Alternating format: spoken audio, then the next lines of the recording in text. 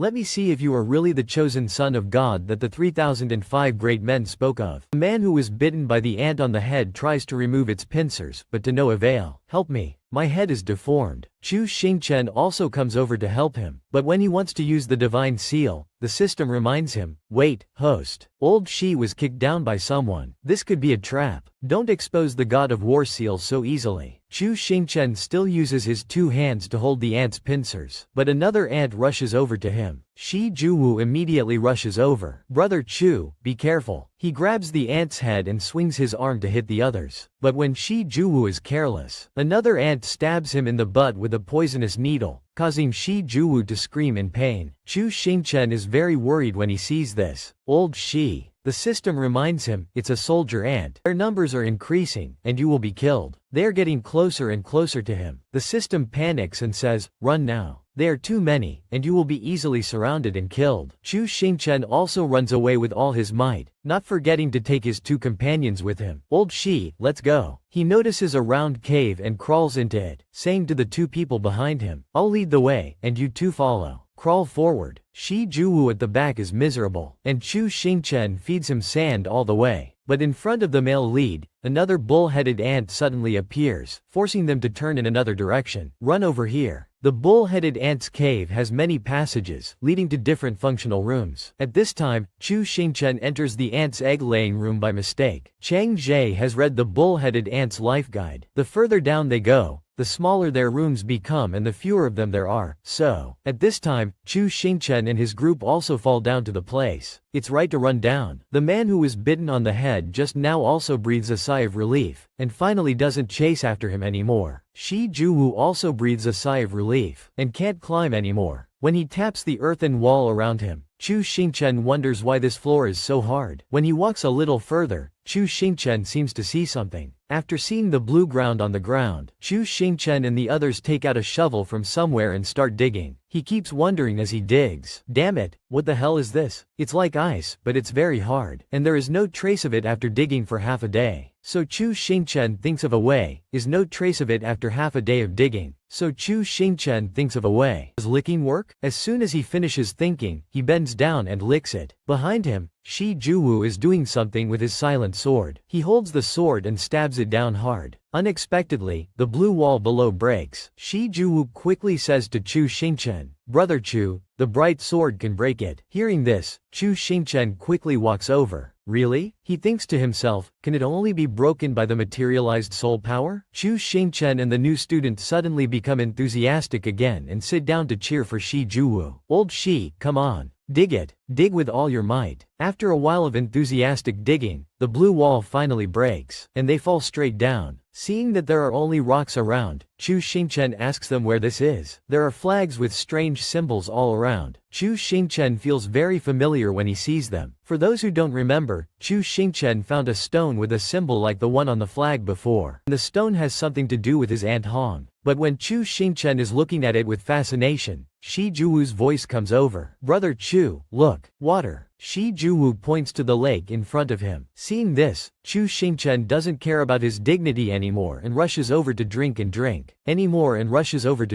I think this picture is familiar. Does everyone think it's familiar? Chu Xingchen is surprised to find that the water he just drank is full of soul power. This is the spirit spring. No wonder the ants on this side can grow so big. Let's take a bath by the way. So they take off their clothes and jump into the lake to bathe. The mysterious man who was up high just now has come and is watching them. He frowns. This Chu Xingchen only cares about running away and doesn't use any special moves at all. There is no sign of him being the chosen son of God. We need to observe him more. But he doesn't know that he has been followed since he started following others. Chu Xingchen points to his face refreshingly. This spirit spring is not bad. The place where I was bitten is no longer swollen. Shi Juwu is also very happy. Yes, my face and butt are also warm. I feel full of energy all over my body. They look at the new student. He also looks at Chu Xingchen with a bright face. Your head is also. But when they see that this guy's head hasn't changed at all, both Shi Juwu and Chu Xingchen are speechless. He holds his head and cries. It's over. Soaking in the spirit spring doesn't work. I'll be a gourd head for the rest of my life. Chu Xingchen comforts him and tells him not to worry. Soak a little more, maybe you'll get it back. Shi Juwu also breaks into the tense situation at this time. That's right. The situation was urgent just now, and I haven't asked your name yet. He said his name was Hu Lu. He recalled what happened just now and said, "Before I met you too, I actually met a classmate. He said there was food in the cave, but I got stuck and he didn't come to save me." At this time, footsteps approached them, causing Chu Xingchen to pause. Chu Xingchen turned around and threw a punch at him, only to be surprised to find that it was a wolf. Not only did he miss, but he was also hit back by it. Shi Juwu was worried. Brother Chu. But the next second, his fate was no different from Chu Xingchen's, and he was kicked into the rock wall by it. Seeing this, Chu Xingchen was furious and used the Zhang Yan Ba Ti technique and the God of War rat to rush towards it, but was easily dodged by it. When Chu Xingchen was surprised that he didn't hit it, it had already appeared behind him, and then the main character was beaten up. Chu Xingchen knew that this person was stronger than him, so he decided that running was the best policy. He took out 4 bullets and threw them into the water. Then he used the flying immortal technique to run away, not forgetting to take his 2 brothers, Hu Lu and Shi Juwu, with him. If you can't beat them, run. At this time, on the other side, Xiao Shi asked in confusion, "What's going on? Why is my soul power being sucked away?" But when she saw Chu Xingchen, she pointed at him uncomfortably. She points at him uncomfortably. "Ah, Chu Xingchen, it's really you." But looking at the person in front of him, Chu Xingchen was very unfamiliar. Who is this hairy-faced guy? She raised her middle finger without saying a word, and looking at her familiar movements and cheeky attitude, Chu Xingchen immediately recognized her as Xiao Shi. "Is it Xiao Shi? Why are you here? Run quickly." But before he could finish speaking, the werewolf from before came up and kicked Chu Xingchen. He also stepped on him. Flying immortal technique, flying like a fairy. It is the secret technique of the Yanhu royal family that has been passed down for thousands of years. He revealed his vicious eyes as if he wanted to eat Chu Xingchen alive. "How did you learn it?" After being beaten by a werewolf, Chu Xingchen and his men were tied to a tree. He looked at the werewolf and asked, "Can you let us put on some pants?" But it seemed that he didn't want to listen. "You little thieves still want to make conditions with me?" Chu Xingchen saw Xiao Shi glancing at him. He said in embarrassment, "We are not little thieves. And you perverted fox. Tisk, what? Explain it." At this time, the werewolf threw the body of the mysterious man to the ground. "So who is this?" Seeing this person, Hu Lu immediately spoke up, "It's him. The student who tricked me before." Looking at the person in front of him, Chu Xingchen couldn't help but wonder, is this the one who kicked old Shi down? At this time, Xiao Shi came forward to explain, "Uncle, Chu Xingchen and him are not accomplices.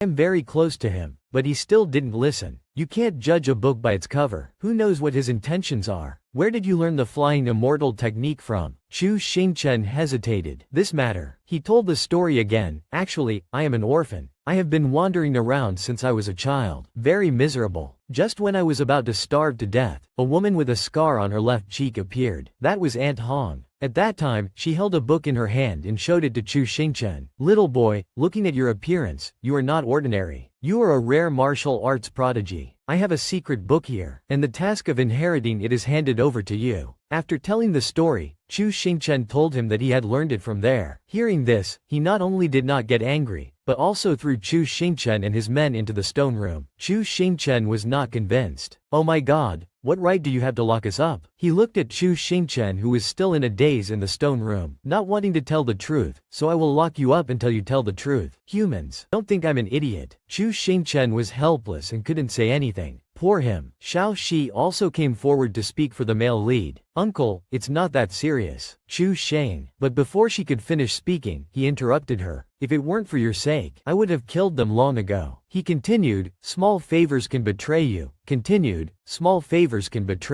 Have you forgotten that we have a deep blood feud with humans? This is probably referring to the Yanhu clan's deep hatred for humans. Then he looked at her and said she was weak. Then he took Xiao Shi away. Behind him, Chu Xingchen anxiously called out to her, "Kid." But after a while, he turned back inside with a look of utter despair. "Damn it, I met another stubborn old man." At this time, the system popped up to congratulate him on activating the upgrade task. Escape from the heavens. Chu Xingchen, who was already upset, shouted, "You useless thing. Now you're jumping out." The system reassured him and then pointed to the mysterious man who had caused them to fall down here. "Don't be angry for now. I found out that this guy has a fake system." Chu Xingchen was very surprised. "He has a fake system?" The system confirmed, "It seems that he used something to hide it. I can't investigate it for a while." Chu Xingchen angrily punched him in the face. "So that's it. In order not to startle the snake, the temporary location of the 3005 is still on me. This bastard followed the trail and came here, and has been secretly harming us." At this time, the system asked him if he wanted it to take down his fake system, but Chu Xingchen noticed something bulging on his body. "Wait, there's something in his chest." As soon as he finished speaking, he took out a book. "What is this?" Chu Xingchen opened it and saw that it was full of strange characters. Opened it, and the inside was full of very strange characters. The system knew at a glance that this was a code language. It told him to give it to him, and that it had just learned how to decipher codes, and said, "I'll translate it for you." When he saw the words inside, Chu Xingchen was speechless. "This is a diary." The system looked at the mysterious man's diary in surprise. "He suspects that you are the divine chosen one." Chu Xingchen was not surprised to hear this. "Sure enough, I've been targeted. The organization behind this fake system is much stronger than I thought, and their purpose is..." The system asked Chu Xingchen anxiously, "What should we do next?" Chu Xingchen was silent. A moment later, the mysterious man finally woke up. As soon as he opened his eyes, he saw Chu Xingchen and his men looking at him. Shi Juwu smiled, and said in a friendly manner, "You're awake. Are you feeling unwell anywhere?" This startled the man and he jumped up and backed away. So many men. Chu Xingchen saw this scene and immediately reassured him, "Classmate, don't be afraid. We are also students of infinity. I am Chu Xingchen." Then he turned to introduce the person next to him. "This is Hu Lu. His head was bitten by an ant, so I don't think he can use it now." Then he turned to Shi Juwu. "This is..." But before Chu Xingchen could finish speaking, Shi Juwu hurriedly introduced himself. "I am Shi Juwu of the Bright Sword Sect. May I ask your name and title?" Looking back to the past, a voice sounded, "Wu Dunuo. This hiding place is not bad. It's safe and secluded. We can live here in peace from now on." He was silent for a moment and then said, "Then why do you still want to leave?" Someone behind him said, "Those people are still killing our people. We have to go out and fight. Your mission is to protect this place. Don't worry too much. We'll be back soon. Scene change. Wu Dunuo was silent, but Xiao Shi was not. She shouted, "Uncle, they're really not bad people. Uncle, let them go." But then, Xiao Shi was immediately thrown down by him. Oh my god. Wu Dunuo looked at her with a very angry expression. If you let them go, this place will be exposed. The last living space of the Yan clan will also disappear. Do you want to experience life on the run again? Xiao Shi was silent. Chu Xingchen will not tell the outside world. But Wu Dunuo denied it. You trust him too much. The Yan clan is in this state because of their gullibility. The humans ruthlessly exterminated the entire clan. They became the righteous ones in the mouths of the humans. With such a deep blood feud, why can you still trust them? Then, Wu Dunuo turned away. Don't mention those people to me again. The Yanhu clan is known for being sensitive, but you were so miserable when you were chased before. It's really bad. Next, I will pass on the special skill of our clan to you. Zhu Shi, do you know the meaning of your name? Xiao Shi was stunned. Meaning? Wu Dunuo replied, indeed, it's not just a skill. After hundreds of years of running for our lives, our language and culture have been lost. Then he explained, Zhu Shi is a transliteration. In the language of the Yanhu clan, it means the one who brings light. Remember that. On the other side, Lu Ming also sent people to look for his new students. A man approached him. Vice Dean, there is no trace of the other students on Lei Guang Island. And at this time, Lan Gui also rushed over. Teacher Lu, is there any news of my master? He turned to look at them. Not yet. You've just been found. Don't run around.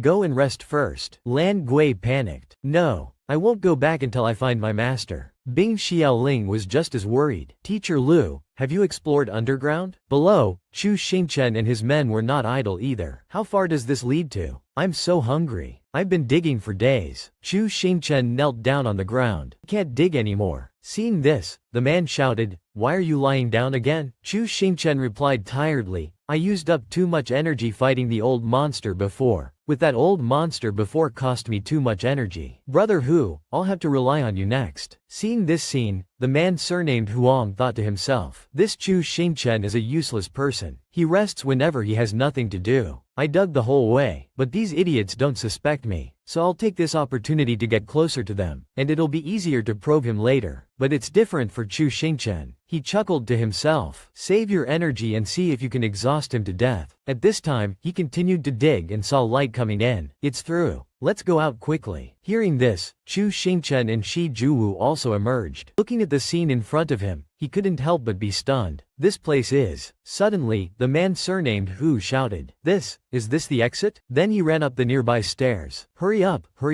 we can finally get out. After climbing up a section, Shi Juwu also looked down at Chu Xingchen. Brother Chu, follow me quickly. But Chu Xingchen was still staring at the magic circle under his feet. You two go ahead. Seeing the familiar pattern, Chu Xingchen was a little confused. This pattern again. Then he asked the system to give him the Di Hong stone. Seeing the two identical patterns, Chu Xingchen had a glimmer of suspicion. The patterns are exactly the same. This place must be related to Di Hong. Could it be that these things were all left behind by Di Hong? He thought about it and then bent down to observe it more closely.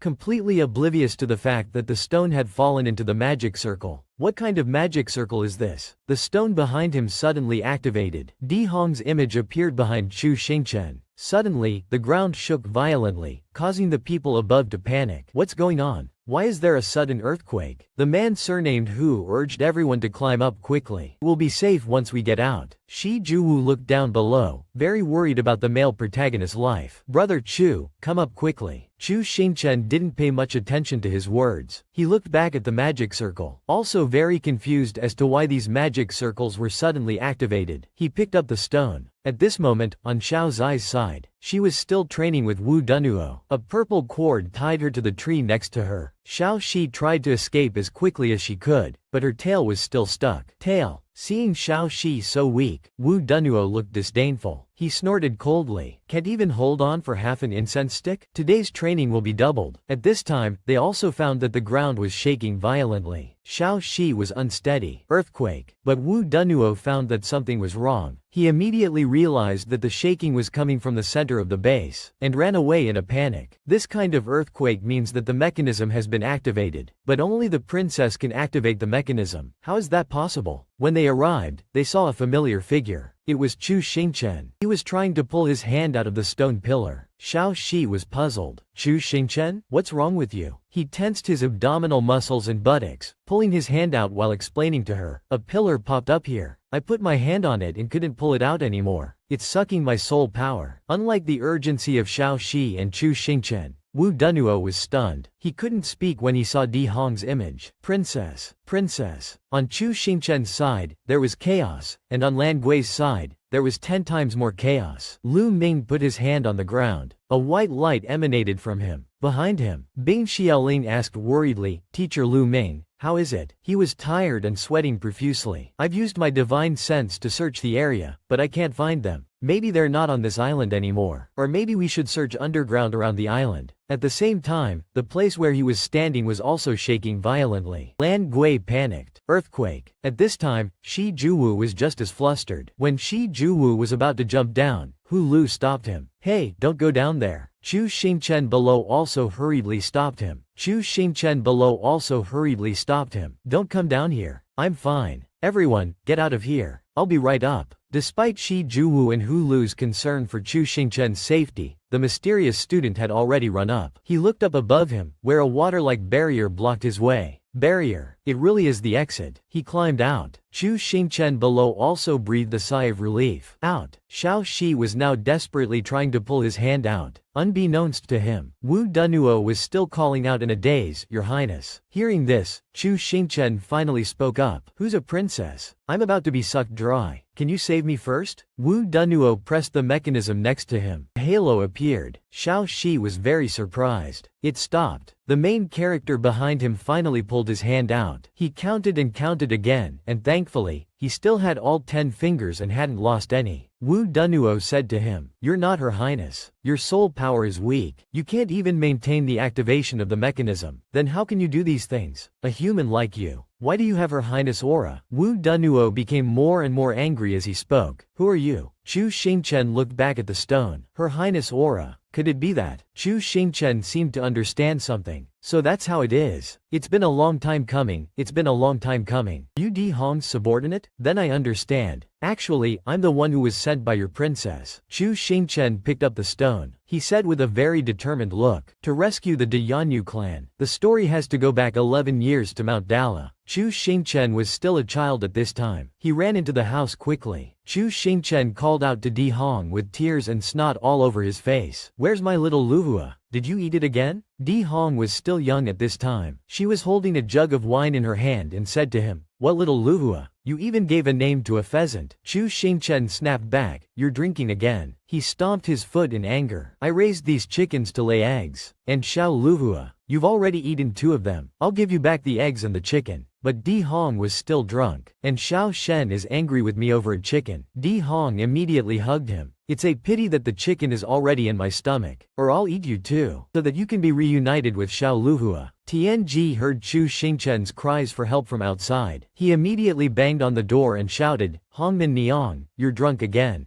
Don't tease my grandson. As soon as he saw Tianji, Chu Xingchen rushed out of Di Hong's arms. Grandpa Tianji, seeing this scene, he couldn't help but curl his lips. It was still more fun when he was a child. He never dared to fight back. Tianji snorted angrily and pointed at her. You're usually not very good, but when you drink, you tease children. I should really call your subordinates to see how you look now. Hearing this, Di Hong became sad. Them? How can I have the face to meet them? Back to the present, Wu Dunhuo asked him in surprise, You were raised by Her Highness? Chu Xingchen held the stone in his hand. That's right. This stone was also given to me by her. She told me to go and help the other Dhyanas. Wu Dunhuo understood the situation and said, No wonder there is Her Highness aura up here. Where is she? Is she okay? Chu Xingchen recalled what had happened to him in the treasure house.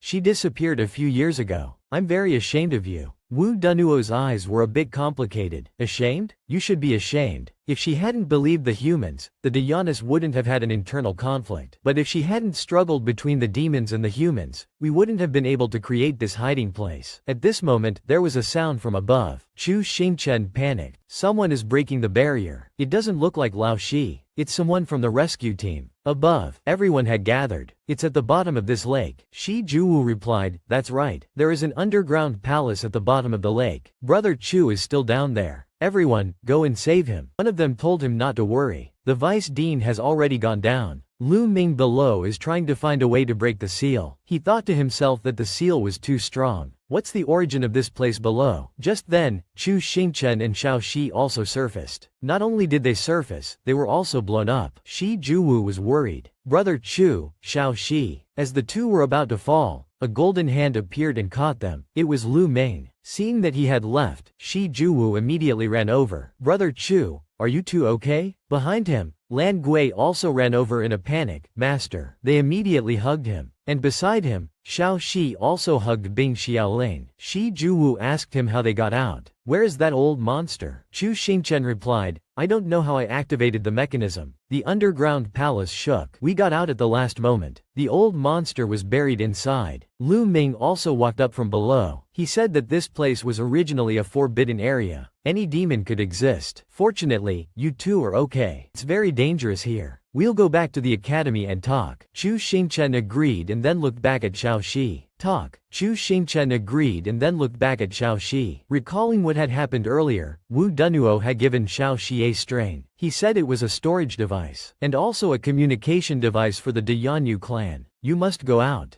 Don't let outsiders suspect this place. After he finished speaking, he turned to look at Chu Xingchen. As for you, you must take back that stone. If you have been chosen as the successor by Her Highness, then you must show me your abilities. To help the Dianas, after you go out, collect 10,000 top-grade soul crystals. Chu Xingchen was shocked. 10,000 top-grade soul crystals? Wu Dunuo explained, when activating this mechanism, a large amount of soul energy is needed. Our level is not enough. We can only rely on the help of soul crystals. Chu Xingchen turned to look at the mechanism from before. What is the function of this mechanism? Wu Dunuo said, this mechanism can make this island come back to life. A moment later, the last spaceship finally arrived to take everyone back to the academy. Let's go. Everyone, be careful not to fall down again. Chu Xingchen looked down at the island from the spaceship and still couldn't believe it. I really didn't expect that Di Hong would have left behind such a large mechanism. But it needs 10,000 top-grade soul crystals. Even if I sell myself, I won't be able to collect enough. At this time, the system appeared right next to him and told him not to worry. You can collect the stones slowly. Congratulations on completing the mission to escape first. Your martial soul has been promoted to the Earth level.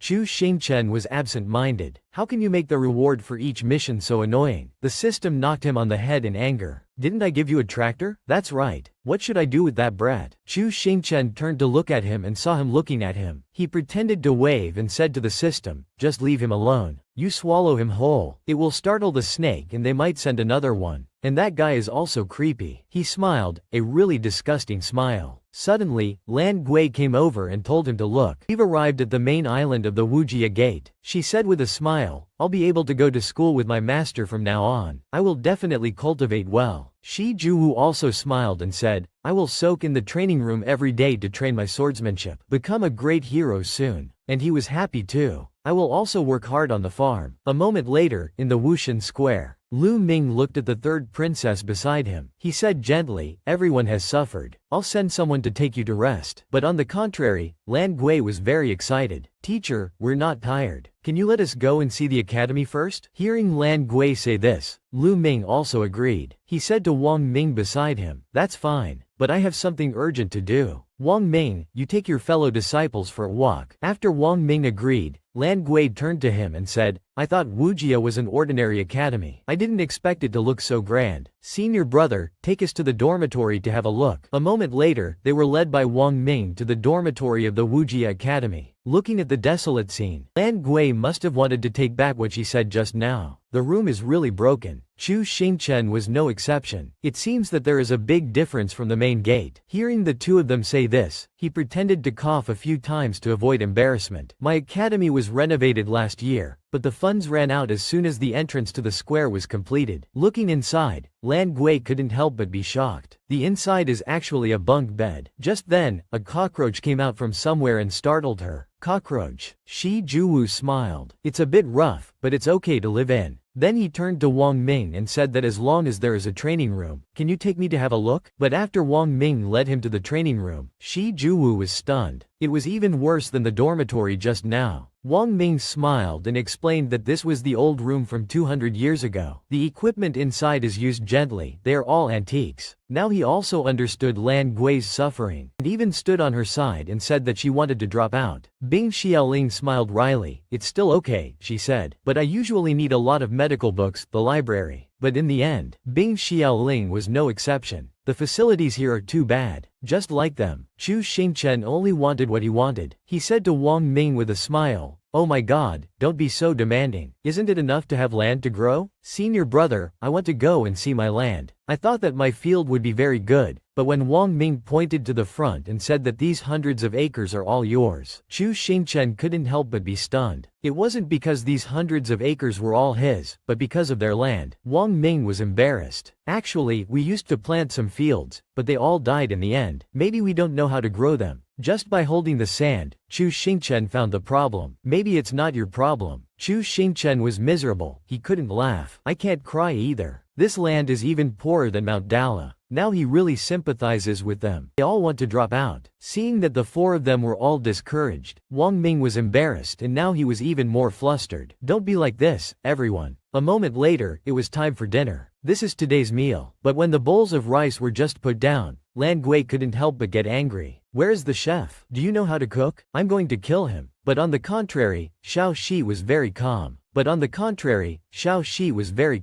While eating, she said it was burnt. When Chu Xingchen was still confused about his hundreds of acres of land, Lan Gui got up and left. He gone knew the princess's temper and hurriedly ran after her. "Your Highness, it's not that bad." A moment later, she came back. She was both angry and tearful. "There are cockroaches in the kitchen." Chu Xingchen couldn't accept it. He asked Wang Ming how this school could have opened until now. Wang Ming then explained the suffering of Wujia. "We are a little poor. Some of the people who come here to study can't even afford to pay their tuition. Big academies are supported by the aristocratic families. Wujia can only rely on subsidies from the imperial court. In addition to the subsidy, the top 5 in the inter-academy competition also have rewards. But Wujia's strength is at the bottom. We usually don't get it." He looked at Chu Xingchen with a smile and continued, "But the vice principal has won everyone this year. We will definitely be able to get a better rank. The vice principal is very powerful. He has been single-handedly supporting Wujia for the past few years. He is very talented. Talisman, swordsmanship. Our medical skills were also taught by him. He also went out to work to raise funds to support the school." Chu Xingchen was stunned. "It's so hard." He turned to the person sitting behind him. "The vice principal is very good to us. I just hope that we can concentrate on our cultivation. We can only try our best to live up to his expectations." Chu Xingchen suddenly fell silent after hearing this. On Lu Ming's side, he went to see an old man. "Uncle Tang, why are you here?" He said he came to inform him of something. "The gold subsidy for the 5 items of Wujia this year is all gone." Lu Ming couldn't believe his ears. "What?" He didn't give him time to be surprised and continued. "You offended Shui Zhenxuan when you were fighting for students before. That old man will definitely take revenge. He took the opportunity of the accident at the opening of Wujia to stop all the subsidies." Lu Ming disagreed. "That's too unreasonable. The cause of the accident has not yet been investigated." But he wouldn't listen. "If you want to blame someone, blame Wujia for having no power or influence. Let him bully you. Don't expect me to help you." The Lu family doesn't want to confront the Shui family. He also told him that he was a 3-star martial king, and he was the younger brother of their Lu family. He had a bright future. But because the children of the Han family couldn't go to school, he had always wasted his youth in this dilapidated academy. Why bother? Before leaving, he left a sentence. "He came today in the hope that he could think carefully. Wujia has no future. Give up early." Regardless of Lu Ming, who was standing there in deep thought, Lu Ming was not reconciled. He couldn't give up, no matter what, at least until the inter-academy competition. But while he was thinking, Chu Xingchen ran in. "Teacher Lu." Seeing Chu Xingchen arrive, he turned to ask him if he had finished his tour. Although he was a little dissatisfied with Wujia's fields, he still said happily that the environment was very friendly. But Lu Ming felt very guilty. He said that the conditions here are not good. "You must have suffered." Seeing that Lu Ming's spirits were down, he went over to comfort him. "I took a tour around, and found that Wujia's environment is beautiful and the students are friendly. It's just a little short of money. This time, he approached Lu Ming with a very cunning look. But I have a good way to make money. He asked him if he wanted to hear it. A moment later, the news that support for Wujia Academy had been stopped also reached the students. They were very excited. I heard that our school's subsidy has been cancelled. One of them was very puzzled. What's the point? Almost all of them disagreed with this decision. The academy won't be closed, will it? I worked hard to get into Wujia. I went to school for the subsidy. If there is no money, I might as well drop out. But at this critical moment, a familiar voice came. Hey, I think they're teaching gardening over there. The vice principal said that Wujia will have to support itself in the future. He is promoting some kind of agricultural cultivation method. It's easy to learn and there are even scholarships. They suddenly lit up when they heard this. Scholarships? Is there such a good thing? Let's go and have a look. As soon as they arrived, they saw Chu Xingchen holding a bag of fertilizer and introducing it. This is Zhimao fertilizer. Mix it with the soil, 25 caddies per acre, and it can improve the soil quality. When Shi Juwu saw him start working, he didn't expect him to still have Zhimao fertilizer. Chu Xingchen turned to him proudly. Of course. In my eyes, it's black gold. Before I left Haiqiao village, I filled a ring with it. Shi Juwu couldn't help but praise him when he heard this. You really think ahead. You're worthy of being my brother. The others heard that his ring was full of fertilizer, and they couldn't help but feel a little numb. His storage equipment is full of Zhimao fertilizer. Chu Xingchen distributed the fertilizer to everyone, but the storage capacity of the ring is limited, and it can only improve a few dozen acres of land. This land will be used to grow spiritual herbs. The spiritual energy here is scarce, and manual labor is needed to transmit spiritual energy during the cultivation of spiritual herbs. Everyone mix the fertilizer into the soil first, and then I will teach you how to plant it. Then he raised his hand high. Former members of Haiqiao village gather. After everyone had gathered, Chu Xingchen told them that the conditions of Wujia were very poor. He knew that everyone was very disappointed. Everyone's mood sank. But Chu Xingchen continued.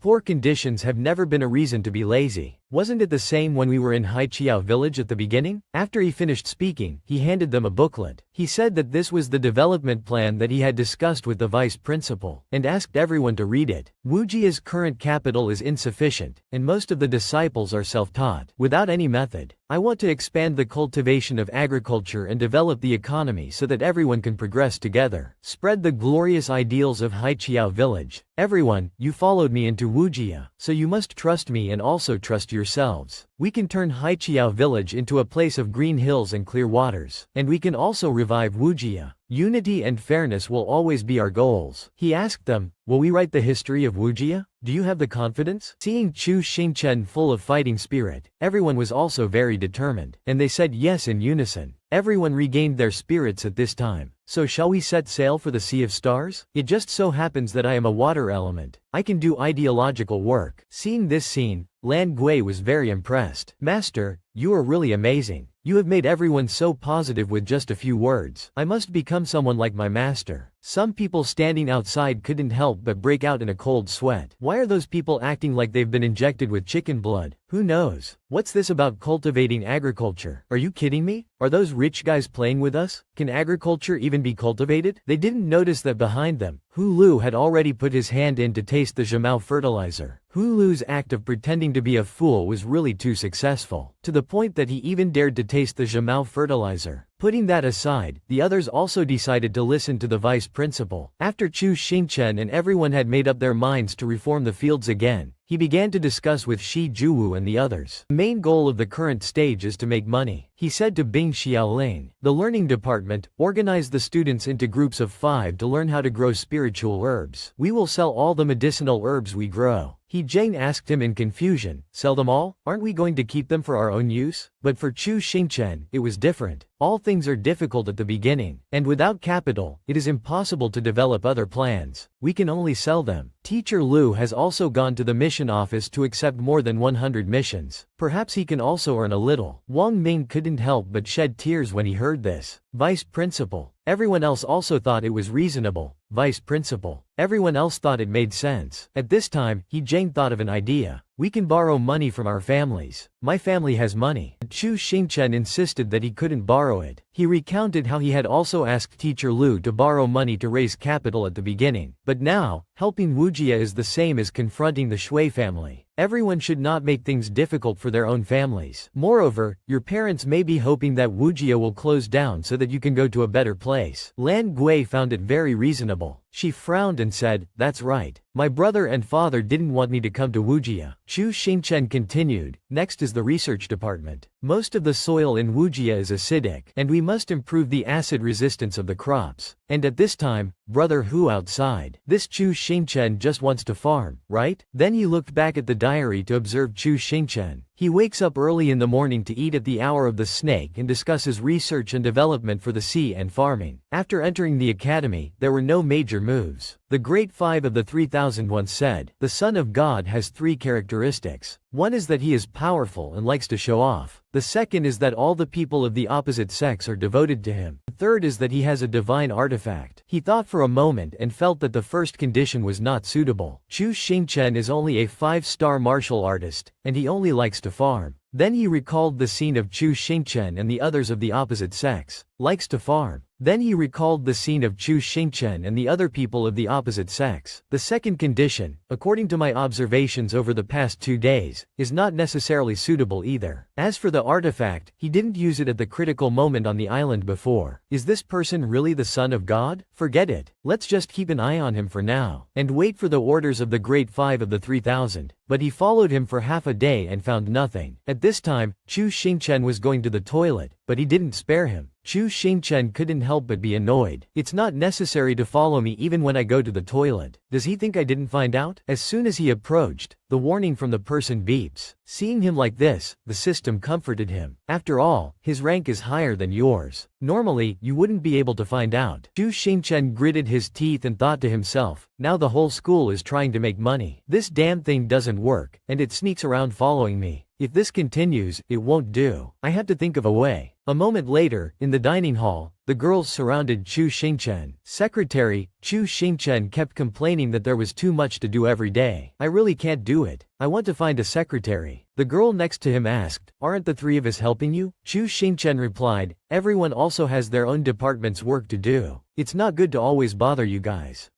A girl also spoke up at this time. "It's okay. It must be a lot of fun to be by Teacher Chu's side every day." Hearing this, the other person suddenly had an idea. Follow him every day. He thought to himself, if I can become his secretary, wouldn't I be able to observe Chu Xingchen openly? Moreover, I would also be able to grasp his plans and actions. It's perfect. Then he turned to Chu Xingchen and nominated himself. "Brother Chu, if I were to be your secretary, what do you think of me?" Hearing this, Chu Xingchen was overjoyed. "All right." The girl next to him turned to him and looked displeased. "Who are you? What gives you the right to fight over Teacher Chu with us?" Then she stood up and asked him, "Are you qualified to be a secretary?" Chu Xingchen saw that the situation was getting tense and raised his hand to signal. "Everyone, don't quarrel over me. The three of you are already busy until late at night every day to help me, and it doesn't conform to our morning work regulations." He put his hand on his shoulder. "Brother Hu is willing to come and help, which is a good thing. Then I'll have to trouble Brother Hu." Then he pointed to the thick stack of documents on the table. "I'll leave these to you." His previously gleeful expression suddenly turned pale. "That much?" Hearing him ask, the girl next to him replied, "This is only half a day's worth, and it must be processed today. In the future, you will have to plan Teacher Chu's daily itinerary, and all the documents submitted by the departments must be sorted out and given to him." They even bared their teeth and wanted to swallow him alive. "If you've already stolen our position, then do it well, understand? If you don't do it well or if you want to resign, don't blame us for being ruthless. That's right. Do your job well." He immediately sat down at the table and picked up a pen to work. Then, Chu Xingchen handed him a piece of paper. "Secretary Hu, this is the plan for refining pills that the study department has come up with." Before this matter was over, another matter came up, and it was Chu Xingchen's voice again. "Secretary Hu, has the application for the construction of the new dormitory been approved?" The more he worked, the more he felt that something was wrong. This isn't right. He wrote and thought at the same time. Isn't it me who's supposed to be keeping an eye on Chu Xingchen? As for Chu Xingchen, he high-fived the three people from earlier. "Thank you three for acting with me." The girl was also happy. "It's okay. We're also happy to share the work." It turned out that it was all a trap set by Chu Xingchen. "That idiot, he came to me on his own accord, so don't blame me. If I don't squeeze you dry, then I'm not surnamed Chu." At this time, He Jiang ran over. Teacher Chu. She was holding a rice plant in her hand. Look at this. This is a new type of rice that can withstand salinity. If we put it into production, we can achieve self-sufficiency in food. Seeing this, he was overjoyed. Well done. We no longer need to sell spirit herbs to buy food. Have the study department follow up, and the pill refining plan can also be implemented. Give the money to the publicity department, and go buy a photo stone. We're going to shoot a commercial. Hearing the words, commercial, He Jiang didn't understand. Shoot a commercial? A moment later, Lan Gui was wearing a chef's outfit in the frame and was cutting food. Suddenly, she cut her hand with a knife.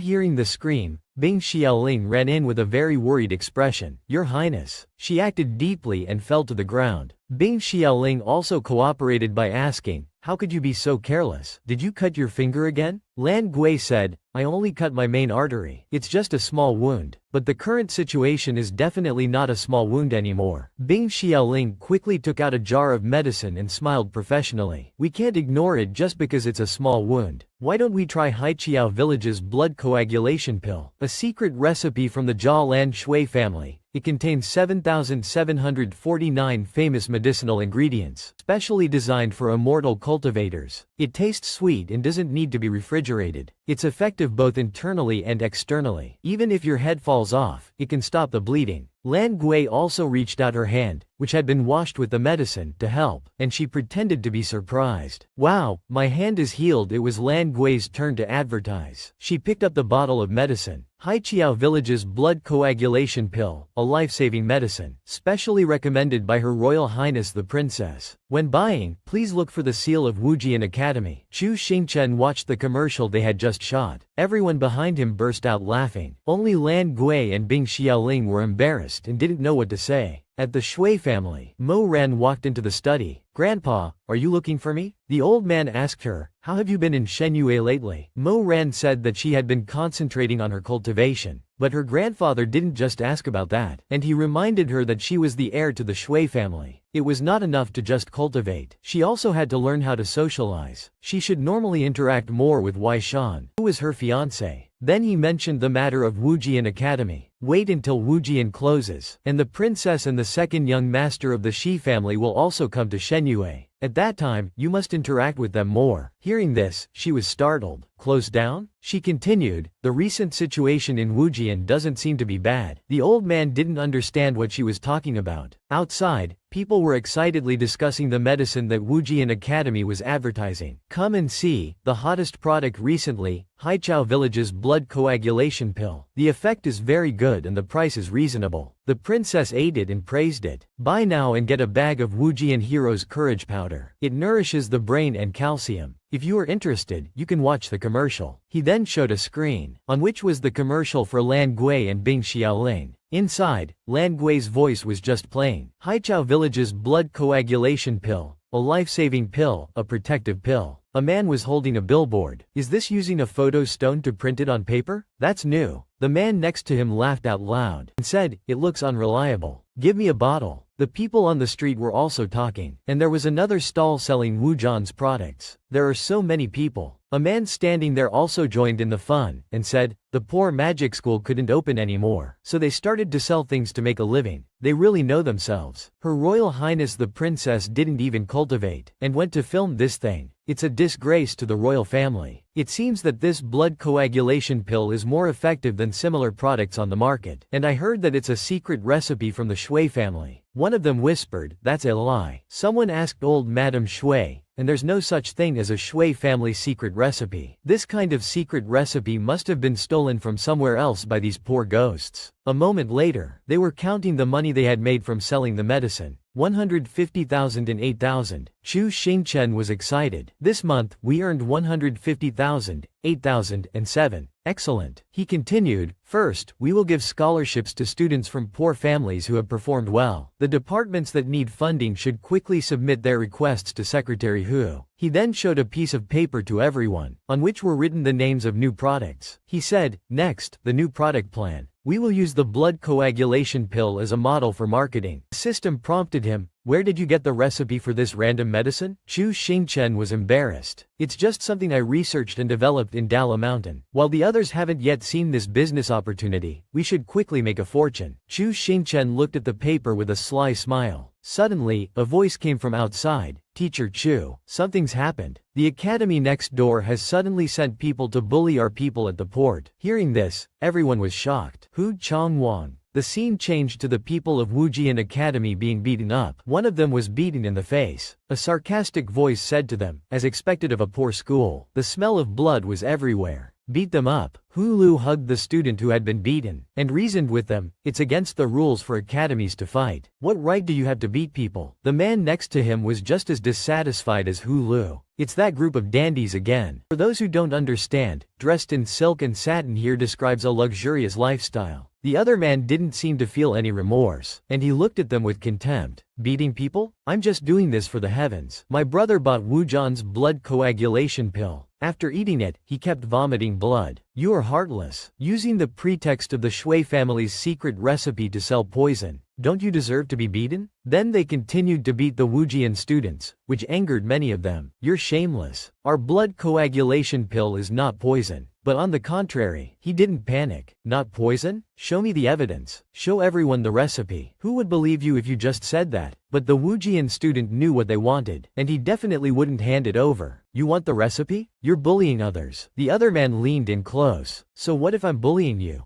Do you dare to fight back? Poor ghost. Trash. Then he told his men, beat him up. If he doesn't hand over the recipe, beat him to death. But as soon as he finished speaking, a punch landed right on his face, causing him to spray nosebleeds. He shouted angrily, Who dares to hit this young master? Chu Xingchen took the blame for the punch, and said, you said to beat him to death, so I just listened to you. Let's not talk about anything else. You're bleeding. Stop the bleeding. Quickly take this pill.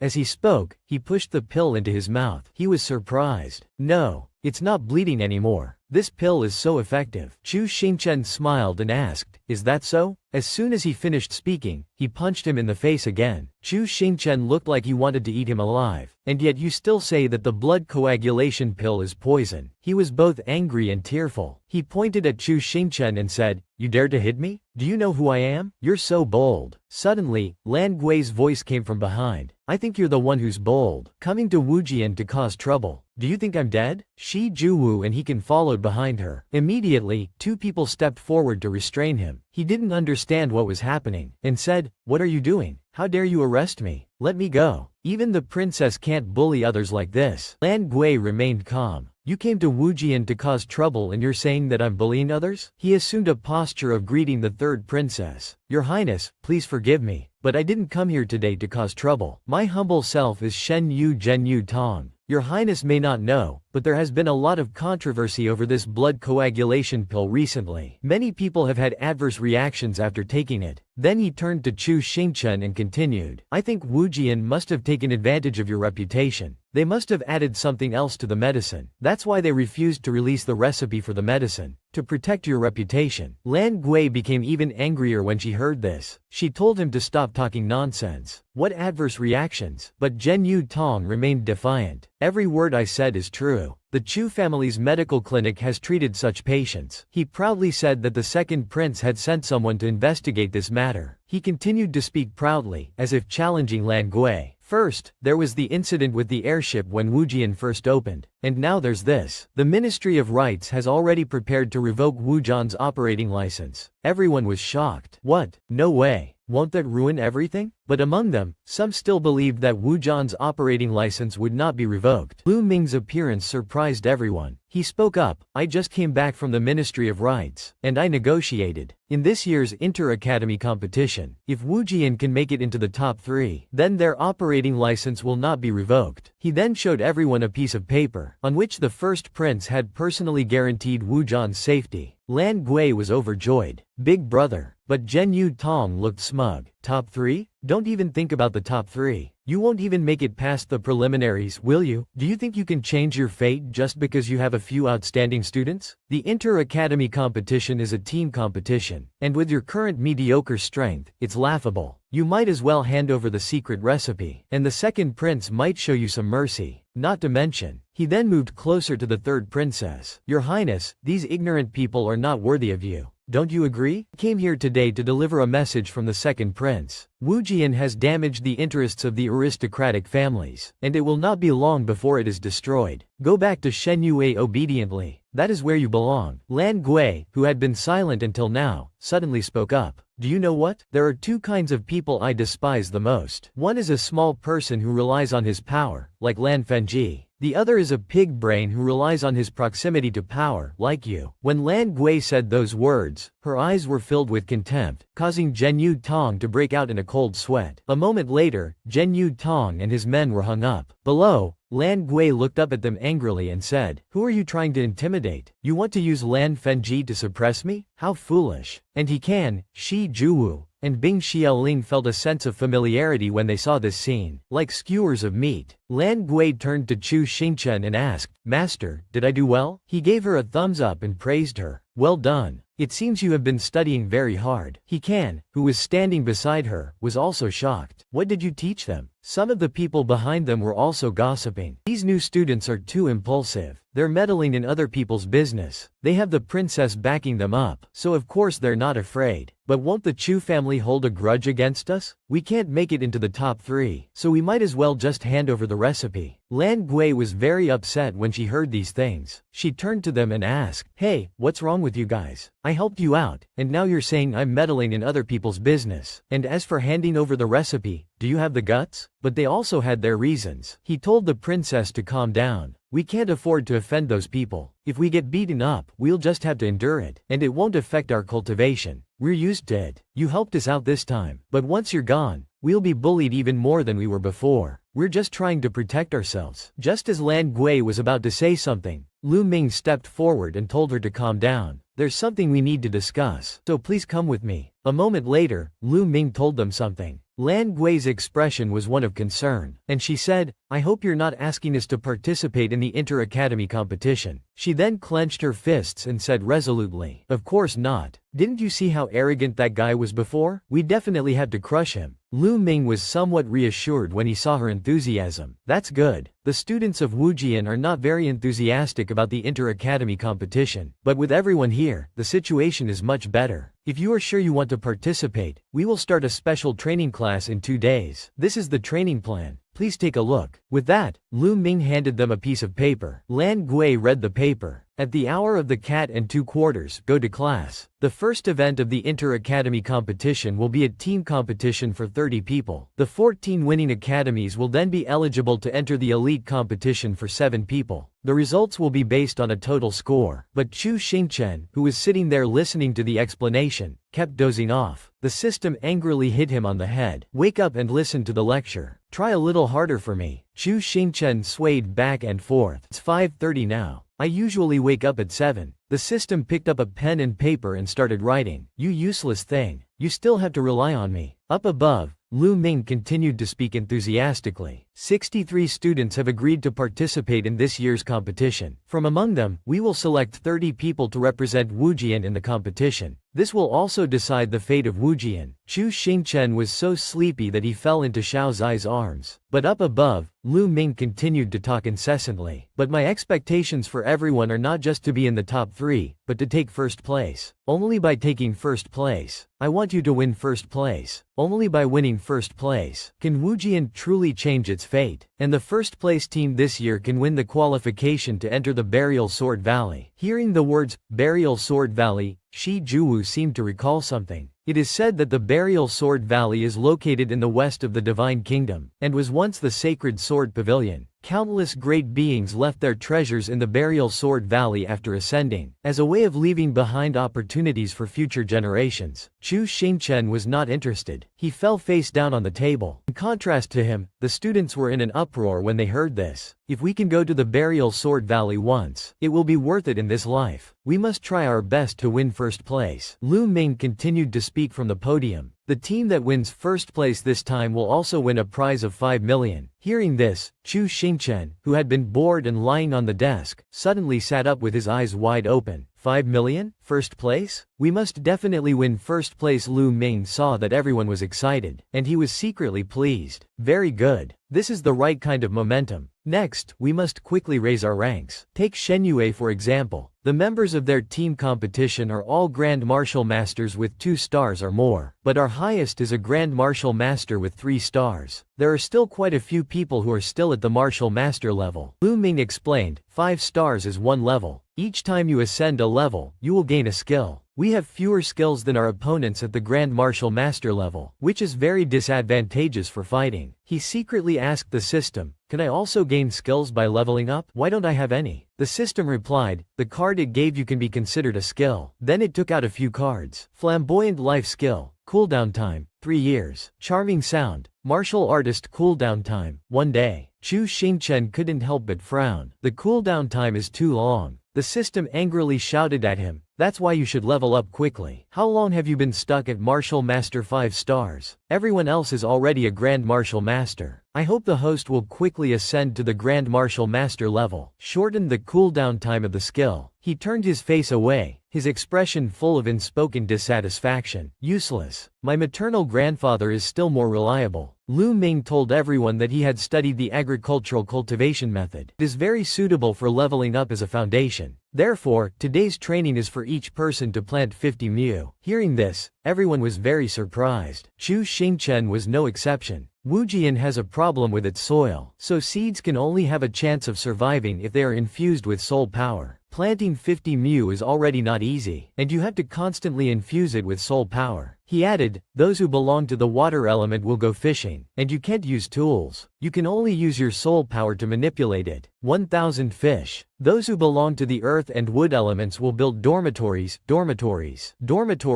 dormitories. They can also use their soul power to do so. 10 buildings. Everyone can choose the training method that suits them best. And let's get started. Chu Xingchen was exhausted as he held the hoe. Do you want us to work ourselves to death? The system was very pleased to see him like this. It even took out a fan to fan him. Didn't you like farming? Go ahead and farm. But Chu Xingchen looked miserable. When a hobby becomes a task, it is no longer a hobby. I am not that Shi guy. He turned to look at Shi Juwu, who was constantly hoeing the ground. He couldn't help but admire him. I really admire old Shi's stamina. At this time, Lu Ming came over and clapped his hands to encourage them, telling them not to slack off. Cultivate well. If your soul power is exhausted, take a pill to replenish it. Then he went over to Bing Xiaoling and kept encouraging her to keep her body in a state of overload. Come on, come on. The students were about to die, but Lu Ming still didn't spare them, constantly telling them to come on. In addition to the basic training, there was also a battle formation analysis class. Only after finishing the class could they eat, so everyone hurry up. That night, Chu Xingchen was so tired that he collapsed on the table. Lan Gui kept complaining, the training is too scary. After grilling 10,000 fish, there is still a theory class. Later, we have to meditate. Does the teacher want us to work ourselves to death? Bing Xiaoling and Shi Juwu were just as tired, but she also understands the hardships that Wujian is currently facing. After all, the gap between us and other academies is too big, and teacher Lu Ming is also having a hard time. Wujian originally didn't have enough teachers, and now there are even fewer. Now, he is the only one who is capable of leading the special class. I don't know how long he can hold on. Chu Xingchen didn't know what to say when he heard this. At this time, Lu Ming was in his room. He was having a headache thinking about his teaching methods. The training intensity was too high, and 9 people had already dropped out of the competition that day. But the gap in levels was so big that if they didn't train like this, how could they catch up? It was also possible to make up for the deficiencies with battle strategies, but the analysis of the battle strategies that they had submitted. He looked at the battle strategy analysis of Shi Juwu's 30-man team. The knight is not afraid of fighting.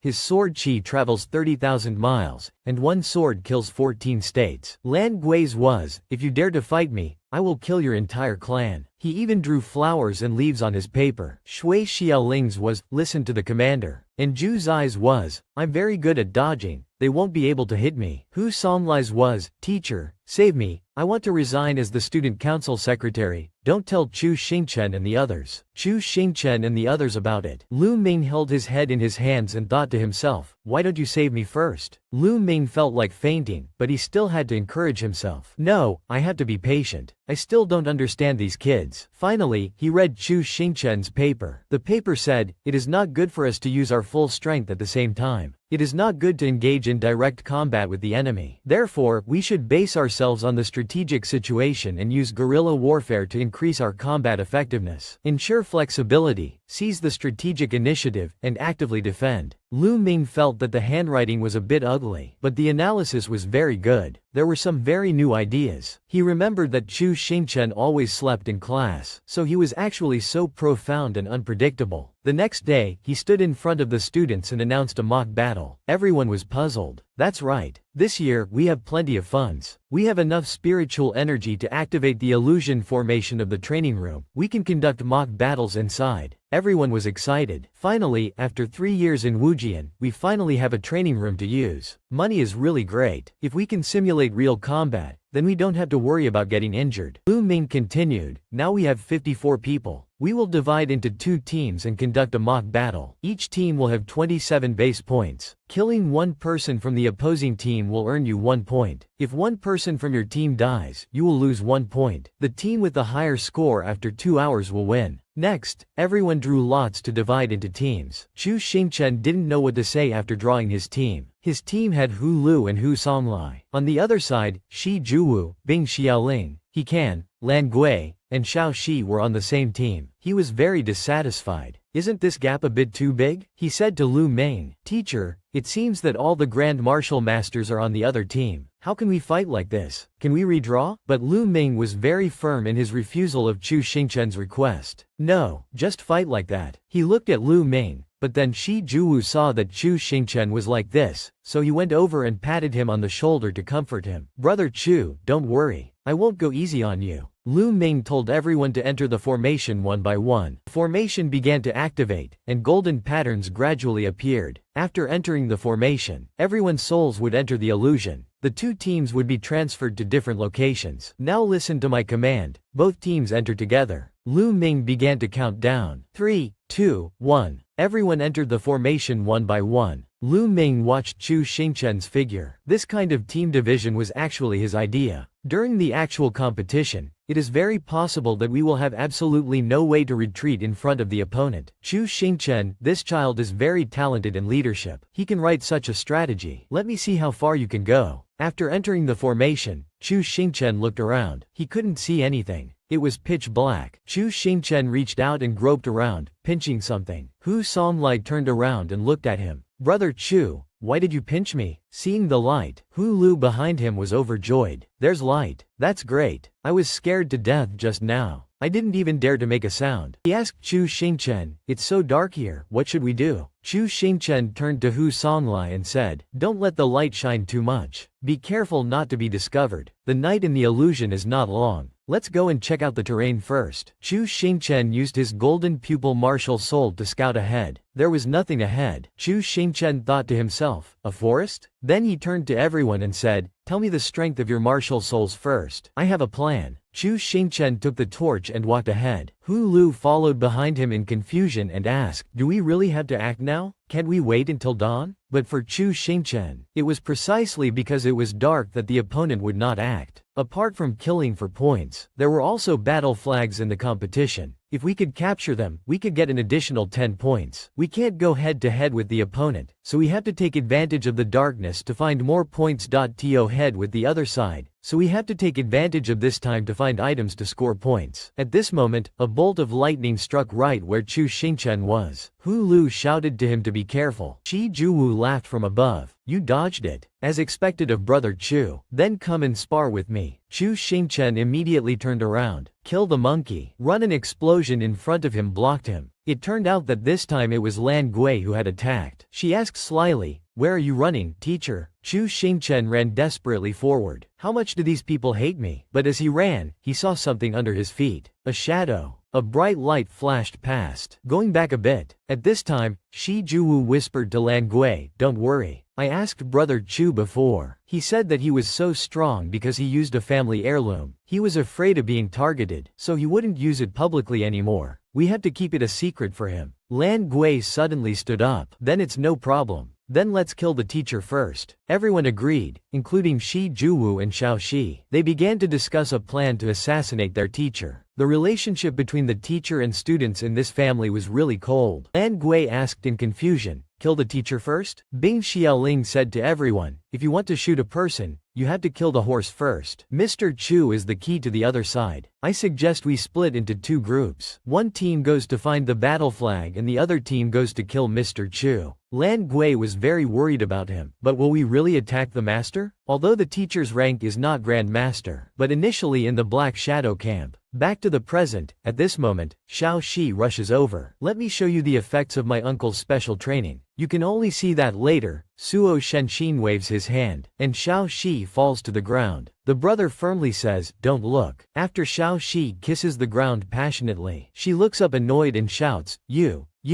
sucked my spirit energy again. Suo Shenxin smiles. Oh right, if you're good then hit me. Shi Chuietwu bends his legs and chases after Suo Shenxin, not forgetting to tell Xiao Shi not to worry, he will avenge her. They chase after Suo Shenxin. Behind them, Ha Qing shouts, Master Suo, don't run. Suo Shenxin smiles triumphantly. You people, behind the big trees, my men have already laid an ambush just waiting for them to fall into the trap. Beng Zhaolin looks around. Where can we run? She calls out to Shi Chuietwu. Wu, slow down. They've drawn a formation to trap Lam Kui's people inside. At this moment, Suo Shenxin's men also rush out. Kill. Ling fiercely resists. Shi Chuietwu also looks at her worriedly, recalling what Suo Shenxin said earlier to everyone. They will definitely come to kill us first. I will lure them over here. The terrain on both sides here is full of trees, suitable for an ambush. He drew on the ground and said, Secretary Hu is a floating green lion, and he's also our only 1-star Grand Martial Master. You divide this path into 3 sections, and each section will have an ambush of 6 to 10 people. Old Shi and the princess will definitely rush to the front, so the first section is mainly to trap them. Chu Xingchen's team continuously attacked them. Shi Juwu and Lan Gui worked together to resist. He asked in confusion, what kind of formation is this?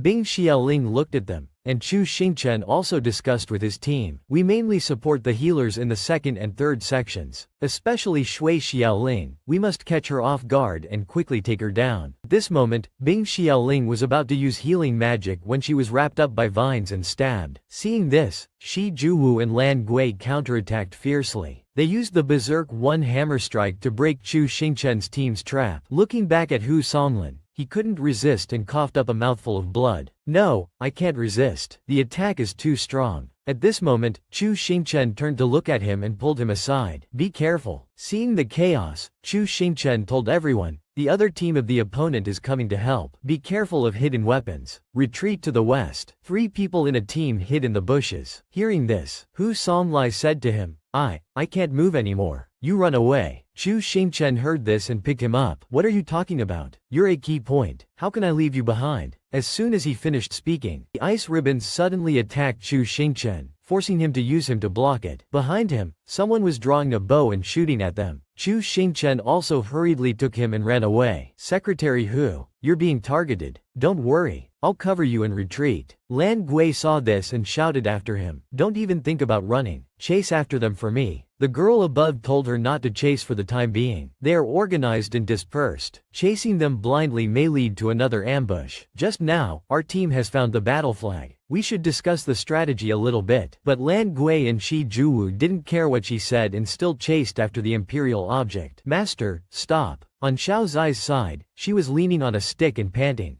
Damn Chu Xingchen. I will definitely take revenge. At this moment, she saw him carrying Hu Songlai running towards her. Xiao Shi was very proud. Chu Xingchen, you came just in time. It's time for revenge. But when he saw Xiao Shi, he also felt the same way as her. Chu Xingchen reached out and grabbed her and ran after them. You came just in time. Xiao Shi was like a walking corpse, constantly complaining, sucking again. Then, he took her up to challenge Shi Juwu and the others. Come on, attack me again? And the others, come on, attack me again? Seeing this scene, Lan Gui shouted after her, Xiao Shi, your master is so cowardly. Behind her, arrows attacked them continuously. Lan Gui told her team to avoid Xiao Shi, and Xiao Shi was equally indignant. Chu Xingchen, you are so despicable, shameless. But to Xiao Zai's insults, Chu Xingchen just smiled and replied perfunctorily, yes.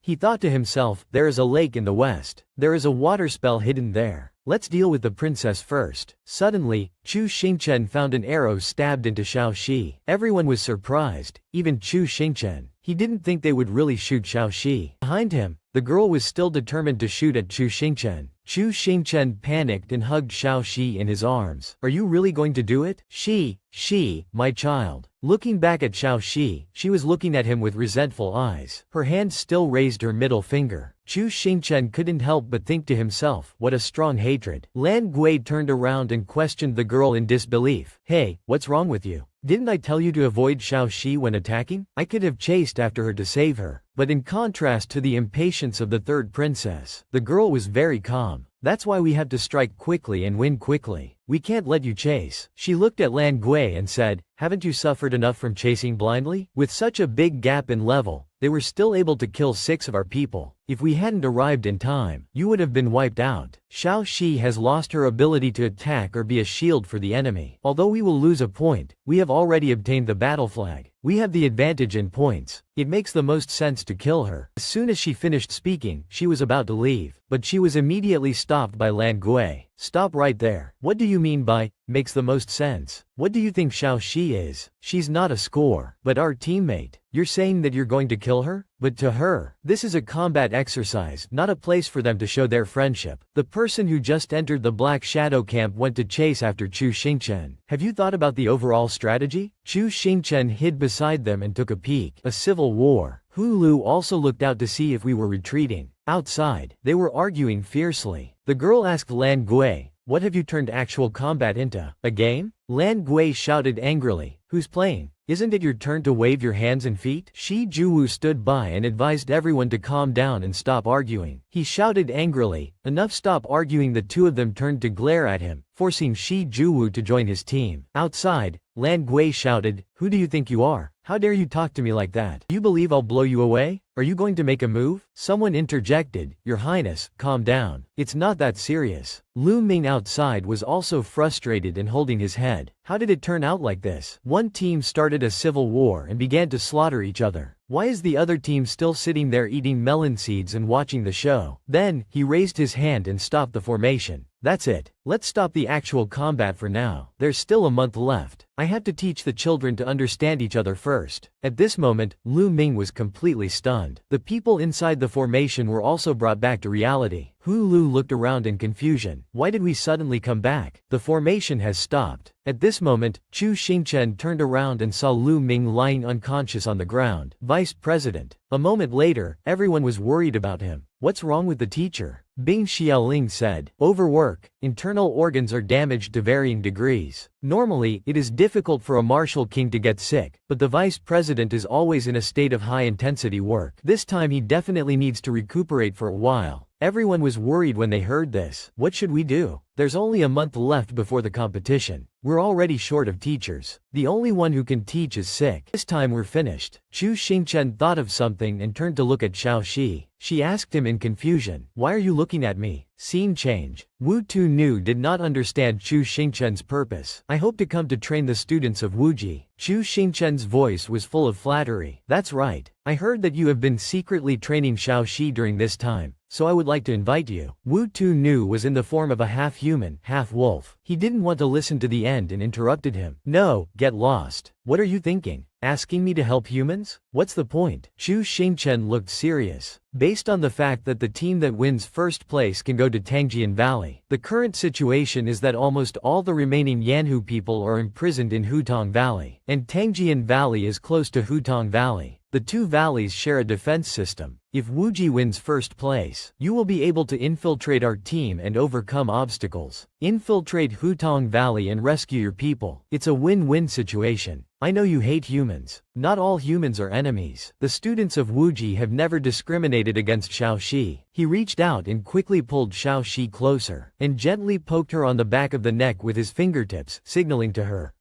Only now did Xiao Shi understand Chu Xingchen's intentions, and nodded repeatedly. Oh, yes, yes, yes. Seeing that Wu Tu was somewhat convinced, Chu Xingchen quickly put his arm around his shoulder and said, some things, we can't do it alone, but we can only be strong together. Only then can we realize the great cause of the Yanhu people's revival. So, come to Wuji and teach. Get lost. He kicked him hard in the butt and sent him flying out. In the dim night, the oil lamp illuminated an old room in a corner of the village. Approaching and looking through the slightly open door, it turned out to be Li Mu. She seemed quite busy and was still working hard. Her teammates saw this, and slowly opened the door to enter and approach her. It turned out that Li Mu was working hard on making star names. She hummed, and then continued to work. Under the dim light, even though Li Mu was wearing a pair of glasses, she still couldn't hide the indescribable look in her eyes. You're really strong today. You actually dared to argue with the princess. Li Mu was not used to people who called themselves nobles. Even though they had earned some money, the actual combat simulation was still very extravagant, but they were just playing around, and didn't really try to fight, but their strength was really strong. Moreover, if it weren't for them, Wuji would have collapsed. As she spoke, Li Mu's voice became softer. This year's team, with good cooperation, they can definitely win the prize. Each person will get hundreds of thousands. Your sister's illness can also be cured. The vice president has collapsed. We can't continue to fight among ourselves. I know. Li Mu didn't say anything else. It was as if something was stuck in her throat, making it difficult for her to speak. As the sun rose, the class continued as usual. But teacher Lu Ming was also sick. So how should we study today? Sigh. The students were discussing animatedly. Just thinking about it made them tired. Zhu Xingchen rested his chin on his hand and sighed. Wu Tu didn't come. I guess I'll have to teach them. I just wonder if my level will be enough to convince everyone. I don't know where Zhu Xingchen got this confidence from. Xiao Shi tilted her head and looked around with a blank expression. The martial spirit system couldn't help but laugh. You know that your level is low, so why don't you upgrade it quickly? Hello. A voice by her ear interrupted Zhu Xingchen and Zhu's eyes thoughts. My name is Li Mu. I have something to say to Zhu Shi. Xiao Shi looked up and saw her. Ah, her heart screamed. She suddenly felt a sharp pain in her neck and hugged it tightly, not wanting to let go. Zhu Shi, I killed you in the last actual combat exercise. I'm sorry. Li Mu's deep voice made her even more terrified. Ah, no, it's okay. Li Mu continued, but at that time, I was forced by the situation. If there's a next time, I'll still do the same. Ah, Xiao Shi was so scared that her eyes rolled back in her head. Zhu Xingchen and the third princess, who were sitting next to her, were also speechless at Li Mu's apology. They were at a loss for words. I'm done talking. Goodbye. Li Mu turned and walked away. Humph. What kind of apology is that? It would have been better if she hadn't said anything. The vice president slowly carried his sick body into the classroom. Seeing that the students were still discussing animatedly, he coughed a few times. Only then did the students notice him. The vice president is here. Vice President, are you feeling better? Be quiet. Let's put that aside for now. The competition is approaching. Everyone's training cannot be delayed. I have found a new teacher to give you special training. From outside the door, a man in his 50s strode in. He looked quite serious, and his aura was not ordinary. This is Mr. Wu, 3-star Martial Emperor. 3-star Martial Emperor? Where did you find him? The students exclaimed. Everyone admired him. The vice president was really good at finding people. At such a level, it's as difficult to find as a needle in a haystack. Huh? It's Wu Tu. He skipped the introduction, and walked slowly to the back of the class without saying a word. He tapped on the edge of the table as he walked. After walking around and looking at everyone, he said, I've seen your actual combat simulations. Your physical strength is terrible. You're exhausted after running a few laps. Everyone's faces are pale, and those who can't stand it collapse. Some people are already lying dead. Some people throw all their brains and teammates behind their heads. Is he scolding us? The third princess felt like the old man was talking about her. And there are people who give up talking and directly kill their teammates. If it weren't for the fact that I'm facing a bunch of trash who are just eating melon seeds, then I'm afraid you'll lose even more miserably. He's so mean. Every word he uttered was like a knife cutting into an old wound, so much so that Zhu Xingchen had to hug himself to comfort himself. What a mess. Mr. Wu laughed out loud. I won't be as easy on you as teacher Lu Ming. Everyone, gather at the training ground and run around the island 10 times. No soul power is allowed. Run 10 laps? The students were all terrified. It's not 1 or 2 laps, but 10 laps. The vice president has never trained them like this before. But no one dared to object to the 3-star Martial Emperor in front of them, and immediately left the assembly point for the training ground, under the scorching sun. If it weren't for Mr. Wu replacing teacher Lu Ming, they would have been sleeping soundly. And the training area is not small. It's so big that they won't be able to stand after running 10 laps. 1 lap, 2 laps, 4 laps. Everyone gradually became exhausted, and their sweat poured down like a waterfall. Master, what's the background of this old man? The third princess asked Chu Xingchen, panting. He didn't answer because his mouth wasn't for talking anymore. It was working at full capacity to breathe. It's so tiring. They're still okay, but what's the point of making the medical students run? Look at Bing Xiaoling. I feel sorry for her. Does this old man know how to train at all? Chu Xingchen carefully reminded the third princess. Shush, be careful not to be heard. I already heard it. Mr. Wu suddenly appeared beside them, making their hair stand on end. Wu Tunu approached the third princess, his eyes changing rapidly. Because you are a collective, the mistake of one person, everyone must bear it together. Just like in actual combat, Ji Yumeng chased after her, and her unlucky teammate was the one who suffered. Now that they are being punished, it is also because of her. Do you understand? With the third princess's personality, Mr. Wu's words made her so scared that she couldn't speak, and cold sweat broke out on her forehead. His aura was truly terrifying. Mr. Wu turned and left, but not before reminding them. Also, everyone must run at the same pace. Anyone who can't keep up will automatically withdraw. Huoken immediately went to her side and gently patted the third princess's trembling shoulder. Bing Xiaoling couldn't hold on after running a few laps. She used the little strength she had left to force out a few words. I'm sorry, I really can't run anymore. My chest feels like it's going to explode, she said, clutching her chest as if to calm her beating heart. Shi Ju Wu heard her and turned around. I'll carry you. Without waiting for her to say anything else, he took Bing Xiaoling's hand and put it over his shoulder, then carried her on his back. Is that okay? Her face flushed. The teacher only said to run at the same pace, not that we couldn't carry our teammates. He lowered his voice and whispered, moreover, in actual combat, if I hadn't protected her well, I'm sorry. Shi Ju Wu had always been secretly blaming himself. Hu Song Lai, who was running behind, saw this, and he also wanted someone to carry him. He had to deal with work at night and then suffer this disaster during the day. It's all that damned Chu Xingchen's fault. He sobbed, his tears and snot mixing with his sweat and dripping down. Secretary Hu, a familiar voice said, can you still hold on? It was Chu Xingchen, who was running while supporting him. Perhaps his wish had come true. Hu Song Lai looked at Chu Xingchen without blinking, the long strand of hair in front of him swaying gently. He silently apologized for scolding him. Those who can't run anymore, support each other. Don't let anyone fall behind. Chu Xingchen shouted, encouraging his teammates to move forward together. Lu Ming stood on the balcony, observing everything. Mr. Wu, you came to visit me out of the blue last night. Do you want to come and teach at Wuji? That's right. I've been living in seclusion all year round, and I happen to know the old dean of Wuji. You know my master? Not well. I heard that she's been missing for more than 10 years. I don't know if she's alive or dead. The academy is almost over now. Haha. I want to go and help out a little. Lu Ming also felt that this senior was a bit strange. Mr. Wu glanced at the training plan that Lu Ming had left on the table. He picked it up and scanned it briefly. This is your original training plan? That's right. It's not good enough at all. It's been a month, and their levels haven't improved much. Compared to their levels, it's better to improve their willpower and concentration. Simulating actual combat is too easy. Only training that is full of blood and sweat can train their willpower. Therefore, I will become their common enemy. And it just so happens that there is Chu Xingchen in the team, who is very good at deceiving others. It's enough to unite them. It's been a long time. Hu Song Lai still hasn't made a move. He had no choice but to use a paper crane to send a message. The paper crane flew over and landed on San Qian Wu's hand. The subordinate immediately recognized that it was Hu Song Lai's letter. He asked what the letter said. It says he wants me to save him. He still hasn't found an opportunity to probe Chu Xingchen. After reading it, San Qian Wu handed the letter to his subordinate to destroy immediately, but not before reminding him. The inter-academy competition is coming soon.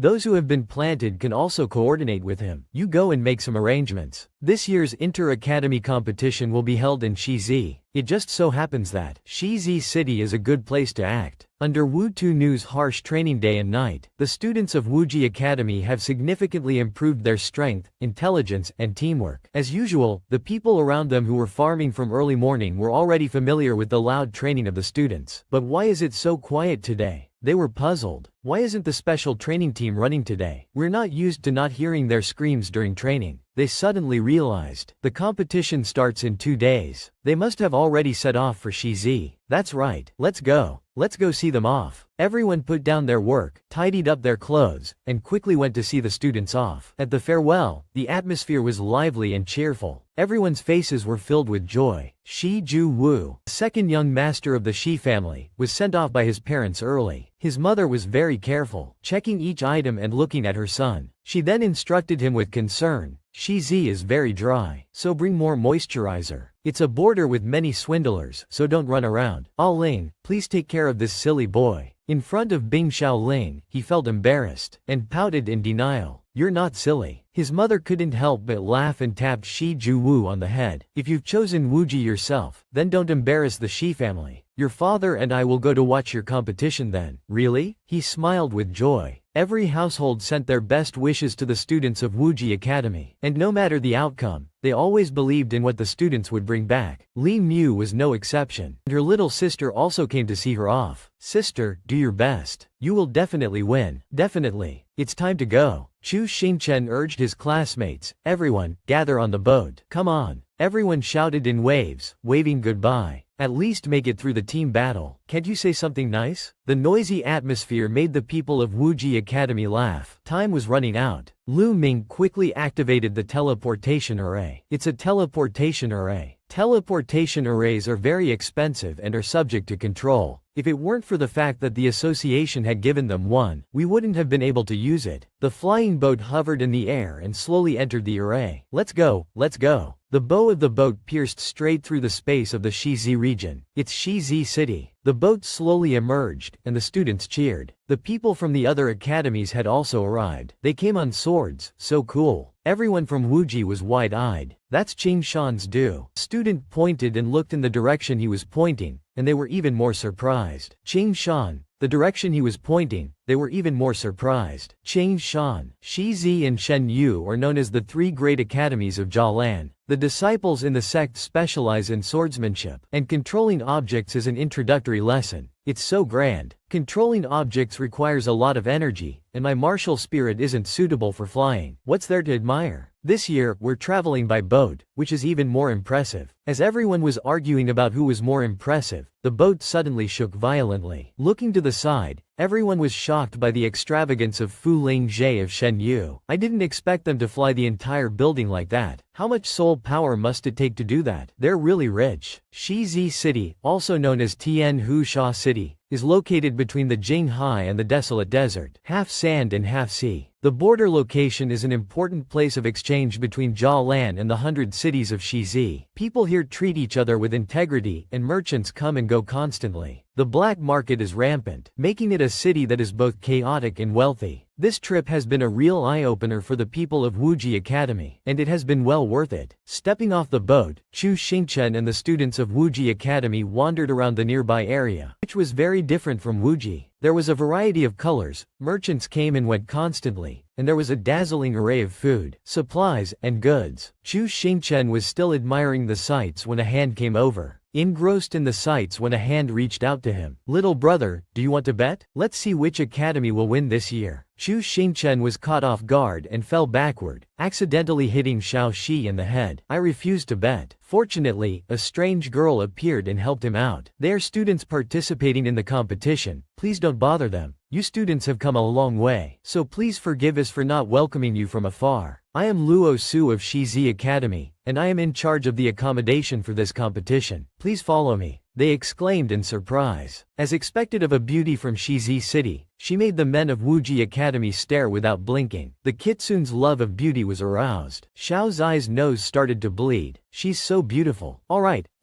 Under Luo Su's enthusiastic guidance, the students of Wuji Academy quickly arrived at the dormitory designated for the competition. On the way, even though Luo Su talked incessantly, the students of Wuji Academy didn't pay any attention to her, because her beautiful appearance had captivated the hearts of many. This place was located in the center of Shizi City, and when the door was opened, one could see the training room to the east of the dormitory and the market 100 meters to the west. After giving them detailed instructions, Luo Su asked again before leaving, if anything happens, you can also inform us using the sound transmission stone in the room. This is your first time in the Western region, so feel free to explore. Their eyes seemed to pop out of their sockets. Chu Xingchen covered half of his blushing face with his hand, secretly rejoicing in his heart. She's so dazzling. Useless. The system is just as lecherous, ordering him to go and earn her affection. Or maybe you can just possess Xiao Shi. I guarantee she'll complete the mission. Xiao Shi had unconsciously approached Luo Su. If she hadn't spoken, Xiao Shi would have probably jumped up and hugged her. You the little fox that the Grand Prince kept? You're so cute. Big sister, do you know me? Xiao Shi exclaimed happily. When the time comes to fight on the same stage, why wouldn't I want to learn more about my opponent? Everyone is very famous. You're young Master Chu, right? You even brought flowers to the competition. These are carrots. Alright, carrots. You really are just like the rumors say. She quickly walked over to Chu Xingchen, causing the third princess to stand in front of her master in shock. And she whispered, "Be careful. There are many eyes watching you. Your Highness, there's no need to be so wary of me, and I'm not interested in taking what others love. I've already brought everyone here, so I won't disturb your rest. Farewell." Walk slowly. Xiao Shi was still immersed. The third princess ran over and slapped Xiao Shi on the back, shouting into her ear, "Wake up." Ran over and slapped Xiao Shi on the head, shouting, "Wake up. Don't let the Western region girls fool you. They'll wrap a piece of cloth around themselves and call it clothes, but they might as well not wear anything at all. None of them are any good." Chu Xingchen was puzzled when he saw the third princess like this. "Do you know each other?" "Yes, I spent some time in the Western region before." "Oh my, let's not talk about this anymore. Let's go out to eat. The barbecue here is delicious." At the mention of meat, everyone's mouths started to water, and they quickly forgot about the Western region girl. They needed to fill their stomachs first. Manwa Tower in the Western region is a place where sisters can relax and have some fun. It's a game that challenges their limits, with the distance between them so close that a single strong move could result in their lips touching. Everyone gathered around, their breaths in sync with the players. The two girls bit down gently. Clack! The piece of apple fell out. Hee hee, it's so thin. We won. The girl held up the thin slice of apple and smiled broadly. Thank you everyone. Amazing. All the girls watching wanted to be like her. HMPH, let's make a thinner one. Spare me. The room was filled with laughter and playful arguments. After completing her task of guiding Wuji Academy, Luo Su flew back immediately. From afar, she could hear the sound of laughter coming from Manwa Tower. Her blood boiled, and instead of going through the main entrance, she flew straight to the window on the upper floor. She kicked the window open with one foot. "You damn bunch, what are you doing here again? I'm already about to puke from welcoming all these other academies, and you're still here playing around?" Seeing Luo Su like this, the girls rushed over to appease her. "Sister Luo, don't be angry. Calm down, calm down. Your hair is about to catch fire again." They fumbled around, some massaging her shoulders, some rubbing her legs, and others smoothing out her messy hair that was on fire. "Damn it, I'm so pissed off. I still have to meet with everyone later, so I'll spare you for now." "Where's Kong Fengyan? Did she go to the garden again?" "She's gone to the Fei Xian Tower." "Stinky tofu. Get it while it's hot. Come on in, come on in. Customers, come and have a look. Buy, buy, buy." The mixed sounds were deafening, but somehow they blended together in a strange harmony. From the Fei Xian Tower, one could see the bustling scene below. Kong Fengyan leaned against the railing. Austin thought, wasn't that the idiot princess's farming boyfriend over there? "Sister Fengyan, do you want to go and take a look?" Chu Xingchen and the students of Wuji Academy were eating braised mutton noodles at a nearby shop. "It's delicious. This is the taste of the world." Seeing their expressions, Kong Fengyan smiled. "So this is Chu Xingchen. His taste is really bad." In the restaurant, there were students from other academies sitting around them, but they didn't pay much attention to them, sitting down at the table and loudly ordering their food. One by one, delicious dishes were placed before them. The fragrant smell wafted through the air. They quickly picked up the noodles and stuffed them into their mouths, biting off pieces of meat, one bite after another. The more they ate, the better it tasted. "It's really delicious. The meat is so good. It's like they've never eaten meat in Wuji before. We can eat and live for free while participating in the competition, so we had to eat to our heart's content this time." The Western region is truly a good place. The people from Xuanhua Pavilion had been observing them from the side, whispering to each other. "Is that Chu Xingchen?" "Yes, it is. Teacher said that we should be careful of him. Pay attention to him?" A 5-star martial artist? If it were Shuanghua Pavilion, he wouldn't even be able to enter the inner sect. At this level of skill, he can still be the captain? It's ridiculous. They looked down on him, their eyes judging each and every member of Wuji Academy. Humph, he's just clinging to the princess. A freeloader. Can he even eat now? Don't they see the battle plan? This kid's martial arts skills are mysterious, so don't underestimate him. I heard that Wuji Pavilion has a 3-star martial emperor named Mr. Wu, who is in charge of their special training. Martial Emperor. There are a total of 312 martial emperors recorded in Shenzhou, all of whom have been famous for a long time. Which sect is this Mr. Wu from? They're still investigating. Wu Dunu, also known as Mr. Wu by the students of Wuji Academy. He has already successfully entered the academy as a trainer, but that is only a small part of it. Only he knows what he truly desires. Standing on the highest floor, he truly desires. Standing on the highest floor, he looked into the distance. His true destination was the western region, the westernmost point of Jolin. From here, heading west, across the desolate desert and the vast ocean, was his former hometown, to which he had no desire to return. There was an unspeakable sadness in his heart. It seemed that there were some unfamiliar faces. Mr. Wu secretly glanced around.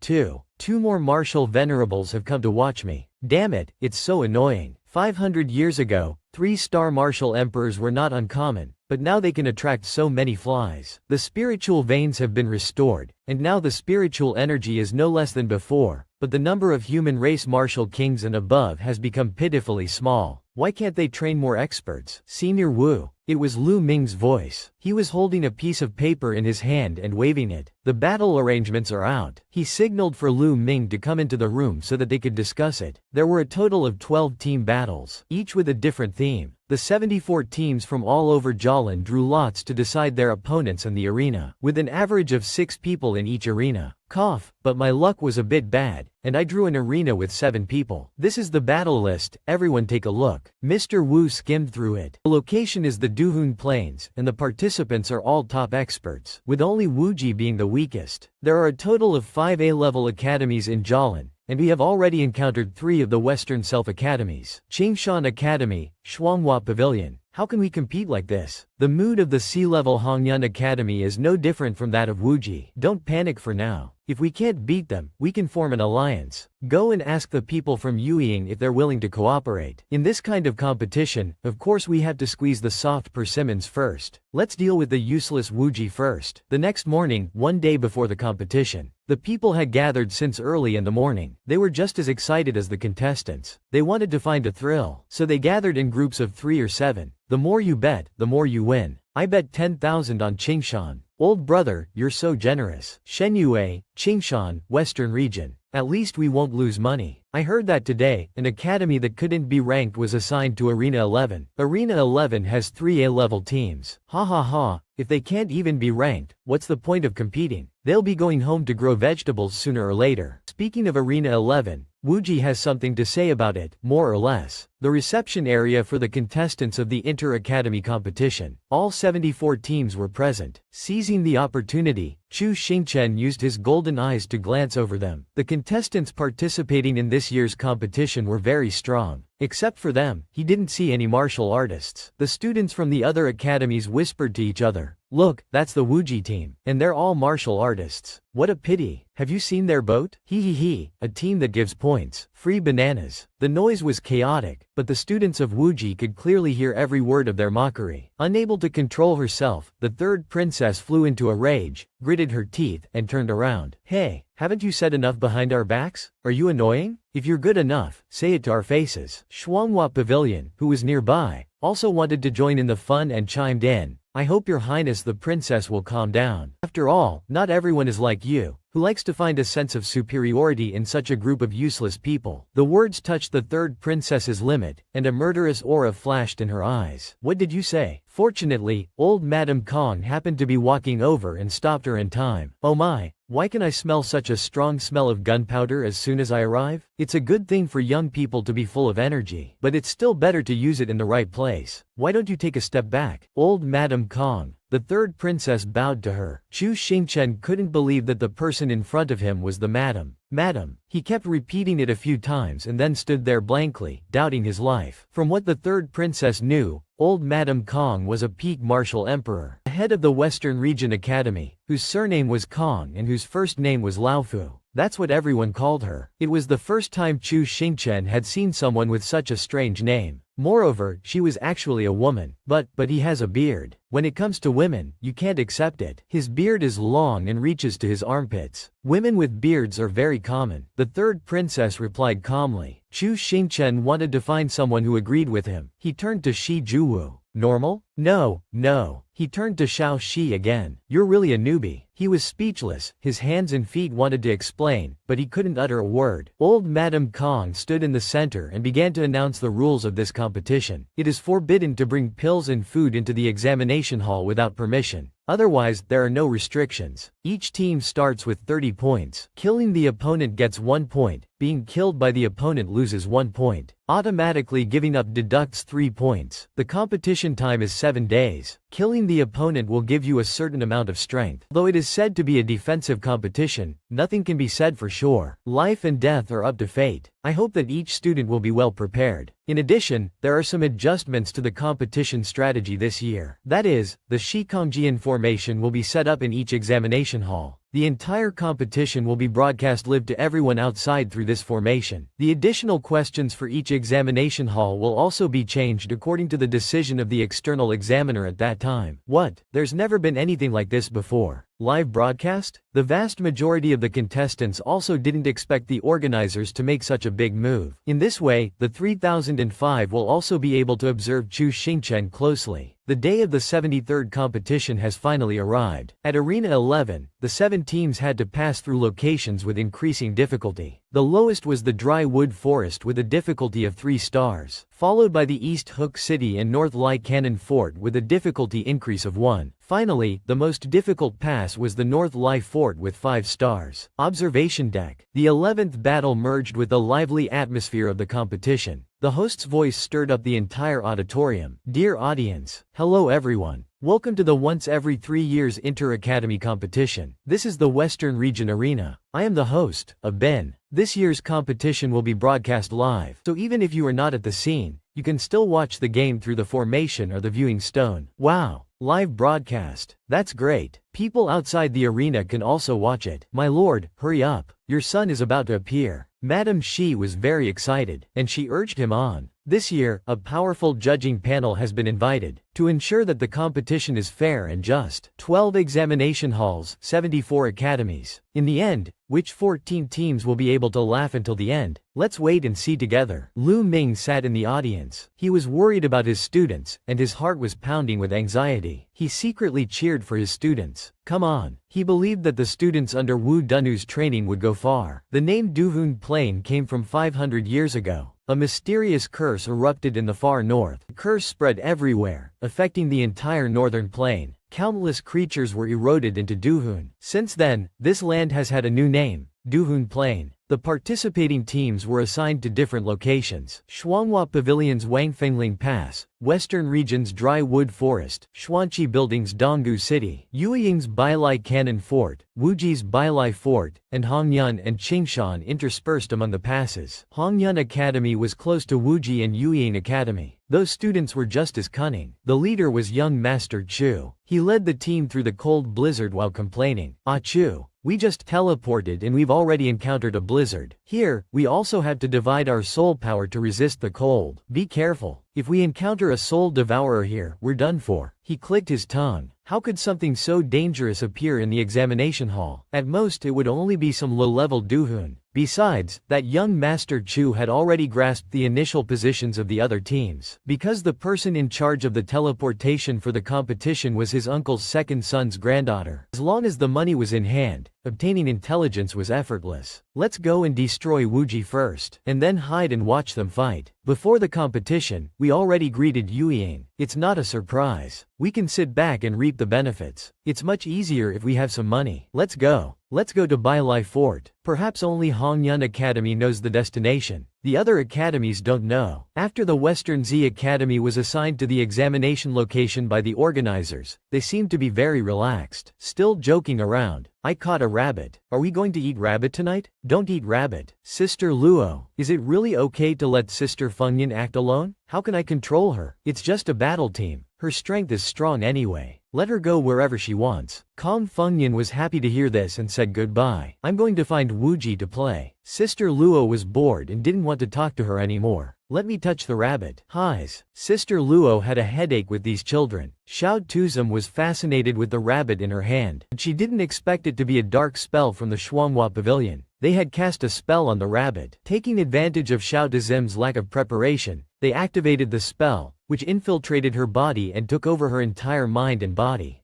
By the time she realized something was wrong, it was too late. In just a few seconds, Xiao Tuzum had become a puppet controlled by the Shuanghua Pavilion. It's the puppet curse of the Shuanghua Pavilion. The disciples of the Western Z Academy quickly retreated. Xiao Tuzum. Her teammates shouted until their voices were hoarse, but Xiao Tuzum seemed to be no longer the same as before. She turned around and swung the silk scarf straight through her teammate. Sister Luo was quick and pulled her teammate to the side to avoid a blow. She's become a puppet. Don't treat her as a teammate anymore. But she's my sister after all. Although she has become a puppet, but really too much.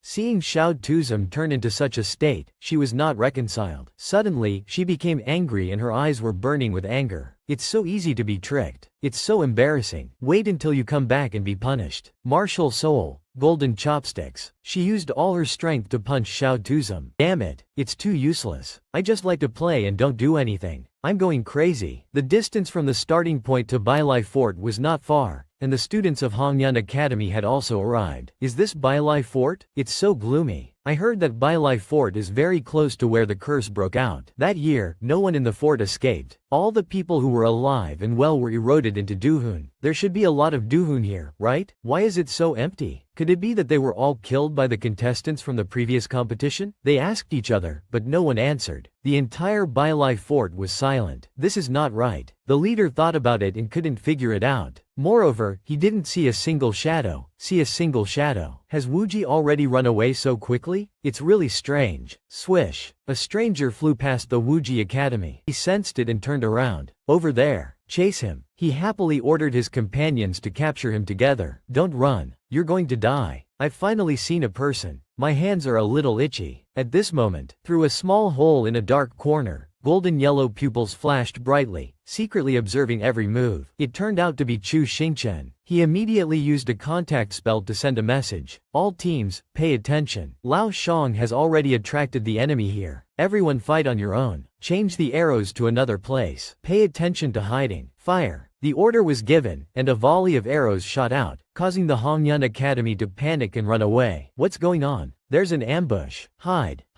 Medic. The leader was terrified. He quickly used his martial soul, the 10,000 army shield, to defend. Fortunately, I was in time. Otherwise, I would have become a hedgehog. How can such a despicable method hurt me? He defended himself while following the wall to find a place to hide. But where could he escape to? The Wuji had already calculated everything. They also calculated that he would follow the wall and gave him a hard shove in the back. It hurts so much. He jumped up and ran around in circles. An hour before the competition started, students of the Wuji Academy had already arrived at Bailai Fort. They also didn't know where they would be assigned. They just ignored it and walked forward. They kept walking and walking until they saw a village looming in the snowstorm. They quickly entered. What kind of luck is this? We just entered and we've already encountered ghosts. The group of people were just skin and bones. Some of them were just bones. They immediately pressed their backs together and prepared to fight. They're Duhun. We've been teleported to Bailai Fort. Li Mu recognized it right away. If they are Duhun, then their level is about the same as ours. Chu Xingchen ordered everyone to quickly fight and retreat. Everyone quickly took out their bows and arrows and shot. After shooting a few arrows, the Duhun made a strange sound. Could it be a sonic attack? It's so noisy. The students of Wuji Academy covered their ears tightly, but it didn't help. Chu Xingchen's martial soul system couldn't withstand it either. It's not an attack. This is the foul language of the Ghost Clan. Ghost curses are very noisy. No one in this world understands the language of the Ghost Clan, but I have studied it myself. I'll translate it for you. Translate it. Chu Xingchen urged him to hurry up, because he was about to collapse. Bastard. Don't hurt my child. They are so scary. I'm so scared that my eyeballs are falling out. Why did they suddenly come in here? Has the competition started again? These people just come in here and kill us. Can't you let us live in peace? Kill them.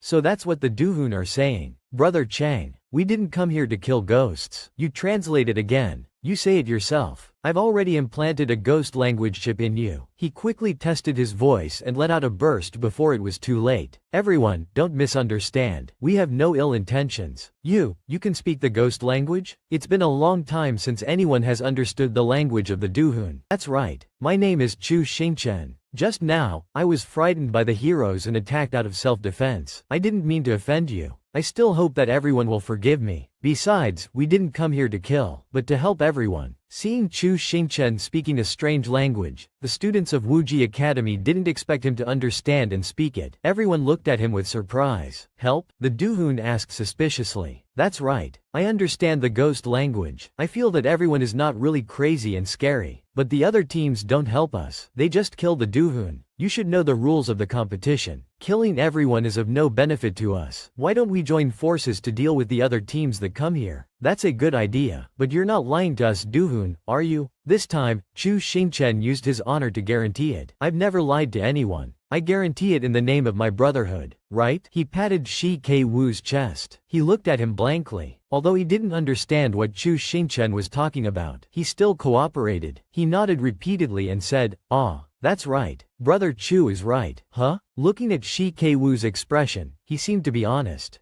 Big eyes and thick eyebrows. That's right. You can tell he's not lying at a glance. So, Ma Ha hesitated and looked at his companions. The Duhun looked at each other and understood. After seeing that everyone nodded in agreement, they also felt that the students had no bad intentions. Okay, welcome everyone. Ma Ha and the other Duhun took off their defenses and welcomed the students of Wuji Academy. Oh my god, it's been hundreds of years. Someone can actually understand our language. It's really rare. They quickly shook hands with Chu Xingchen. They said with a smile, "This year, someone is helping us. That's great. We don't need to dig tunnels anymore." Dig tunnels? The Duhun led the students of Wuji Academy into the house to talk. They took out the tunnel map they had dug before. This is our tunnel. The more we kill, the fewer of us there are. Now we try to avoid direct confrontation. We avoid it when someone comes. But every time, the village is swept clean. Moreover, sometimes we are still discovered. Sigh. Ma Ha shook his head in frustration. Just hiding and not fighting. Might as well be beaten. Everyone, tunnels are not used like this. Chu Xingchen thought quickly. Watch us do it for everyone. Chu Xingchen and his friends discussed quickly and came up with an initial plan. Take the initiative to get started. Classmates, all the experience you have in digging and building houses can be put to use now. Action. They rolled up their sleeves, tied their hair tightly, and their team spirit burned. Martial soul, Lucky Cross mountain armor. Expanding the tunnel, developing the cave into a fighting tunnel. Hiding. The entire village is a battle bunker. There are bows and arrows waiting to be fired everywhere. Defensive eyes. As long as the enemy dares to come, he will be hit everywhere and it will be difficult to retreat. The well-prepared plan was completed in just 1 hour. Their job now is to wait for the prey to come, implement the strategy of empty gardens and empty houses, and lure the prey successfully step by step.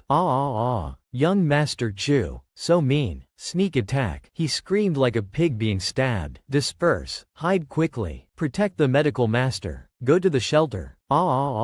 Unexpected, old lady. The Duhun were already waiting in the house. They slowly smiled confidently. The medical master of Hongyun Mansion was scared out of her wits and fell into the Duhun. Let her go. What's the point of bullying a medical master? The student of Hongyun Mansion shouted at them. He was about to rush over to pull the medical master out, but his legs couldn't move. His legs were clamped tightly. His legs were stuck. Hey, why is the ground so soft? His legs slowly sank as if someone was pulling them. Oh, Chu Xingchen's eyes lit up. Some held hammers, others held shovels, and they took advantage of the opportunity to rush out at the prey. The opportunity to score points was right at their fingertips. He. The prey from Hongyun Academy was not convinced. He shouted, "You guys won dirty." Seeing that the students were excited, the Duhun made the medical master they had caught earlier to them. This person also gave you a kill for extra points. Chu Xingchen ran over quickly, thanking them profusely. 1 for each side, and they could get extra points. Caught off guard by the surprise attack, the Hongyun Academy students ran for cover. They quickly hid in the house and looked out. They thought they were safe, but no, they were walking into a trap. Every room had a mechanism. They had already teamed up with the Duhun. How could they fight like this? Don't panic. The observer from Hongyun Academy quickly activated his martial soul to search for an escape route. I have found their tunnel. There is an entrance in the middle of the village. Go in from there. He was about to search further. A little more, just a little more. He was almost there. Triple A. The third princess opened the door wide, as if she had been given extra strength. She gave him a fiery hammer to the head. Triple A. He screamed. The skulls rattled. He cried out, dying in agony. High-level people must take the initiative to attack. While the opponent was still confused, they quickly attacked their medical master and observer. Don't attack too much, be careful of being surrounded. That's what Chu Xingchen told them in their battle plan. After killing the observer of Hongyun Mansion, the third princess still remembered Master Chu's instructions, and immediately found a place to hide. It's the third princess. Kill her. Her companions had found her, and ordered her to be captured. At the moment when they were about to catch the third princess, fortunately, her teammates came to her rescue in time. The archers hiding on the observation deck ordered a volley of arrows. They saved the third princess, but they revealed their position. There are archers on the upper floor. Kill him. It's too noisy. It's not valid. There are enemies everywhere. How can we fight? Run. Don't run. Fight for me. Young Master Chu saw that his companions were scared and wanted to run away, but he didn't want to retreat. Wujia must die. He stomped his feet and shouted, "Kill all the useless Wujia for me." He dragged the students of Hongyun Mansion away. The students of Wujia Mansion observed that Hongyun Mansion had arrived at the Temple of the God of War, and quickly informed Hu Songlai, who was in position. Secretary Hu quickly pulled the thunder back.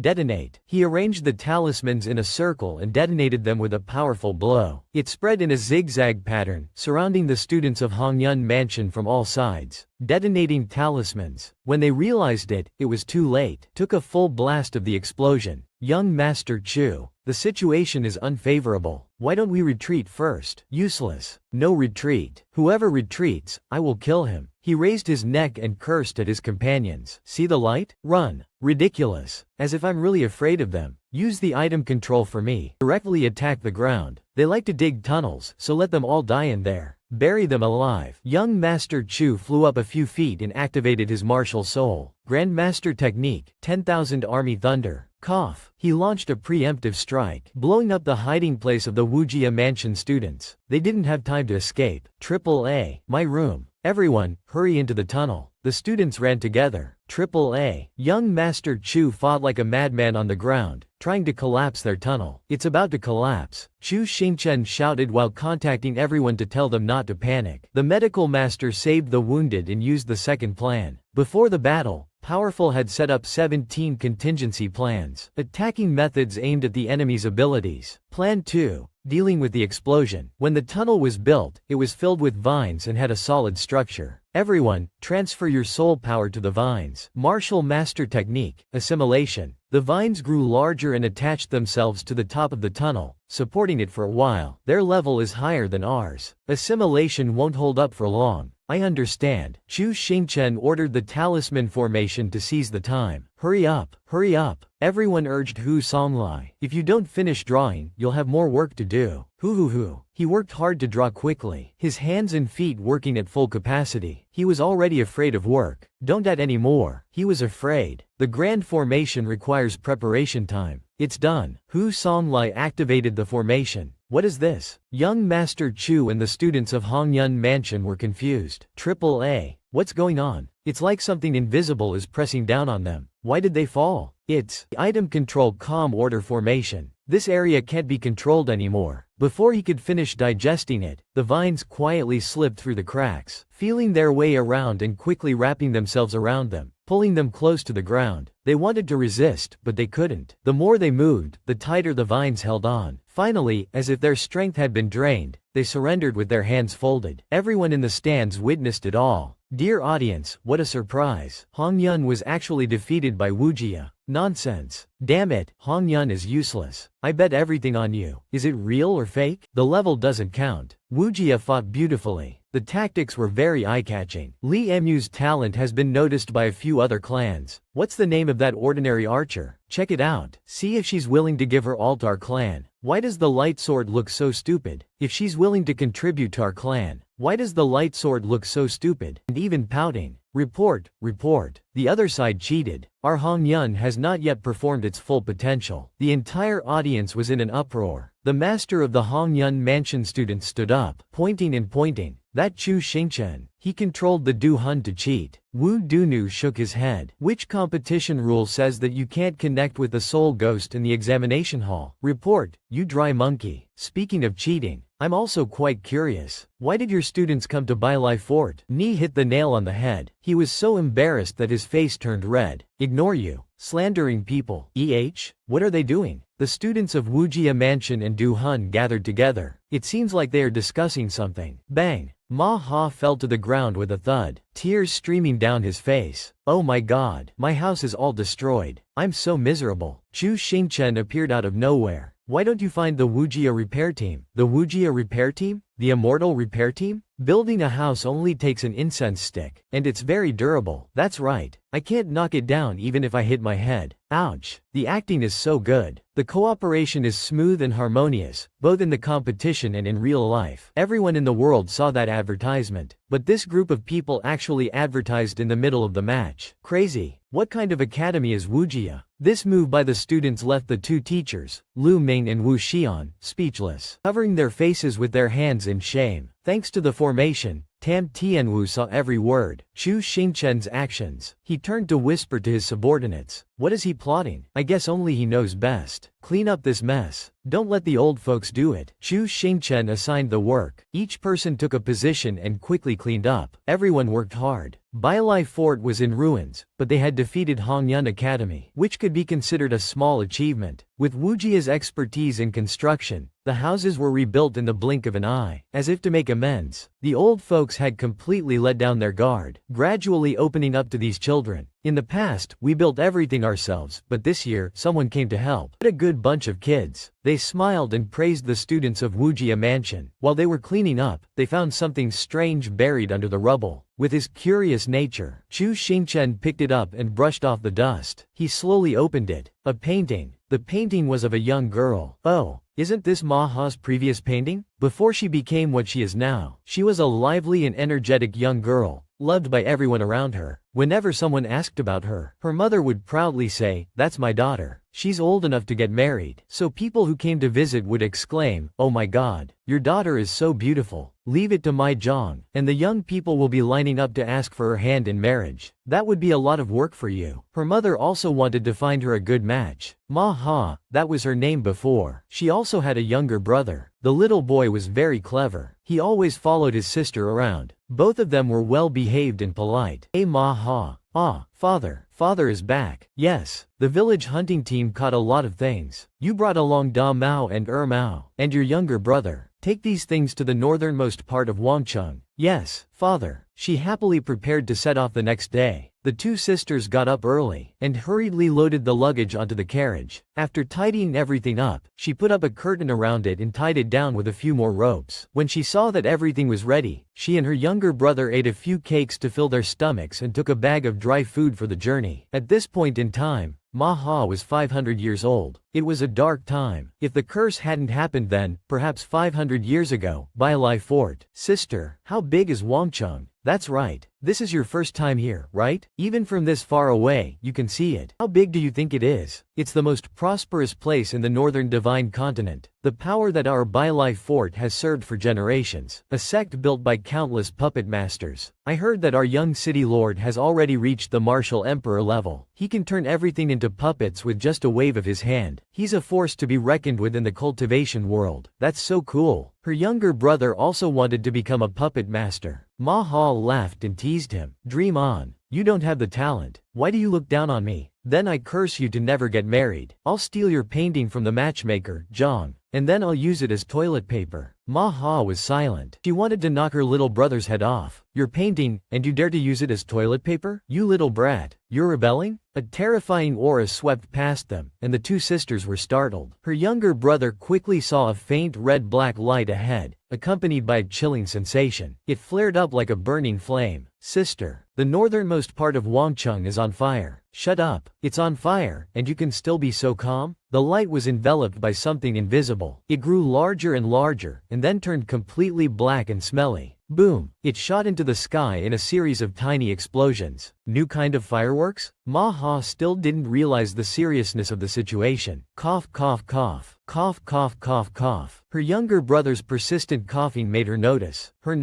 What's wrong? I inhaled the black stuff. It hurts. It hurts. That's not right. Ma Ha panicked. Let's go home first. Turn around. Mao, San Mao. Mao, San Mao. These two horses usually fought with her family in many places, and they were very obedient. It was strange that they were just standing there today. Ma Ha saw them shivering, and she quickly jumped down to see what was wrong with them. What's wrong? Their eyes were empty. Sister. Cough, cough, cough. Ma Ha unconsciously raised her hand to scratch her face a few times. She felt so much pain. Her fingernails were wet, and her face was covered in something sticky. She lowered her hand to take a closer look. Skin. Oh no. Sister. Cough, cough. It hurts so much. Her younger brother was coughing uncontrollably, and his voice was getting weaker. His clothes were stained red with blood. It hurts so much. Why is my brother like this? Ma Ha's voice was urgent. She carried her younger brother in her arms and ran as fast as she could. What's going on? What's going on? Why am I like this? She didn't want to stop, because if she gave up here, she would only die. I don't want to die. I want to go home. Home. Mom and Dad. Every part of her body felt like it was falling off, and blood was gushing out. Her little brother was too tired to make a sound. Ma Ha kept telling herself to hold on, just a little longer. At that time, she didn't know that the red light was spreading as fast as the speed of light had covered everything in this peaceful place. It wasn't dust. It was a curse of an extremely high concentration. The curse of the lost soul. Help me. A desperate cry from someone she knew. They were struggling. It hurts so much. Her words were nothing compared to the speed at which the curse of the lost soul was consuming her. Half of her face was eaten away, but she still tried to suppress the pain, because the scene in front of her was too terrifying. She didn't want to die. Help me. Someone who had been consumed by the curse was now just a skeleton. They gradually lost their humanity and began to attack the people around them. The curse of the lost soul wouldn't kill people directly. Instead, it would slowly rot their bodies and souls, causing them to become deformed and twisted. The result and speed of the mutation would depend on their genes, but in the end, they would all become mindless demons. Father. Ma Ha immediately thought of her family. She prayed that her parents wouldn't be like the people around her. She didn't want to lose them. She was standing in front of her house when the door slowly opened. Her father came out, his face downcast. Ma Ha sighed in relief, but her joy was short-lived. When he raised his head, his eyes were filled with wriggling vines. They controlled Ma Ha's father and made him charge at her and her brother. Ma Ha grabbed her little brother and ran. Why is this happening? Heaven is unfair. AAA. She had only taken a few steps when the vines lunged at her and grabbed her hair. That wasn't enough. The flowers grew larger and sprouted thorns, intending to bite off Ma Ha's head. No. What evil have we done? Why do we have to go through this? Who will save us? It seemed that heaven had heard her plea, as tens of thousands of tiny threads flew towards the man she used to call father and pierced his body. Whoever it was, she thanked them profusely. A young man who looked like a teenager had come to her rescue.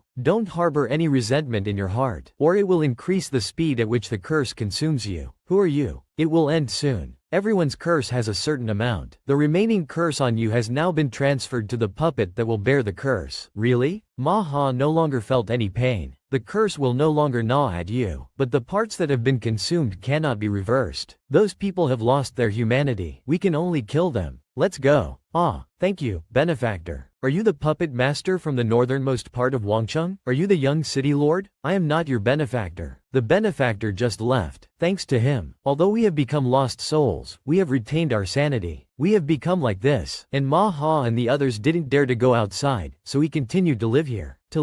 Although we have become ghosts, we still live according to the customs of the past. This is the past of Bailai Fort. Old Shang next to Ma Ha saw the students of Wujian Mansion and almost cried. What's wrong with you? Why are you still laughing? It's been hundreds of years. I'm used to seeing life and death. Some of us are still being consumed by the curse. Our memories are fading, and we don't have much emotion left. This is a good thing. I cried so much for someone that my eyes fell out. Now I've forgotten who that person was. Don't cry anymore. It's even more tragic when you hear it. Don't cry anymore. So the incident just now was just a guess based on our remaining memories. A lot of it is uncertain. What? Su Xingchen exclaimed. Although old Shang said so, he believed that they were telling the truth. Heaven is truly unfair. You ask, and I will tell you. Just think of it as a good story, but don't tell anyone outside. We don't want any more trouble. Don't worry. Su Xingchen had already thought of that. If we weren't afraid, why would we have to go to the bathroom to talk? The competition has privacy protection. When you're taking care of business, no one outside can see you. The screen on the auditorium was so dark that the audience was suffocating. What is Wu Jian doing? They've been in the women's bathroom for half an hour. They're still not out. They're perverts. 30 people going to the bathroom together. But this story is too scary. Su Xingchen had always thought that the northernmost part of Wangcheng was just a story in a book. And the puppet that bore the curse took the curse for others. But when he heard what Ma Ha and the others said, Su Xingchen couldn't accept it right away, as it would be against the heavens. The northernmost part of Wangcheng had disappeared overnight 500 years ago, and no evidence of its existence had been found to this day. So now people thought that Wangcheng was just a legend. 80% of it is true. Moreover, old man Yan Gui had once told Su Xingchen that the puppet that bore the curse was his exclusive ancient book. Recalling his previous memories, Su Xingchen had once heard his master say that the cursed puppet was one of the most difficult puppets to refine in the world. All the materials and incantations were extremely complicated, and the requirements for the refiner were also extremely high. The most important thing was that you needed someone who was willing to bear the curse for you. Su Xingchen was busy looking at the cabbage that he loved the most. When he heard about the strange materials needed for refining, he couldn't help but wonder, people? His master continued, the higher the level of the person being refined, the greater the curse the puppet could bear, and the more difficult it would be to refine. You're not refining a living person, are you? Of course it's a living person. It is to refine. You're not refining a living person, are you? Of course it's a living person. You're not studying. Listen to the lecture properly. All you do all day is hug your cabbage. You little brat. Master, you hit me so hard that it hurts. I'm listening. Isn't this a question? After getting a few bumps on your head, you finally sat down and paid attention, and asked questions. Refining a living person? Is that evil magic? Master sighed. It's all a last resort. The other party is willing to endure everything for you, so they must have a deep relationship with you. But I hope you never have the chance to refine this thing. Master looked away. So have you ever refined one? Master pondered for a moment. Class is over. He didn't answer Su Xingchen's question, and he still hasn't said it until now. That's it. It's obviously him. Su Xingchen whispered, but the system still heard him. Be more confident. Drop the question mark. But from the way he described it, the young city lord is both handsome and cool. But old man Yan Gui, how could he be the same as the young city lord? He recalled his master's silly and pretentious behavior. Ha ha ha. He just finished taking care of his business and he's already branching out confidently. Why does he want to become what he is now? He immediately exited his consciousness and asked Ma Ha,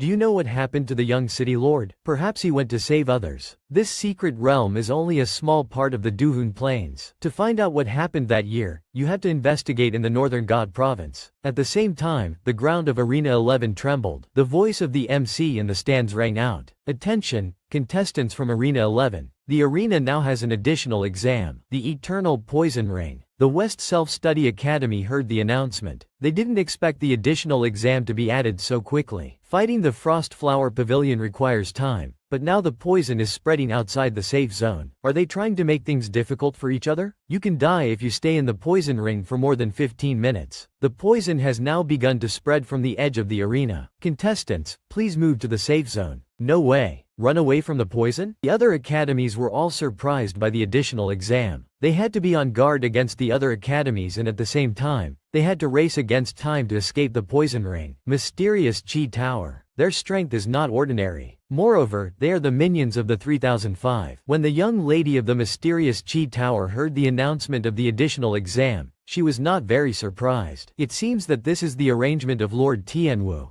She turned her head to her subordinate. Have you contacted the undercover agent? Her subordinate smiled slyly. Although he didn't say anything, the young lady probably understood. Don't stuff it in anymore. Everyone. It's too much. My storage device is full. Su Xingchen's voice was hoarse. No matter how much he yelled, no one would help him. Because every student was filled with the love of the people of Bailai village. Each and every one of them was full, but they still felt that it was not enough, and they stuffed in a few more bags. Fold it up. Bring some more. Don't stuff it in anymore. Triple A. Really? Su Xingchen had no more room to stuff anything in. His shirt pockets, his pants pockets, they stuffed everything they could into him. He ran away, but they still followed him. Ma Ha, Li Mu, and Shi Juwu were also standing nearby watching everything. Ma Ha smiled. We only grow them out of habit. We don't eat them after we grow them. You can take them all. It's rare to meet someone who can talk. Highs. We have to leave so soon. It's been a long time since anyone helped them, and they could even understand their language. How could they not be grateful? The kindness of the people of Bailai village touched the students of Wuji Palace. Li Mu was no exception. She hesitated for a moment and then said, "Everyone, do you want to return to the main world? Everyone has their own consciousness and will not actively attack humans. In theory, they can leave the secret realm." Shi Juwu thought that what Li Mu said made sense. Oh, right. Just like Ai Nong. But that was just what they thought. But the reality was different. Du Hun were not welcome anywhere. Even if they went outside, they would be killed by the cultivator organization.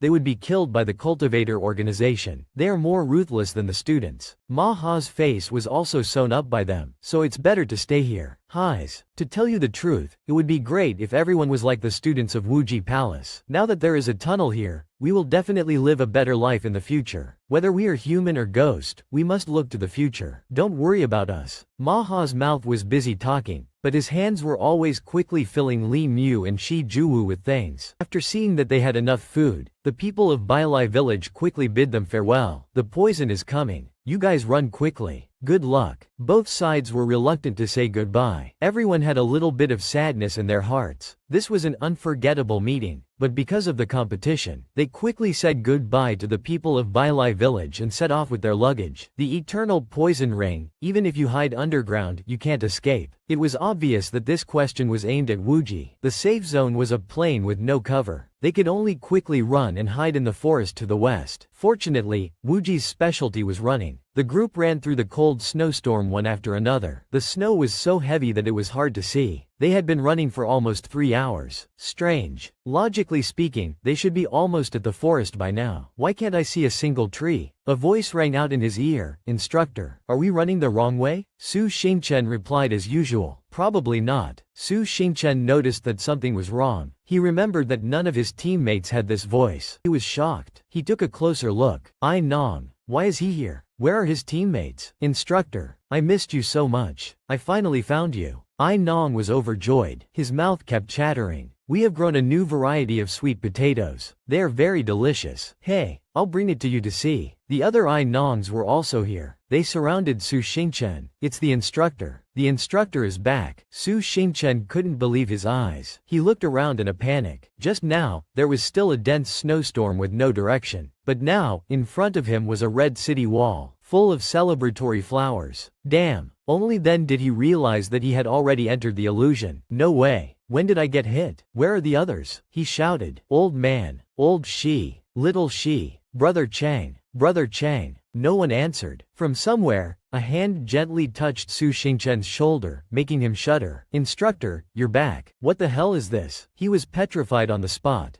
Bing Xiaoling was no exception. Who was originally the highest ranked in the team also didn't feel anything and entered here, and had not felt any sensation when he entered here, let alone the other teammates. Illusion. So everyone, at this moment, she was more worried about everyone's safety than ever before. She had to find a way out quickly. She immediately went to look for it. The surroundings were so foggy that she couldn't see where she was going. Suddenly, a familiar figure gradually appeared in the distance. It was a Wu. But why was a Wu's hair white? Illusion. The illusion created by the refraction of the snow's light. The range of influence could cover the entire safe zone. Those who were hit would be controlled by their most fearful memories, or they would be immersed in the future they wanted to go to. They would unconsciously lose their sense of the surrounding environment. This was the highest level of the martial emperor's artifact. No one in the arena could escape it. Some people who had already entered the safe zone had become prey to the trap. Despite the struggle, the young lady of the Xuanqi Tower, a subordinate of the 3005, took this opportunity to come to Su Xingchen's body lying on the white snow. His spirit had fallen into the illusion. He had quite a few enemies. This was the time for them to attack. He knew that he had to find a way out now. The young lady approached him and slowly lifted Su Xingchen's chin to get a clear look. That useless Hu Songlai still needs this young lady to take action. So it's just an ordinary guy like this. HMPH. This illusion is notoriously difficult to escape. Even if you are the chosen of the gods, who has a connection to the power of the gods, has been cut off by the illusion. Now, no one can help you. She took out a memory probe artifact. She wanted to see what Su Xingchen was hiding. Let me see your secrets. Her smile gradually became sinister. She used force to push the artifact deep into his throat, but things didn't go as planned. Just as she was about to probe Su Xingchen's memories, why did he wake up so quickly? Fortunately, his system appeared in time. Ah, you're out. Host, what happened just now? I suddenly lost connection with you and the outside world. I was trapped in a dark room. Are you okay? The system saw that Su Xingchen was shivering. His head was bowed down, and he didn't even look at it. Unlike his usual self, the system asked him several times, but Su Xingchen didn't even bother to reply. It moved closer. Finally, he raised his head. His appearance at that moment was truly miserable. Tears and snot soaked his clothes. He whimpered, Brother Chang,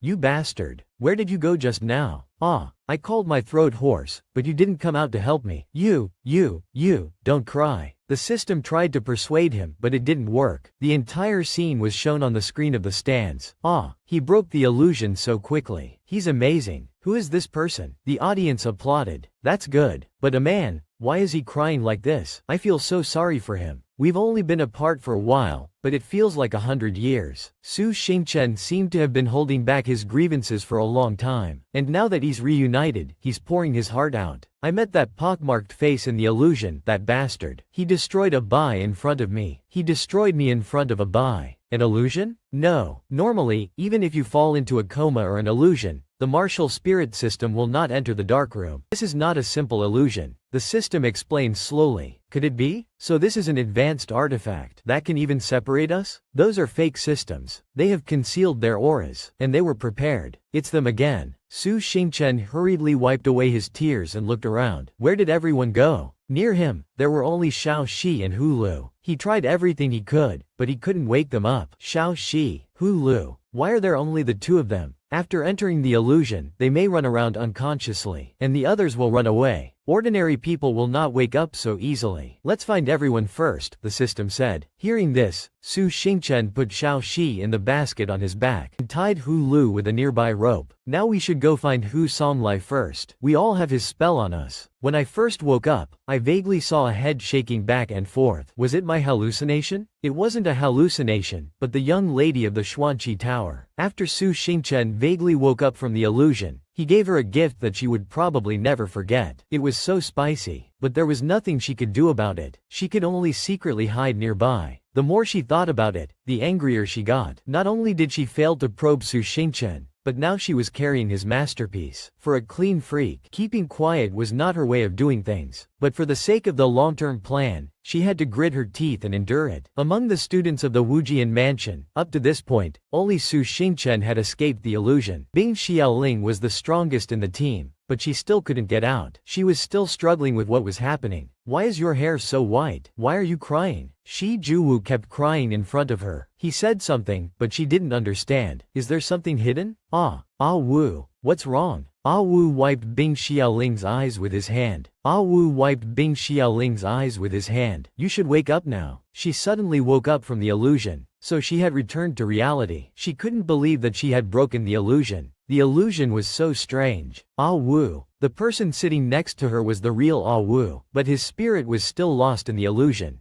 Bing Xiaoling looked around in confusion. Where are the others? In the middle of nowhere, there were only the two of them. She didn't know how Wu had woken up here. Bing Xiaoling tried to shake him, but he still didn't wake up. Looking at him from such a close distance, she realized that he looked too much like the Wu in the illusion.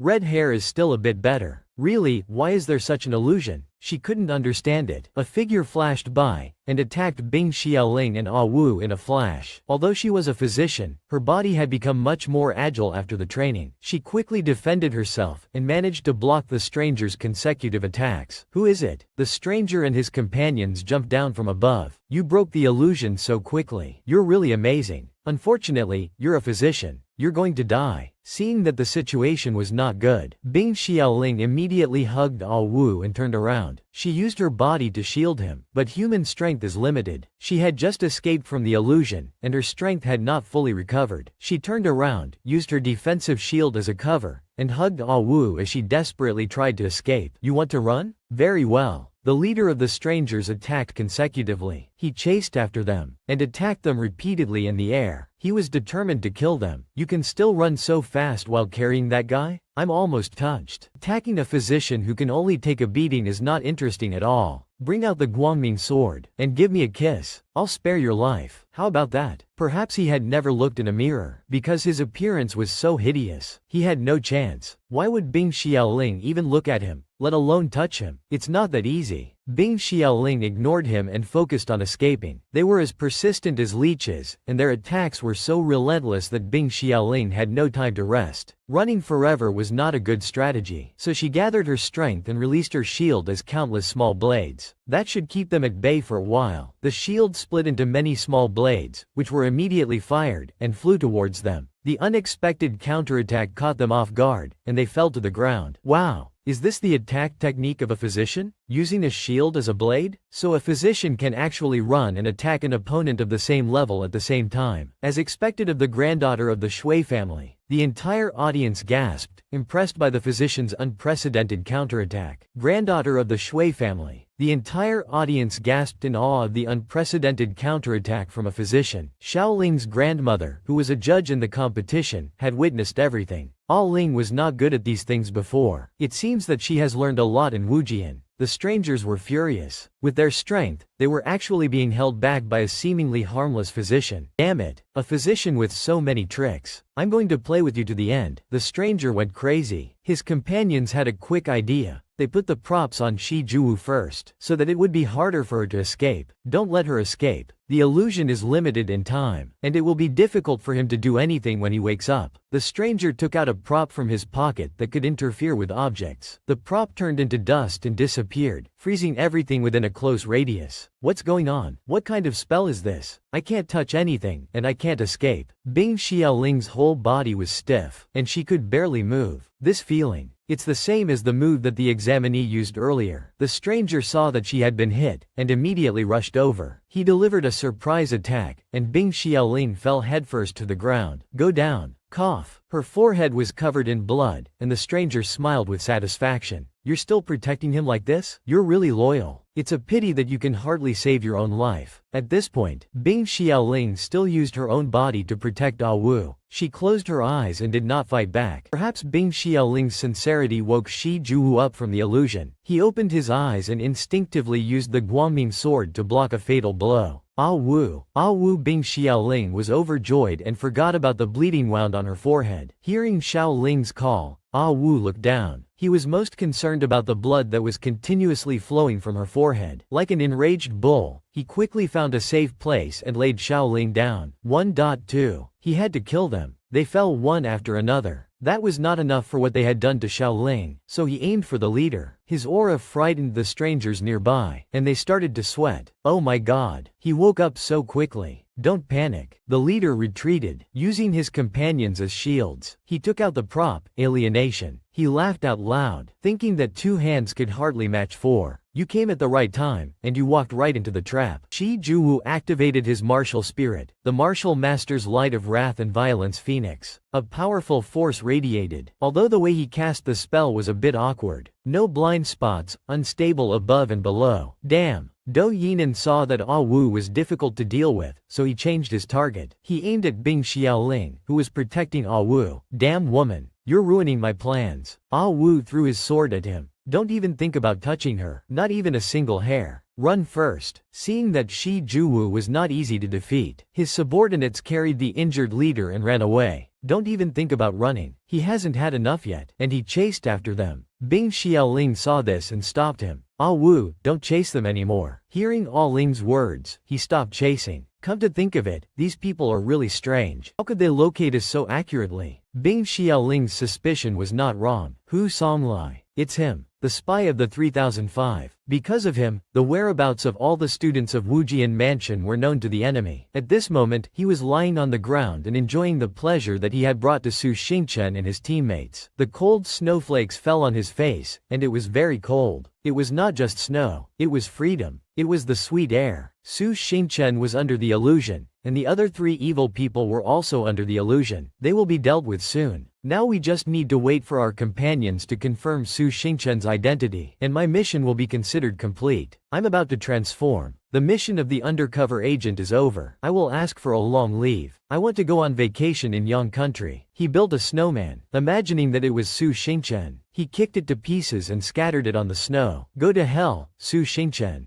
Goodbye, Su Xingchen. Ha ha ha. His days of freedom are here, were coming. The more he thought about it, the happier he felt. What are you doing? A voice blew into his ear, cold and icy. Hu Songlai screamed. A hand grabbed his throat. What are you screaming for? Shut up. Attract the enemy and I'll kill you. It's Su Xingchen. His heart screamed. If his identity is not confirmed, then he will be expelled from the examination hall. Why is he here? Su Xingchen hit him on the head several times. All the way here, I picked up people who wanted to die, but you're here building a snowman? But fortunately, I found someone who was awake. Fortunately, Su Xingchen picked up Xiao Shi and his teammates who were scattered nearby on the way. Pay attention to these 4 people. I'll wake them up. If they keep fainting like this, it will slow us down. After saying that, he went to help Xiao Shi sit up. He slapped Xiao Zai's face. He shouted loudly, "Wake up, Xiao Shi." He repeated it several times, and finally Xiao Shi opened his eyes in a daze. He's really awake. Xiao Shi, how do you feel? Half asleep, Xiao Shi saw a girl flying down from the sky in front of him. And for a girl lover like Zhu Shi, the first thing he saw after waking up was not his master, but so big, so big. Su Xingchen and Hu Songlai looked at each other, thinking that Xiao Shi was talking nonsense. But unexpectedly, Shi Zi and Zhan Qilu's melee battle on both sides had reached this place. And now the Shuanghua Pavilion had also joined in. Was joining in. The Shuanghua Pavilion is doomed. But it seems that the Xuanqi Tower is gaining the upper hand. Everyone in the Shuanghua Pavilion has been hit by their Yin Jiao. They have lost nearly 50% of their power. Even so, they are still holding on. Are they crazy? They have been hit by the Yin Jiao of the Xuanqi Tower. And we are not at peace. Don't even think about surviving. Ha ha ha. Well said. So what if it's a Class A academy? Aren't they still at my mercy? Su Xingchen and Hu Songlai dragged their unconscious teammates behind a rock and watched the fierce battle in the sky. Excellent. A 3-way melee. Although Shi Zi and Shuanghua Pavilion are strong, they are outnumbered and have suffered heavy losses. And they won't be able to hold on for long. Wow. They're fighting so beautifully. Regardless of Su Xingchen's observation of the 3 sides, Hu Songlai was only interested in the Shi Zi Academy. The punches and kicks were not important. He was only interested in the pair of voluptuous breasts that were dancing wildly. He really is a pervert who doesn't discriminate between genders. Su Xingchen saw it clearly on his face. He really has no ambition. Wow. Oh, Xiao Shi had woken up completely. The thing she saw earlier was not a dream. Now that it was dancing like that, she couldn't help herself. She sat up straight and her nose started to bleed. Her eyes were fixed on it and she couldn't look away for a moment. Oh.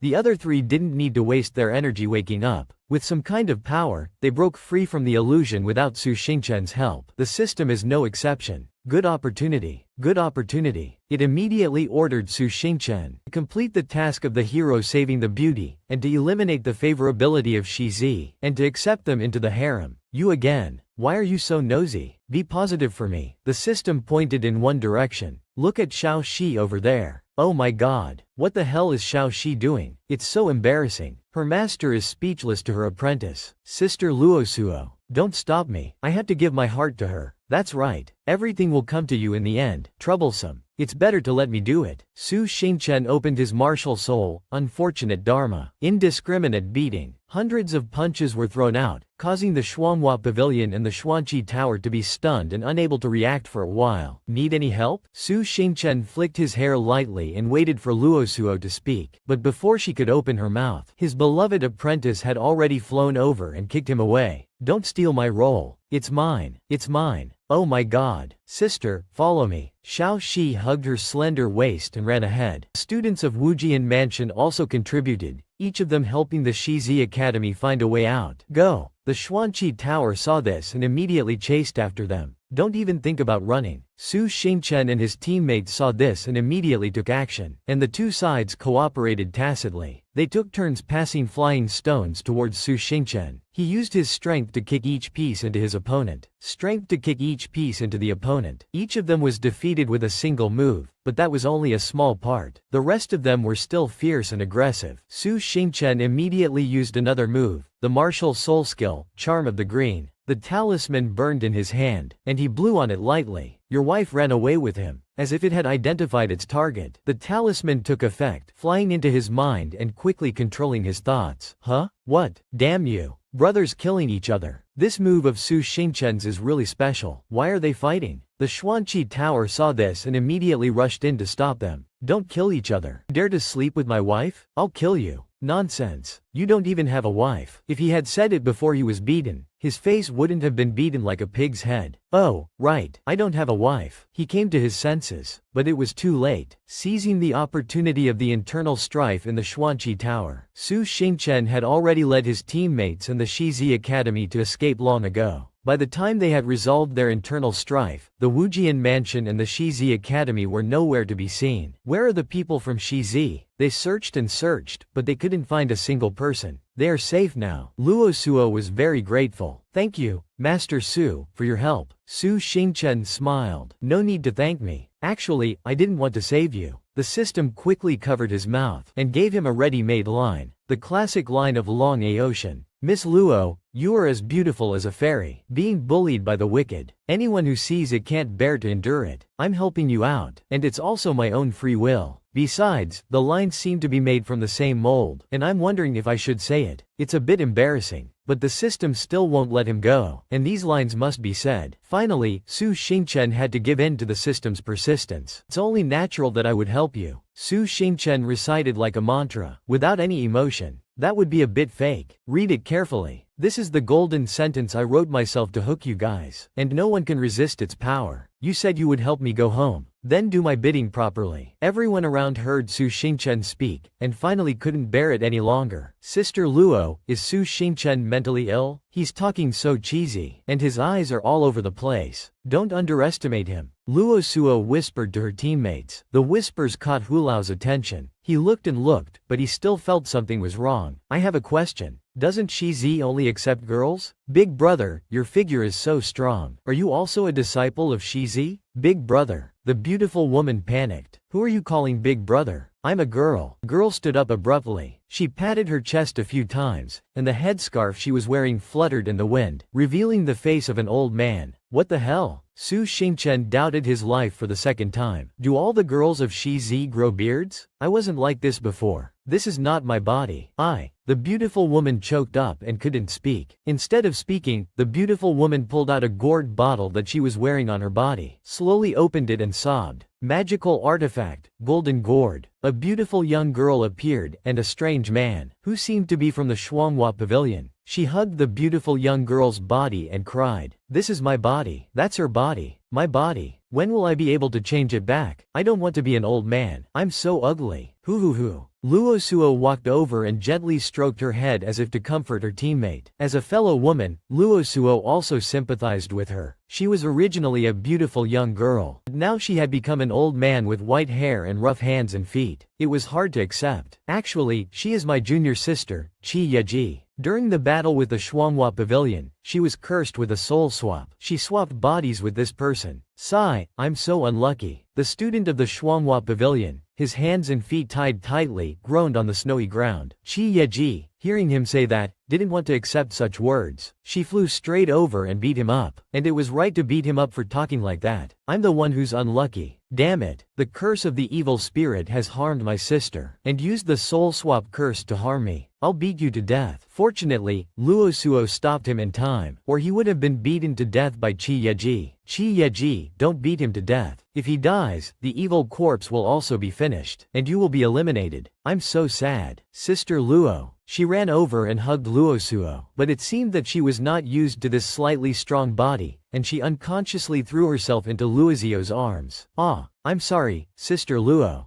I can't control this body. Qi Yeji apologized in a panic. The system noticed something different about Luo Suo. Host, there is a mark of a ground-level artifact on Luizio's shoulder. Passerby transformation. The system divides artifacts into 5 levels: heaven, earth, profound, advanced, and ordinary. Their states are different, and the higher the level, the more hidden they are. Passerby transformation can make people become ordinary, eroding all the attributes of others, and reducing them to the level of passersby. It is an artifact of Long Aotian's competitors. Su Xingchen was too familiar with this kind of low-level trick. It's this kind of low-level trick again. Find a chance to help her remove the artifact. It's not that simple. This kind of cursed artifact is very difficult to remove once it is pressed down, and you need to have the right kind of artifact to remove the curse. Moreover, it's not just on Luosuo. It's also on Qi Yeji and the student from the Shuanghua Pavilion. It was probably put on them during the fight, and the student of the Shuanghua Pavilion also have it on them. Perhaps it was released during the fight. These people are all considered to be the talents of the new era. They are all using ground-level artifacts, and they are really generous. I think I know what the fake system is going to do. The system remained silent and said nothing more. At this time, Li Mu had escaped from the predicament. After searching for a while, he also found that some of his teammates had woken up. In this desolate place where it was difficult to find shelter, it was really difficult to find a hiding place. Taking advantage of their burrowing skills, they worked together to dig a hiding tunnel. But no matter how well they hid, they were still discovered. They followed us again. Let's continue digging. Li Mu's teammate wondered, strange, we hid so well. Why can they always find us? Li Mu didn't know either. It was as if they knew exactly where we were. After being hit by the mysterious realm, Li Mu was the one who woke up the most quickly. The teammates around here didn't scatter too far, and we quickly dug a tunnel to avoid being hunted down by the mysterious Qi Tower. Although we have found 13 people, but our overall strength is very weak, and we can only passively avoid them. If Shi Shuo Wu or the princess were here, it would be great. Everyone, where are you? The entire team of the Wujian Academy, after falling into the predicament, each of them was in a different location. If they didn't quickly regroup, it would be easy for the enemy to notice them. The third princess is still lost in the dream created by the predicament. The third princess is still lost in the dream created by the predicament. Fortunately, He Chong had woken up first. She quickly carried the princess and ran away, but she was quickly caught by the enemy. They began to attack her from afar. He Chong alone could not defeat them. She was already injured, and it was not easy to protect the princess and escape from the mysterious Qi Tower. Because she didn't have time to react, she was hit. Her old wound had not yet healed, and now she had a new one. He Chong couldn't bear it anymore, so she collapsed and gasped for breath. You're really good at running away. Making us chase you for so long without having a chance to make a move. Hurry up and make a move. Plant the mark on the others. The princess is our target. This girl can be spared. He Chong lay on the snow, half conscious, but she was still conscious. What do these people mean? What do they want to do to your highness? Wake up, your highness. Your highness. He Chong struggled to crawl to the princess. Who will come to save your highness? Your highness. Wake up quickly. Ah, he stabbed He Chong. What a good dog. You're in such a state, but you still don't forget your master. Then I'll send you on your way first. The student of the mysterious Qi Tower wanted to kill He Chong. She was afraid that no one would protect the princess, and blamed herself for being so useless that she couldn't even protect the princess. Perhaps the third princess had heard He Chang's plea. She woke up instantly, and managed to block a blow. But the princess's eyes were somewhat different. She charged into the students of the mysterious Qi Tower like a madwoman. It seemed that the third princess was going to risk her life to kill them all. You have provoked her to her limit, your highness. He Chong couldn't believe her eyes. She wondered if this was the third princess, whose immense strength flattened them in just a few moves. You forced my mother to her death. Tears flowed like lava. That damn predicament had reminded her of a memory that she never wanted to see again. You took away the person I loved the most, and now you want to take away my closest guard. You brought this upon yourselves. I will kill you. Martial Soul. Jade Finger Lock. The mysterious Qi Tower was not easy to deal with either. They used their martial souls to bind the third princess's limbs with golden chains. It seemed that they wanted her to die in the most painful way. They wanted to take advantage of the third princess's attention to the chains, and ordered their teammates who were hiding to attack from below. Die. With the strongest strength among the students of the Wujian Academy, as well as his natural talent, the harsh training of Mr. Wu, and the dedicated teaching of Master Su Xingchen, that strategy could not fool her. Although her hands and feet were bound, the third princess slammed her head down, causing him to fall headfirst into the ground. The third princess used her strength to break the golden chains, and broke free. Her eyes gradually lost their humanity, and a violent state emerged. She wanted to kill them all. One by one, they died at her hands. They did not have time to defend themselves, as the third princess appeared and disappeared, taking their lives. The smell of blood stimulated her even more. After capturing them, the third princess burned them with her fire, leaving only their charred skeletons as a mockery. The scene was terrifying. The few survivors trembled in fear, wanting to escape quickly, but their limbs were paralyzed. Your Highness. He Chong had never seen the third princess like this before. The audience did not dare to speak loudly. They only whispered to each other, Your Highness has been possessed. What's wrong with her eyes? Didn't it say that Your Highness was born with the power of frenzy? But her current state is clearly not right. It's the blood of madness, the bad bloodline left behind by the late Empress Chu. The higher the talent, the stronger the power of the curse. As one grows older, the curse will erode one's mind, causing one to go mad. Once one goes mad, the soul force in one's body will burn, and one's combat strength will increase dramatically. But this enhancement comes at the cost of one's life, and the stronger the enhancement, the shorter one's life will be. And it is also a killing intent that does not distinguish between friend and foe. Only demons have red eyes. When the Chu family was exterminated, I once advised His Majesty to change the princess's blood, to cleanse her of her impurities. But His Majesty believed that the princess had not yet been affected, and refused. Now he has let the world see the royal family as a laughingstock. The princess is so crazy that it's really not good. Only those in the royal family know about this. It's a family secret. Oh, after annihilating the mysterious Qi Tower, she looked around and saw that there were still some survivors. In her current state, the third princess could no longer distinguish between friend and foe. Only death could satisfy her. The third princess walked towards Yi Chang. Despite Yi Chang's desperate cries, the third princess did not regain her senses. Your Highness, what's wrong with you? Wake up, kill you. Yi Chang was already seriously injured and could not dodge, so she closed her eyes and resigned herself to fate. After the group split up, Kong Fengyan left alone to find Wu Jian. The chaos nearby caught her attention, and she managed to save Yi Chang. I can't stand it anymore. Going crazy with your teammates is not good. Your Highness, Kong Fengyan. Kong Fengyan, the most talented of the younger generation of the Western Self-Study Academy, is said to be a half-step martial master. Self-Study Academy is said to be a half-step martial venerable. She is the most likely to break through to the martial emperor realm among the new generation, and is as famous as Qing Shan. She is the Fairy of the Wind. Fairy Fengyan is about to make her move. The audience in the arena exclaimed. No one expected Kong Fengyan to save a student from the Wujian Academy. Although it is said that her beauty is more eye-catching than her strength, why was Elder Kong so surprised just now? The examiner's question startled Elder Kong. Ah, this girl is always so humble. I didn't expect her to want to confront Her Highness. What is this girl thinking? Why is she getting involved in this? Although she does not distinguish between friend and foe, the third princess still has a bit of reason left. However, her reason and her actions do not match. Even though I'm crazy, I can still recognize you. So that's how you noticed me. The third princess changed her target. I'll kill you. Kill who? Kong Fengyan showed no fear and moved her face closer. If you continue to kill people here, then your mother's death will be in vain. You. The third princess was speechless. The murderous look in her red eyes faded a little. I won't fight a madman, so you should take a break and calm down. Don't worry, I'm very good at controlling the wind. Ha ha ha. Ha ha ha. Kong Fengyan controlled the wind gently, and wrapped it around the third princess, taking her for a ride in the sky. After a few dozen somersaults, the third princess's frenzied state was completely gone. She had just returned to normal, but she was very dizzy. Seeing that the third princess was fine, Kong Fengyan let her go and released the third princess. Your Highness. He Chong rushed over.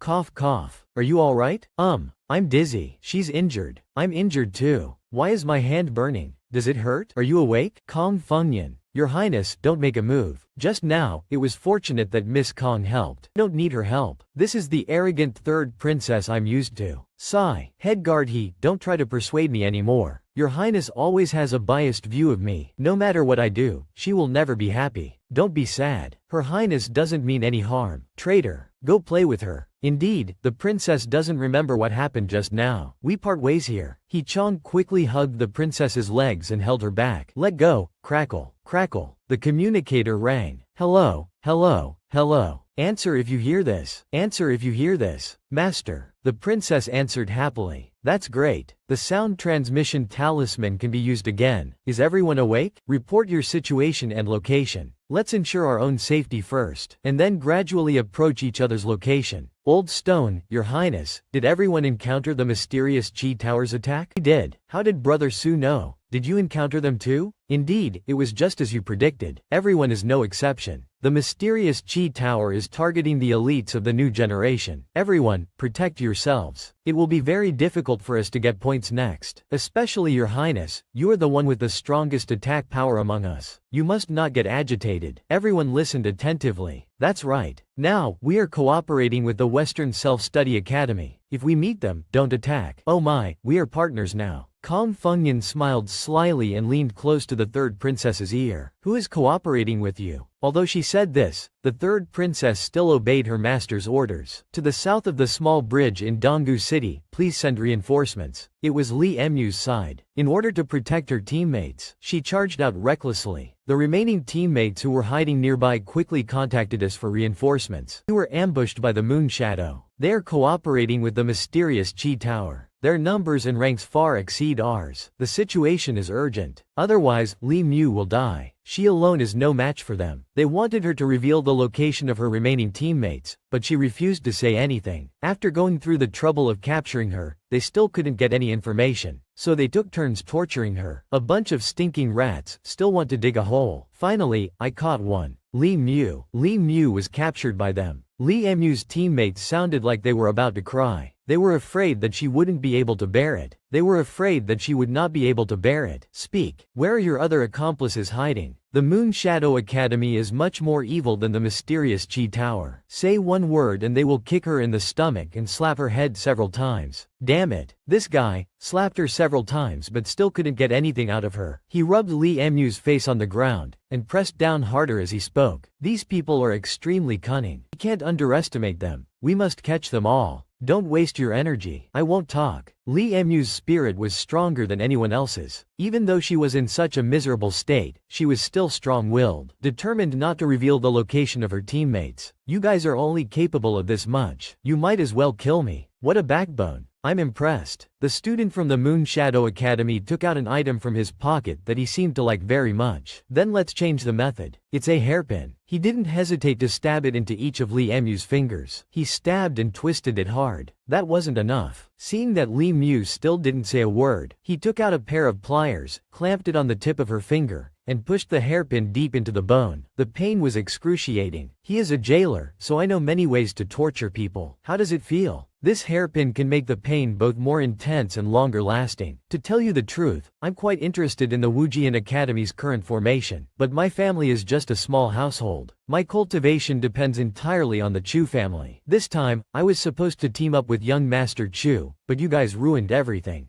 As he spoke, he tightened his grip on Li Mu's hand. Shu Yutong won't feel that he was negligent. He will only blame me for not helping him. Therefore, I must seize the opportunity while the mysterious Chi Tower is willing to cooperate and help young Master Chu vent his anger. It's okay if you don't say anything. I think your teammates are quite close. Screaming like that, your teammates won't be so cold-blooded, right? Alright, this is just an appetizer. If you can't resist, you can give up. Giving up will automatically deduct 3 points. But for a team like yours, 3 points are very precious, aren't they? Li Mu's teammates were hiding nearby. She didn't want to watch Li Mu being tortured anymore. She wanted to rush out, but her teammates stopped her. Those bastards. They are torturing Li Mu. Don't get agitated. They just want to force us out. Then what should we do? Do you want me to just watch? When will the reinforcements arrive? Don't just wait for reinforcements. Everyone has their own things to do. How can they come here to save us? If you want to blame someone, blame us for being too weak. It stopped. Why did it suddenly become so quiet outside? Why did she stop screaming? Suddenly become so quiet outside? Why did she stop screaming? They hurriedly looked outside. The scene was brutal. They were skinning Li Mu. She didn't cry out. She didn't struggle. It was beyond the limits of human endurance. How could Li Mu possibly endure it? Not a single sound. The jailer also admired her endurance. Li Mu tried to tell herself, don't cry out, don't cry out. Don't make your teammates fight, don't make your opponents happy. I definitely can't hold my teammates back. The jailer clicked his tongue. They can all see it, right? But they still won't come to save you. Your teammates are really cold-blooded. Why do you have to suffer like this? I even feel a little sorry for you. Li Mu didn't have the strength to speak anymore, but her heart was bleeding. I got myself into this situation, so I had to bear the consequences myself. No need for help. Your mother will abandon you. Your father will betray you. After all, people can only rely on themselves. I don't need other people's sympathy and pity. I don't expect so-called help either. Li Mu was getting weaker. She didn't care where her fate took her. She didn't want to implicate her teammates because of her. The sound of a hammer rang out. This familiar aura, this firepower. Third princess. She caught a big fish. Don't let her escape. The princess carried Li Mu on her shoulder and used one hand to fight back against them. Fought back against them with one hand. You fool. You shouldn't have come to save me. I'm not high-ranking enough. It's not worth it. Li Mu's body was covered in wounds. Every inch of her was injured. She mustered all her strength to say, "Shut up." The third princess shouted at Li Mu's face, but she found it strangely warm. She went to the rescue alone. He can severely injured, tried his best to stop the third princess. This is too dangerous. It's better for me to go with you. Even speaking aggravated his injuries. It was hard to find an uninjured spot on his body. She had really wanted to go and rescue Li Mu with the third princess, but her body wouldn't allow it. Seeing he can like this, the third princess couldn't bear it. You're like this, go and rest. She turned to Kong Fengyan. Aren't we partners? He can ask her to take her to her master. I can't rest assured leaving her here alone. I'll go to the rescue point and take a look. It happens to be very close to us. But your highness should go alone. The third princess turned her head away. Don't worry. I'll check the situation and I won't put myself in danger. I'm not an idiot. Based on the information provided by the other side, she followed the snow-white path, and the third princess found Li Mu. Seeing the way those little punks were torturing her, she couldn't stand it. She couldn't bear it. The third princess could not bear to watch Li Mu being tortured so savagely. We are comrades. We are family. The third princess brushed aside He Can's instructions. They were many, but she was alone. I am such an idiot. The third princess charged forward, her eyes gradually turning red, activating her berserk mode, but she was still in control of her mind, because before, she was too agitated to control it, but now she had a just cause. That was to save Li Mu. Princess. It's the third princess. Catch her. The enemy team gathered into a group and charged forward. There were too many of them. Most of their team was hiding here. The third princess sped up, carrying Li Mu on her shoulder and running. You fool. You shouldn't have come here to save me. Li Mu's whole body was immobilized, but his mouth was still agile. Then what should I do? Do you want me to just stand here and watch? With that, a punch straight to the third princess's temple made her dizzy, and the third princess and Li Mu lost their balance and fell to the ground. I can't collapse here. She got up, despite the blood flowing from her forehead, and continued to carry Li Mu and run. Haha. They took turns mocking her. No matter how powerful she is, 2 fists can hardly match 4 hands. She's doomed. Get lost. The third princess spat a mouthful of water in their faces. I saved you and you still scold me. You really don't know what's good for you. The third princess fought back, carrying Li Mu Gonli on one shoulder. She used both hands to hold the hammer tightly and smashed it into the guy blocking her way. Sparks flew and his hair was singed. Don't worry about me, you go quickly. It's my fault that I've implicated you. You're our team's strongest attacker. If it weren't for me, you would definitely have been able to get more points. Li Mu saw through the third princess's intentions. Once she decides to do something, she'll do it no matter what. But the third princess sacrificing everything for her wasn't worth it. That's what Li Mu thought to herself. She wouldn't blame everyone for abandoning her and leaving her to die. She didn't deserve to be protected by everyone. What was happening was her own fault. I'm sorry. Li Mu kept getting lost in her chaotic thoughts. She felt so useless. Her consciousness was confused. She couldn't tell what was real anymore. Li Mu's eyes kept opening and closing. In a daze, some of the enemy had been lying in ambush, and they seized the opportunity to attack the third princess and Li Mu from behind. She didn't hesitate to use her own body to shield Li Mu. 1 blow, 2 blows. The third princess took each successive blow on her back as she tried to endure the pain to protect her teammate. Charge together. Let's see how long she can hold out. They took turns attacking the third princess. No matter how cruelly they attacked, she still wouldn't let go of Li Mu. Enduring the pain, the third princess gritted her teeth. Her feet pressed hard against the ground. Each blow caused fresh blood to spray out and land on Li Mu's face. Disregarding the interests of your teammates, you ran out here to play the hero. soft-hearted and weak. You have strength but no strategy. We should really thank your highness for giving us points. They laughed out loud. That's the kind of person I am. As long as you're my teammate, I won't sit idly by. The third princess's eyes showed her determination. No matter what happens to her, she can't just stand by and watch her teammates suffer. That's what she learned from her master. Even if it's a trap, I'll step into it. That's the kind of person I am. If you think I'm stupid, then go ahead and think so. The more they talked, the more blood gushed out. Soon, her eyes were also stained red. Only the jet-black pupils remained. As for the interests of her teammates, the third princess created a barrier to protect Li Mu. She forced herself to stand up, raised her head high. I'll just get a few more points, won't that be enough? Burning her soul power. Even though she only had a little bit left, she wouldn't let them get the advantage. Responsibility should be shouldered. I've never shied away from it. She turned to look at Li Mu, who was on the verge of tears. Wiping away the blood from the corner of her mouth, the third princess gripped the handle of her hammer tightly and jumped up. You stay in the barrier and watch to your heart's content. I, the third princess, will fight to the death with them. Open your eyes wide and watch. She fought like a madwoman, taking advantage of their weaknesses to deliver fatal blows in order to conserve as much soul power as possible. Her whole body was covered in blood. Their vital points to conserve as much soul power as possible. Her whole body was covered in blood. The third princess could no longer tell which blood was her own and which was theirs. The sound of weapons clashing was deafening. The leader of the Moonlit Academy instructed his men to attack the third princess by throwing a large number of rocks at her when she wasn't paying attention. Come back here, that won't kill the third princess, she kicked back. Seeing that the third princess was gaining the upper hand, the leader of the Moonlit Academy gave a decisive order. Don't let her get any points. Attack her for a bit and then run away. Gradually wear her down. We had to kill this big fish. Swords, rocks, and all sorts of weapons attacked her from all sides like a storm. There are too many of them. Even though the third princess was very strong, she was afraid that she wouldn't be able to cope with this situation. It was only a matter of time before they killed her. Although she was covered in wounds, she didn't utter a single groan. Blood began to seep from her eye sockets and run down to the corners of her mouth. Li Mu witnessed everything from inside the barrier. She didn't dare face it. It was all her fault that she was so useless. It was her fault that everyone had been implicated. If it weren't for her, everyone would have been able to get more points. Although the voices were mixed together, the third princess could clearly hear everything Li Mu said. You idiot, how could you possibly implicate me? Don't underestimate me. The third princess swung her hammer down, causing the ground to shake and her enemies to falter. Disregarding the interests of your teammates, you ran out here to play the hero. One of them sneered. The third princess didn't want to be a hero who disregarded the big picture. She was forced to do so by the situation. Before I get eliminated, I have to get as many points as possible. 10 people. I have to kill at least 10 more people before I can consider it enough. She was surrounded with no way to retreat. The third princess wasn't afraid. She spread her legs wide and swung her hammer in a circle. Like a whirlwind, she sent them flying.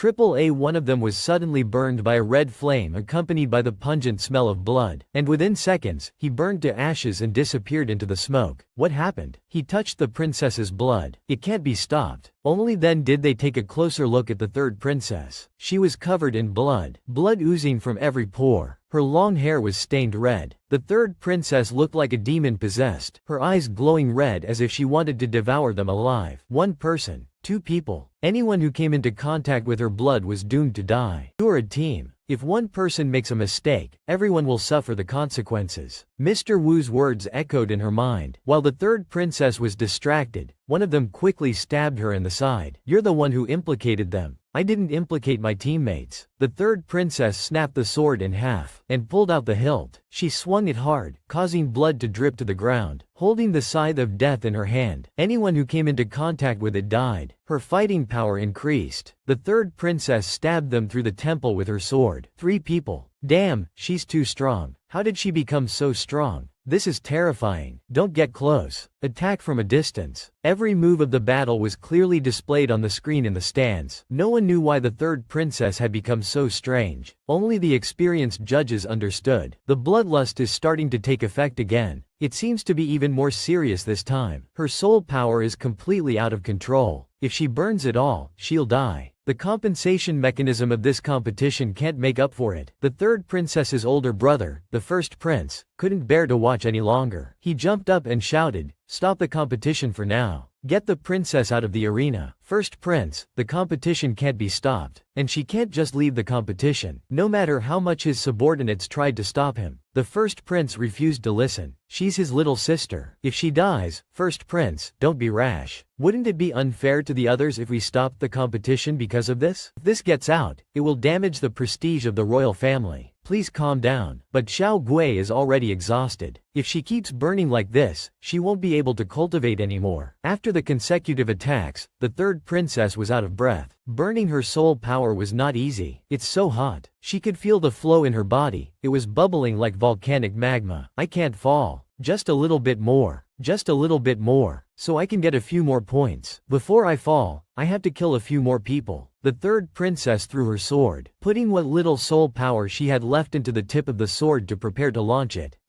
The tip of the sword pierced straight through the third princess's heart from behind. Her burning heart skipped a few beats and then stopped. No, don't let me fall here. I haven't gotten enough points yet. I still have things to do. This battle can't be without me. Your Highness, you are the one with the strongest attack power among us. You must not get agitated. Master. The third princess gradually collapsed under the astonished gaze of her opponent. She can't even control her own soul power. Does she want to burn herself to death? Go out and rest for a while. From the moment she started setting up the barrier to protect Li Mu, the third princess had been trying to attract all the attention to herself in order to lure her opponents away. That way, her teammates could take Li Mu to safety. They ran as fast as they could with all their might. Very far. We took the opportunity to report the situation to Su Xingchen through the contact person. We couldn't help her. We could only take advantage of the chaos to get Li Mu out. Sob.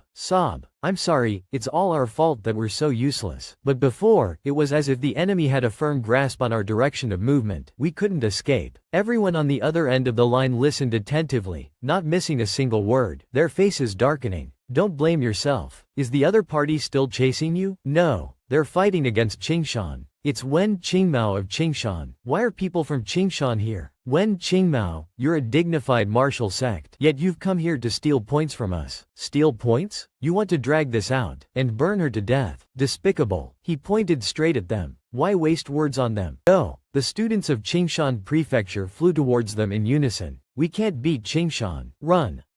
Not so easy. Martial arts technique, giant sword encirclement formation. Thousands of giant swords were thrust deep into the ground, forming a fence that trapped the students of Yuling Prefecture, making it difficult for even an ant to get through. The powerful pressure caused everyone inside and outside the match to bow in admiration. Giant swords can be arranged so quickly? Not unworthy of being the great disciple of Qingshan. As expected of the first disciple of Qingshan, it's really impressive. But what's that on his sword? The Snow family master, sitting in the judges' seats, saw his granddaughter's image clearly on the sword, and he could only hang his head in shame. Everyone in the world can see it. It seems that he is very affectionate towards that person. That's fine. He was still pasting the Western Temple's Kong Feng Yin last month. It's not uncommon to paste pictures on swords. Qingshan's main cultivation is the sword, and any martial spirit can be used as a sword. It's rare and strange, but also very powerful. This Yu Ling will probably collapse here. In the arena, the Qingshan Prefecture remembered the despicable tactics of the Yuling Prefecture. They dared to use illusions to harm us from Qingshan. Don't expect any of them to leave here. Suddenly, the earth and sky shook violently, and the MC's voice rang out again. Attention, contestants in match 11. The poison circle of the match is shrinking. Please quickly retreat to the safe zone. It's shrinking again. The match has become urgent. In addition, there is a bonus item hidden in the safest area, the 1000-year profound ice. The team that finds it can get an additional 20 points. 20 points. The illusions caused their teammates to be killed without being able to fight back. These 20 points are really too important for the academies. Everyone has it. Quickly approach Chengdong-go and search for the 1000-year profound ice. At Chengdong-go, the safe zone, the eldest daughter of the mysterious Qi Tower, Jin Yu Ming, and her subordinates were whispering. They covered themselves tightly and secretly used some kind of mysterious tool. Senior sister. The targets have all had the tool planted on them and are running to the safe zone. Yes, let's go. After escaping from the illusionary realm,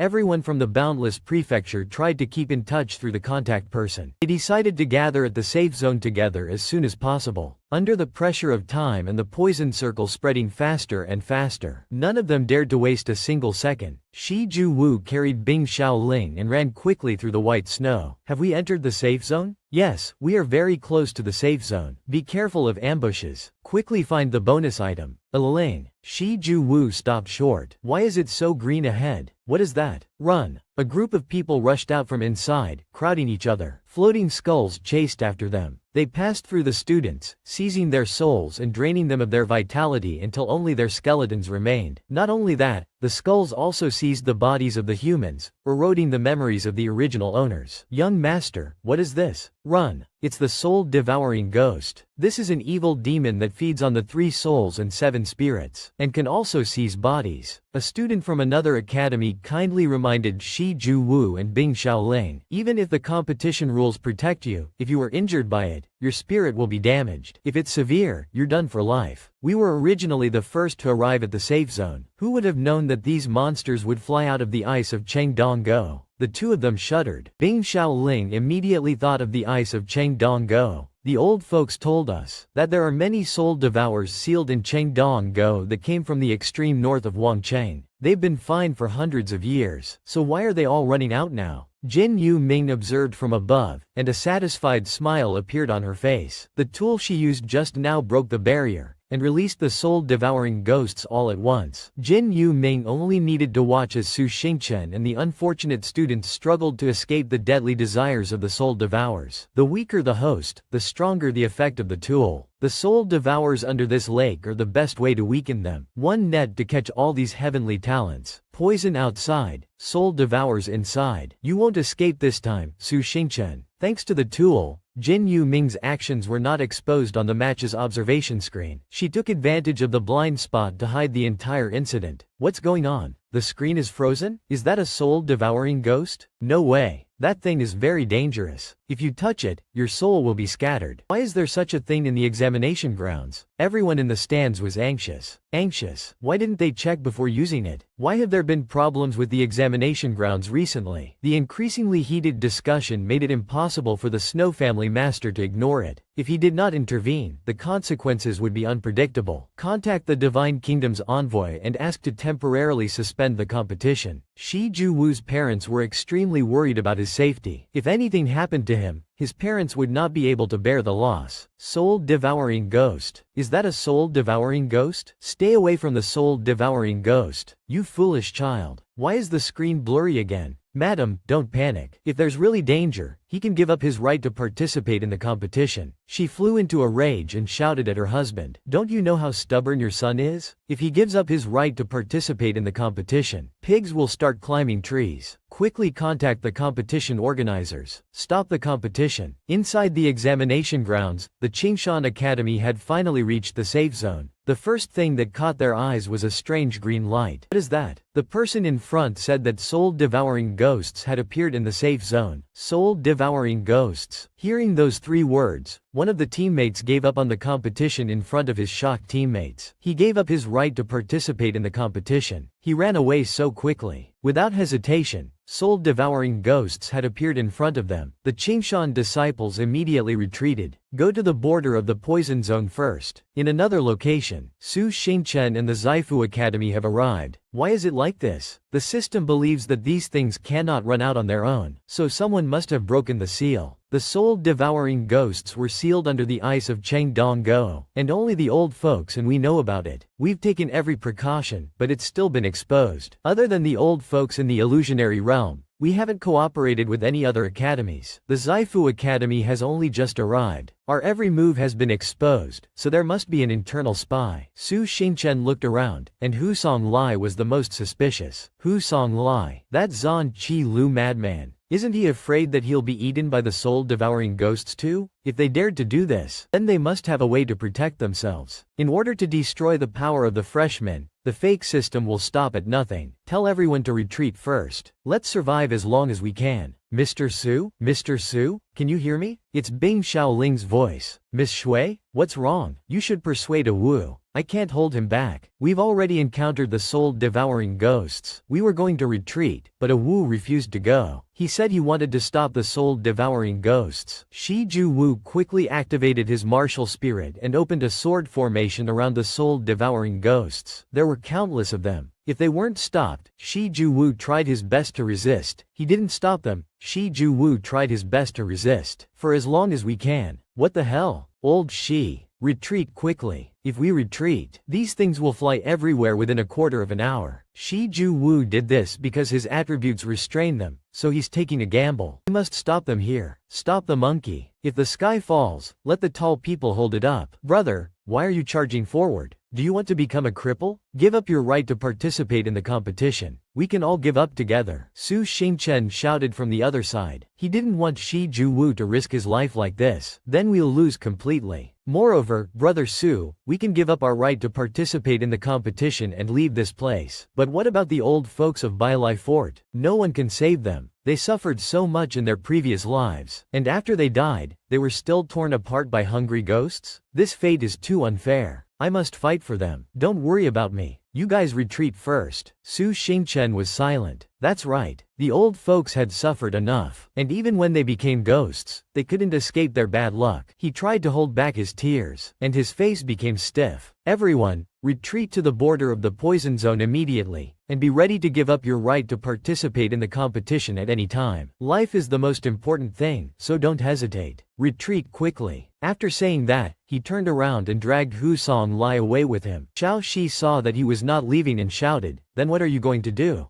Go settle the score? Su Xingchen, go settle the score? Su Xingchen, settle the score with what? What are you going to do?" No matter how much she screamed, he didn't turn around. Her teammates tried to hold Xiao Shi back. He's always so opinionated. Don't go over there. The situation is getting worse. So Luo Bai urged everyone to leave. Don't hesitate anymore. We can't control it here anymore. Let's retreat quickly. Everyone followed her lead, except for Xiao Shi, who kept her eyes fixed on Su Xingchen's back, hoping that he would go with them. After releasing the soul-devouring ghosts, Jin Yu Ming and his subordinates were also surprised by how quickly they spread. Like a pack of starving wolves, they charged towards their unfortunate prey. After a while, it seemed like something was holding the soul-devouring ghosts back. A subordinate immediately reported, "My lord, the soul-devouring ghost spread has been contained. It seems like the bright sword is holding them back." The bright sword? He's a reckless fool, but that suits me just fine. If he's offering himself up to me, then I'll help him die a little faster. Jin Yu Ming squeezed the artifact in his hand, and a wave of killing intent flew towards Cheng Donggo. She watched to see whether the bright sword or the artifact of the Lord of the 3005 would be more powerful. Just thinking about it was exciting. Suddenly, something flew out of nowhere and hit Jin Yu Ming hard in the back of the head. Hu Songlai. Although she managed to dodge it with her hand, she was still knocked back by the impact. A gust of wind blew past the back of the subordinate's neck. He looked back, and as soon as he had turned halfway, he was sent flying straight up into the air. Who is it? They looked around to see who it was. It was Su Xingchen. They immediately surrounded him, but it wasn't easy to catch him. Su Xingchen seemed to have 3 heads and 6 arms. He moved quickly, taking advantage of any opening to attack them in the blink of an eye. After the dizziness had subsided, Jin Yu Ming stood up. "So you've come to me yourself? You can see through my invisibility artifact. Su Xingchen, you really are the chosen one. There's no mistaking it. Hu Songlai, it's him. It's really him." Half a quarter of an hour ago, Su Xingchen dragged Hu Songlai away with him. No one knew where they were going, except for Su Xingchen. He grabbed Hu Songlai by the back of the neck and strangled him. "Su, brother Su, let me go. Aren't we retreating? There are soul-devouring ghosts ahead. What are you doing?" Despite Hu Songlai's repeated questions, he didn't say a word. He silently activated his martial spirit, the poison flower Buddhist seal technique. He hit several acupoints on Hu Songlai's back, and he immediately fell silent. He couldn't move anymore. He couldn't make a sound anymore. When did he learn this move? Brother Chang. If they use the artifact to communicate, then you can use Hu Songlai's transmission to locate the Zan Qi Tower. You want to find the people from the Zan Qi Tower? Are you crazy? We'll be exposed. No matter what the system said, Su Xingchen was determined to find the location of the Zan Qi Tower. If you don't enter the tiger's den, how can you catch the tiger's cub? We had to do this if we want to survive. We have to find the fake system quickly and fix the loophole. As for being exposed, we'll run into the fake system sooner or later. It just so happens that the soul-devouring ghosts have disrupted the surveillance formation, completely cutting off communication between the inside and outside of the examination grounds. So, there's no need to try to hide it anymore. We have to take a risk. We just need to resolve this quickly within the examination grounds. Time is running out. Su Xingchen concentrated his energy in his arm, gathering his qi and then igniting it. He kept hitting Jin Yu Ming in the face. As a martial artist who trained intensively every day, Jin Yu Ming could only defend himself and had no chance to counterattack. Come on, come on. The system cheered him on. Quickly weaken her. I have to seize her artifact and system. So strong. A martial king. Jin Yu Ming was amazed. Is this your true strength? You have such strength even without an artifact. No wonder you were able to kill the 37 Spirit Kings. Such strength without using an artifact. No wonder you were able to kill the 37,000 Spirit 37. Artifact, power enhancer. But don't think I'll be like that useless guy, who just mindlessly throws artifacts around. She pulled out a new artifact from somewhere. The artifact immediately exploded, creating a cloud of smoke. If you're so strong, then face it. Grandmaster Technique, Shadow Image. This is your shadow, Su Xingchen. A figure that looked exactly like Su Xingchen. Its lifeless eyes stared at him. It smirked and turned its head around. It's already at the edge. After running for their lives since the soul-devouring ghosts were released, the students of Qingshan Academy finally stopped. With the speed at which they were spreading earlier, why aren't they moving now? Let's just stay here and see what happens. The soul-devouring ghosts are really too dangerous. If things don't go well, we'll have to forfeit. After observing for a while, they felt that the soul-devouring ghosts were stopping. They had been spreading very quickly before, so someone must be holding them back. Wan Qingmao noticed something golden shining through the strange blue light. The bright sword. He looked around in a hurry. Where's the faceless man? Have they escaped? Hey, isn't that the little fox from the faceless man? Why is she waving at us? Xiao Zai's panicked appearance caught everyone's attention. Hey, don't come any closer. Is there a trap? Where are your teammates? It's not a trap. There's no point in getting points now. I'm just. Xiao Shi lowered her voice as if she was pleading. Can I ask for your help? Her appearance at that moment made Wan Qingmao and the others melt with unbearable cuteness. Martial King fighting Martial King. It's a rare sight. Su Xingchen and his shadow fought endlessly. The heavens and earth shook, but neither could gain the upper hand. Every move, every technique was equally matched. It's dazzling. But the stronger he gets, the stronger the shadow will become. So what if you're a martial king? Can you defeat yourself? Are you stronger, or is Jin Yu Ming's artifact stronger? We'll have to observe further to know. Su Xingchen kicked, and the shadow kicked as well. He kicked, and it locked his leg. Su Xingchen was originally resourceful, and the shadow copied him perfectly, so Su Xingchen couldn't defeat it. Cultivation technique, poison flower Buddhist seal technique. That's cheating. It copied everything, from the cultivation technique to the fighting style. The system was also anxious. Don't waste your energy on him. You don't have much soul power left. Strike quickly and win quickly. That's easy to say. He's a copy of me. Look at his handsome face. He's so agile, such a perfect man. How can I fight him? Even in this critical situation, Su Xingchen still uttered such words. You're really shameless. Weakness? Think carefully. Do you have no weaknesses? No. I'm also having a headache.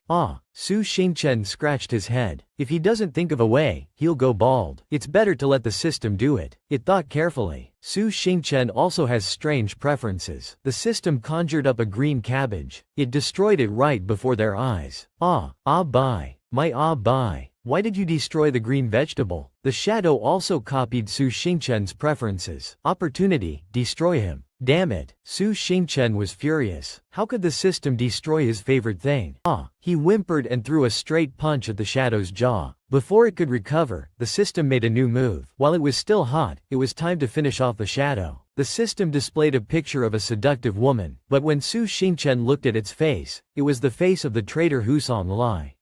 That's too cruel. You might as well gouge out his eyes. Don't look. Keep fighting. This is terrible. Su Xingchen immediately punched the shadow's other jaw. Teeth and lips were mixed together, and teeth fell out one after another. Seeing that the shadow was about to be defeated by Su Xingchen, Jin Yu Ming used another move. She muttered under her breath, and something sticky suddenly spewed out of the shadow's mouth and stuck to Su Xingchen's body. What is this? I don't know this move. It turned into a shadow. Be careful. This thing is hard to deal with. Ah, why is my dantian suddenly empty? This feels strange. Su Xingchen looked down. It was Jin Yu Ming's hand. Doesn't it hurt? Su Xingchen didn't feel any pain at all. He just felt his whole body trembling. Before, you hid your identity. Now there's no need to hide it anymore. But just now, you were suppressed by the shadow, and you still refused to use it. It doesn't hurt. Now I understand. It's not that you refused to use it. It's that your system doesn't have any artifacts, does it? You made us investigate so carefully before, but your system is so weak. This ugly system space, it's really ridiculous. Although I can only sense it vaguely. I've already caught it. It feels so satisfying to hold your system in my hand, but she wanted to keep it all for herself. She wanted to pull it out and devour Su Xingchen's system, to make it a snack for her own system. The 5 great lords of the 3,000 worlds must be very happy. Triple A. Oh no. It's going to be pulled out. Su Xingchen's system is going to be pulled out. Brother Chang. Su Xingchen.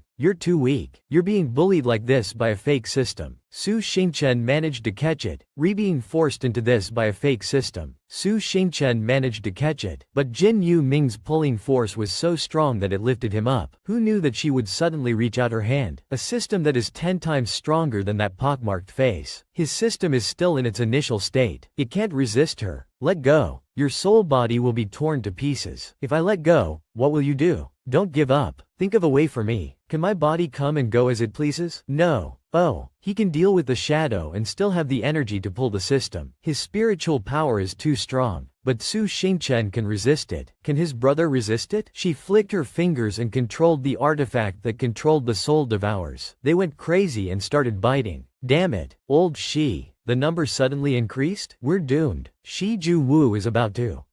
The last shield couldn't hold on any longer and tore open. Ah Shi. Bing Xiaoling flew forward, quickly opened her martial soul to wrap around Shi Ju Wu and protect him from the frenzied attacks. Sword formation can't collapse. He suppressed the pain, used the sword as a support and forced himself to stand up.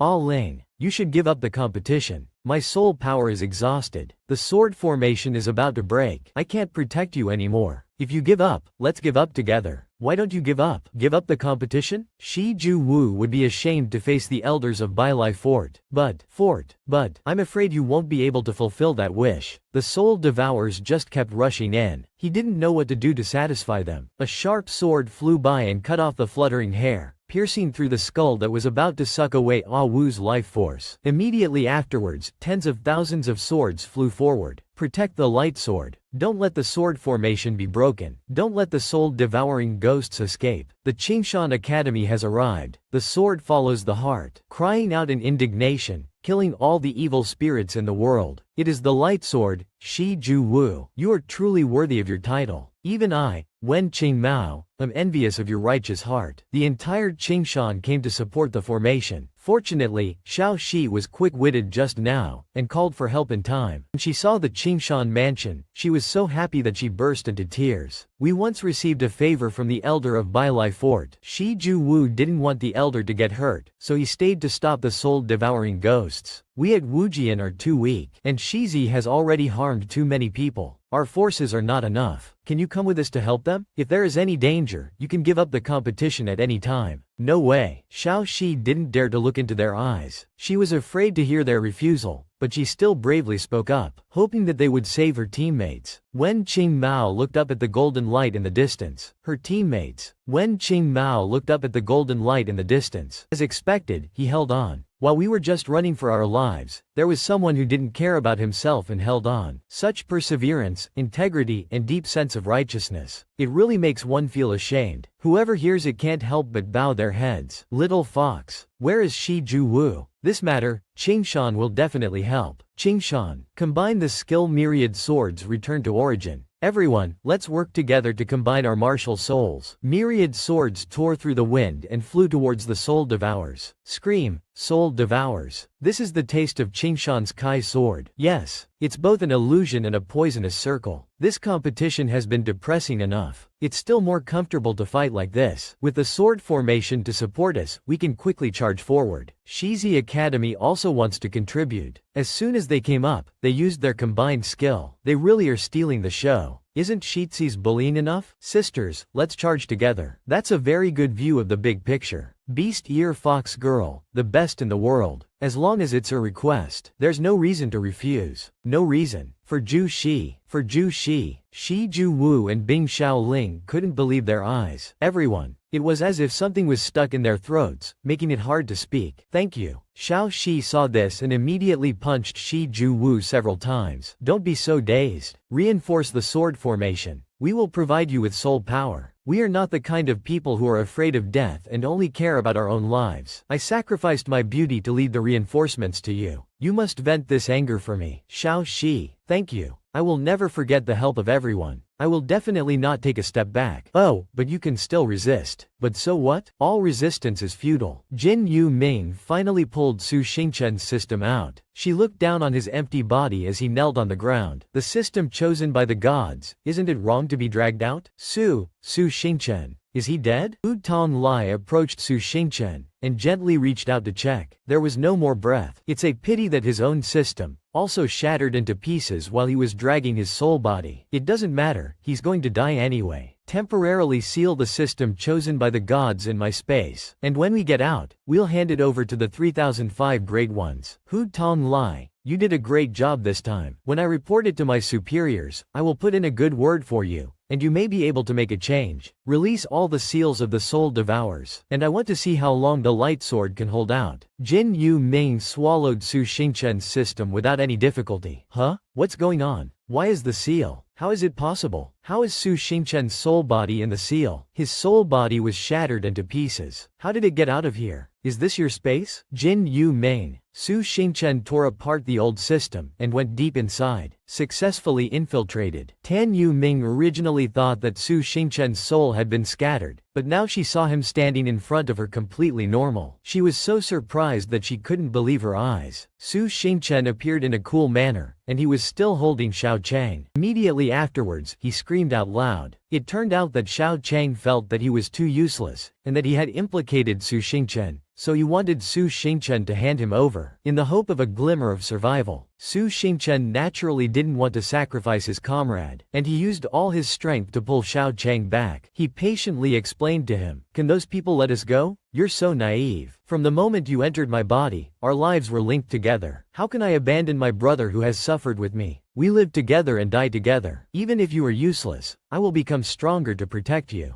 Don't you want to train me to become a dragon and a phoenix? Isn't there someone waiting for you to come back? Then don't give up so easily. Although you are stupid and ignorant and incompetent, I will be uneasy without you by my side." Hearing these touching words from Su Xingchen, Xiao Chang also calmed down. He said, "Su Xingchen, this is what you said." Then he reached out his hand and pulled out a few strands of Su Xingchen's sideburns. A sudden sense of pain hit him, and he shouted to ask what it was doing. It said that it was keeping a soul root, so that its soul could return to its body later, and that it was the only way now, so it wanted to bet. It told him its guess that after Tan Yu Ming caught him, she would probably seal it and lock it in a space, and that although the system couldn't escape from that kind of seal, the soul body could break out. If it forced its soul to leave its body, it would definitely be injured, but it would do its best to protect him, and together they would kill her. Su Xingchen, it borrowed his words from earlier to suffer together, to live together and die together. She can control who attacks us, let's hold her back first, and they're still. The system hadn't finished speaking when he quickly moved forward to fight. When she saw him, she snapped her fingers, and suddenly many streaks of light appeared around him, attacking him. Su Xingchen was so scared that he broke out in a cold sweat, and he screamed and ran away. He avoided the melon rind only to meet the coconut shell, and a giant hand appeared in front of him, and it reached out to hit him. He didn't give up, and he charged forward to fight it, but something strange happened. It seemed to be completely unaffected by his physical attacks, but he was affected by its attacks on his face. He wondered why he couldn't fight back, and then he learned that because this was the system's space, it relied on the concept of form and spirit to attack. Moreover, this is her home ground, so of course she won't be defeated by ordinary attacks. He asked in surprise, "What should I do to defeat her?" The system immediately threw a red book at him, and Su Xingchen couldn't help but be surprised. "Is it a dictionary?" Xiao Chang said, "This is my knowledge base. Transfer your concept into it. The book can materialize your thoughts." While he was still hesitating and looking at the dictionary in his hand, she became impatient. Tan Yu Ming looked at Su Xingchen with displeasure and said, "Two fools have entered my territory, and they still want to resist?" That, she used her concept to attack him. Behind her, large stones appeared, surrounded by purple lightning. Since you've come to my door, I'll grant your wish. At this moment, Su Xingchen seemed to have understood how to use his concept to fight, and when he saw her sending those large boulders towards him, he held the book in his hand, gritted his teeth, and thought, space separation. And a boundary line appeared, blocking him from being hit by the boulders. Seeing this scene, she couldn't help but be shocked. He carefully opened the book and said, "Convert concept." After opening the book, he muttered something, and then glanced at her and shouted, "Attack!" Golden words attacked Tan Yu Ming under his control. The book had received his concept, and it used it to attack with sound waves. The words attacked her, and although she had a shield, she still felt a foul smell from the words. While she was distracted, he circled behind her and used his speech attack technique to hit her in the back. Tan Yu Ming was hit by the unexpected move and didn't have time to react. She turned around and shouted angrily, "What move is that?" Because this is her space, even if he hits her, she can still continue to attack him. Maggot. As soon as she finished speaking, Su Xingchen felt like he was being sucked down. He was a little scared and shouted, and it seemed like he had Doraemon's freeze breath treasure. Because when he shouted, the words he shouted all froze, and he held onto them to keep from being sucked down. Now he was floating in a different space, and Tan Yu Ming had caught up to him. She said, "In this system space, I am the god who controls everything." As she spoke, she summoned many figures from the space. They all looked very fierce, and they shouted, "Protect the young lady," and then they charged at him. He was very surprised, and he quickly ran away from them, but there were so many of them. No matter where he ran, they would catch up to him. Then he ran to a dead end and saw a painting hanging there. Instead of using his concept to change direction, he jumped inside. As soon as he jumped in, he saw an old man fishing in front of him, and the old man asked him suspiciously, "Who are you?" When he suddenly appeared on his boat, he only had time to say that he was a good person. Then he used his concept to take out Ma Liang's magic brush, and quickly drew a few lines to create a cannon to attack. The old fisherman was so scared that he abandoned his belongings and jumped into the water to escape. And when he saw that his attack wasn't very effective, he turned himself into a fish and jumped into the water to escape. However, she still observed his every move. She laughed and said, "Just keep running around my maze, until you're exhausted. I like to watch you ants struggle." At this time, Wen Ren Mao was still trying to fight the soul-devouring ghosts, and a voice rang out, "Celestial pride or God's chosen, what's the difference? You're all just toys in my hands." With that, Tan Yu Ming appeared right in front of the fish that Su Xingchen had transformed into, and opened her mouth wide to swallow him whole. She happily surfaced from the water and said with a smile, "From now on, they will become a thing of the past, and become insignificant. And I, the young master of the Zhan Qi Tower, Tan Yu Ming." She clapped her hands like crazy and said, "I will become the first person of the new era, and open an era that belongs to me. An era that belongs to me." But before she could rejoice for even 3 seconds, Xingchen's voice came from inside her stomach. "You dreaming?" Then she received a slap in the face from him. Recalling the past when she was young, there was an official in front of her who bowed and said, "Master Tan, it's been a long time. Ling Yuan is becoming more and more beautiful, graceful, and charming. What rank are you now, Grand Master?" Hearing this question, Ling Yuan smiled awkwardly. Her father said, "She just reached Martial Master." Hearing this, a group of people began to gossip. She has been provided with so many treasures since she was a child, but her rank is still no better than the common people. It's really embarrassing.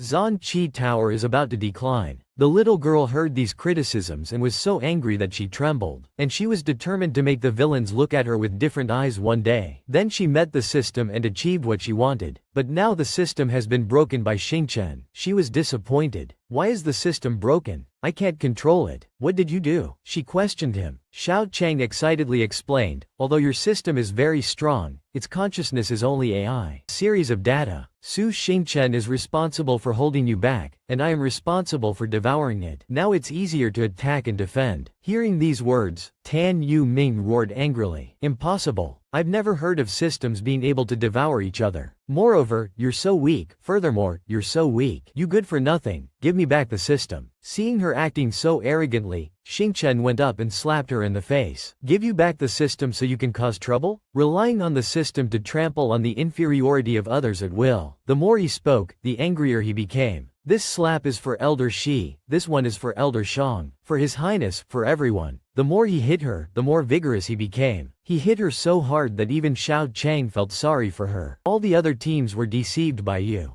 Gritting his teeth, he mentioned Li Mu. One last hit sent her flying dozens of meters away. Seeing that she was lying still and not moving, he said, "It's not enough now. I'll beat you up again later." Without the support of the heavenly Tao, every step Chang Jie takes is through his own efforts. How dare you call him a good for nothing? After he finished speaking, he was about to rush forward to continue beating her, but Xiao Chang stopped him in time. "All right, if you continue to beat her, she'll be crushed." He glanced at it and said, "Aren't I venting my anger for you?" It said, "She's still useful, she can't die here. The system is in my hands, I had to digest it for a while. Return to your body. This time, your soul body is injured, so it will not be easy to return." Just as he was about to leave, a trembling hand grabbed one of his legs. He was startled and looked down to see that she was using the last of her strength to demand that he return the system to her. He cursed and disappeared. Outside, a group of people were performing a formation array. Someone went up to report, "Your Excellency, the formation to seal the 11 examination halls is ready." The old man said politely, "Envoy, you've worked hard. Operate the magic formation." On this side, Hu Songlai was still observing quietly. He thought to himself, what happened in the end? Didn't they want to seize Su Xingchen's system? Why is Yi Wan Liang Tianci not moving? And isn't Su Xingchen dead? Then he went to Su Xingchen's side and picked him up. As he carried him, he said, "Actually, I quite like you. But it can't be helped. This is your fate. Don't blame me." Before he could finish speaking, Su Xingchen opened his eyes and looked at him, which scared him so much that he stepped back and shouted, "Su Xingchen, why are you still alive? You clearly stopped breathing just now." With a bang, he turned his head and saw Yi Wan Liang Tianci lying motionless on the ground. He raised his trembling hand and asked, "What happened to you?" Su Xingchen stood behind him and rubbed his hands, answering for him. "She wanted to devour my system just now, so I killed her." Hearing these words, he was so scared that he broke out in a cold sweat. It didn't stop there. Su Xingchen continued, "The people I hate the most are villains and traitors." Then he put his hand on his head, twisted it hard, and devoured his system. He cried without tears, trembling and begging for mercy, trembling and begging for mercy. "Don't kill me, don't devour my system. Brother Su, Captain Su, young Master Su, it was all her fault that I hurt you. It had nothing to do with me." He said coldly, "It had nothing to do with you, but I saw that you were very happy." He hurriedly replied, "Not happy. When I thought you were dead, my heart was broken." He also said, "If you kill me, she and I will both die here. Then how will the people outside identify you?" He glanced at him and asked, "Oh, then tell me, what should I do?" He was just waiting for this moment to say, "Keep me, and I will definitely not reveal your identity. I have long wanted to reform. And finally, I have the opportunity today." Then he glanced at the body of Tan Yu Ming lying beside him and said, "System, no, the organization behind this woman is huge. I can help you infiltrate them." Su Xingchen laughed and said, "You're quite smart. Are you trying to be a double agent?" He hurriedly folded his hands and denied it, saying that he was only loyal to him. Su Xingchen said resolutely, "The loyalty of a traitor, I don't need it." Then he took out a pill and forced him to take it. After being forced to take it, he hugged his chest and coughed violently. "How is it? Is it delicious?" This is called the white intestine breaking pill, made by the ancient Manchu demon. The taste is exquisite, with bitterness and sweetness. As long as you leave me 100 steps away, the meridians in your whole body will flow in reverse. Your thoughts will be chaotic, you will go into cultivation deviation, and finally your blood vessels will burst and you will die. Don't even think about using any tools. If I sense it, I will send you on your way." Hearing these words, his face turned pale with fear, and he looked back at him. He told him to behave himself. Xiao Chang was also very curious. Where did he get such a powerful medicine? And why didn't he know about it? He showed an evil smile and said, "I was just scaring him. It's chocolate that I left expired 7 years ago. This guy, if you don't scare him, he won't listen." Xiao Chang said, "Don't worry, I've already attached a monitoring chip to him." Seeing Hu Songlai, who was now kneeling on the ground, in fear, put his hand in his mouth, wanting to take out the pill, was really pitiful. But he ignored it, because Hu told him to betray him. His matter has been resolved. Now the most difficult one is that woman. Her soul was smashed by you in the system just now. Now she has become an empty shell. The people from the profound Qi Tower are afraid that they will cause trouble for you. Suddenly, bolts of lightning struck down from the sky, causing everyone to look up at the same time, wondering what was going on. A golden formation appeared in the sky. Some of them recognized it as the transferring gathering formation. The examination hall had to be forcibly closed. Before anything else, the soul-devouring ghosts had to be cleared out. They were gradually disappearing. Shi Chuietwu said sadly, "It's too late now. What should the village elders do? Suo Shenshin gritted his teeth and said, why did it have to happen at this moment? Little Chang told him not to panic. As long as we deal with the soul-devouring demon first and get out, right? Seeing little Chang say that, he asked what plan he had come up with. He smiled proudly and said, I've just assimilated a system. Her reserve of magic tools is very abundant. Finally, I can show off a little. He then took out a magic tool that looked somewhat like a missile. The village elders worried and said, whose karmic debt released the soul-devouring demon? Wasn't it because of reciting that sutra? I said we shouldn't read it out loud. A loud explosion burst forth with a blinding light. Everyone had to cover their eyes, while the soul-devouring demons seemed unable to withstand it and dissipated. Seeing the terrifying power, they wondered which great master had taken action. The village elders thought they had to work together to eliminate the soul-devouring demon. Suddenly someone shouted for them to look at the word formed by the smoke. The word formed by the smoke was farewell. They didn't expect those students to have such ability, to be able to deal with the soul-devouring demon. It was then that they started arguing with each other. I told you they aren't bad people, but is this how they are saying goodbye to us? They are also very grateful for what Su Xingchen and the others have done. Goodbye, good children. Opening their eyes again, they have returned to the real world. Now in front of them is the vice president. He anxiously asks them how they are feeling, and if they were injured by the soul-devouring ghosts. They slowly regain consciousness and stand up. Then we can go outside. Su Xingchen is very angry and turns to blame Xiao Chang. This bastard didn't ask anything and just detonated an atomic bomb. He defends himself by saying, time was of the essence and you would have evaporated anyway without any pain. Suddenly he remembers the old men and asks if they are okay. Xiao Chang tells him to rest assured. He had already calculated everything. Their location would definitely not be injured. The basic energy for the explosion would not have much radiation, and wandering spirits are not afraid of radiation. At this time, Shi Ju-woo is telling the vice president they seem to have been killed by the explosion. He wonders how they could have been killed by an explosion. A person passing by says, there really are traces of an explosion at the examination site. With the east wall as the center, a large crater has appeared. The destructive power is close to that of a martial emperor. He adds, this place is too badly damaged to be used as an examination site in the future. As for the cause of the explosion, it needs to be investigated further. Xingchen sighs as he listens from the side. It would require further investigation. Xingchen sighed as he listened from the side. But anyway, it's fortunate that Lao Shang and the others don't have to suffer anymore. The vice president sighs and says, that's good, at least you are all safe. Then he looks behind him and sees several students who have been mentally damaged by the soul-devouring ghosts, not knowing when they will be able to recover. Their nerves are unstable now, so they are doing things that make others feel ashamed to look at. It's a pity that the parents can only cry when they see their children like this. Shi Ju-woo is different from others. When he sees people like this, his eyes shine with admiration. He exclaims, how cool, how powerful. Shui Xiaoling stands beside him and looks at him with a puzzled expression. Su Xingchen also blushes slightly and says, this kind of specialty, but before he can finish speaking, he feels pain all over his body. Xiao Chang tells him, your soul body was injured before, and it has affected your physical body. But he tells him not to worry, and to come to him later, and he will treat him. Lan Kui sees that his face is not good, and asks him worriedly, Master, are you okay? Are you injured somewhere? Should I call a doctor for you? Anyone who is feeling unwell can come to me. Before he can finish speaking, he places his hand on her head and says, I'm fine, don't worry. Then he suppresses the pain and smiles. Kui Ti performed very well, protecting her teammates. As expected of our Wuji Grandmaster, everyone else also comes over and praises her. That's right, the princess vented our anger for us. It was so cool. She was so embarrassed that she blushed and asked, really? Suddenly, a voice interjected, breaking their happy conversation. He sarcastically said, laughing out loud, third sister's mood is really good. Are you so happy because you were eliminated? Lam Kui's expression changed immediately. She turned to glare at him and shouted, Lam Feng Yi. When the people around realized that the person who had come was the second prince, they hurriedly bowed to him. He came in front of Lam Kui, arrogantly leaned close to her, and said, you are too much to call your elder brother by his given name. It seems that you are agitated because you were eliminated. She said uncomfortably, there is nothing good that can come out of your dog's mouth. Who said that we were eliminated? As soon as we started, we destroyed a team. We are still very stable. Shi Ju-woo, who was standing next to her, was worried when he saw her so confident. Su Xingchen leaned into her ear and whispered, "It's not good. The points we earned while running the circle are about to be lost." Shi Ju-woo covered his face and added, "There are only 7 people left on the field." Hearing this, her spirits sank along with theirs. Immediately afterwards, the entire team sat down to discuss with each other. After the soul-devouring ghosts broke out, points were not counted, so our total score is calculated as 31 points. Shui Xiaoling covered her face and said, "I remember that in previous years, the lowest score to be ranked was over 60 points. Xiao Shi also said sadly, "So we won't even make it to the preliminary round?" Wuji will not. The whole team began to fall into deep thought. They had clearly fought so hard, but the result was still like this. Seeing that his students were all depressed, the vice president came to comfort them, but unexpectedly, they also made him depressed. Xiao Chang saw that even someone like the vice president was not in high spirits, so he told Su Xingchen to quickly stabilize everyone's spirits. Su Xingchen said,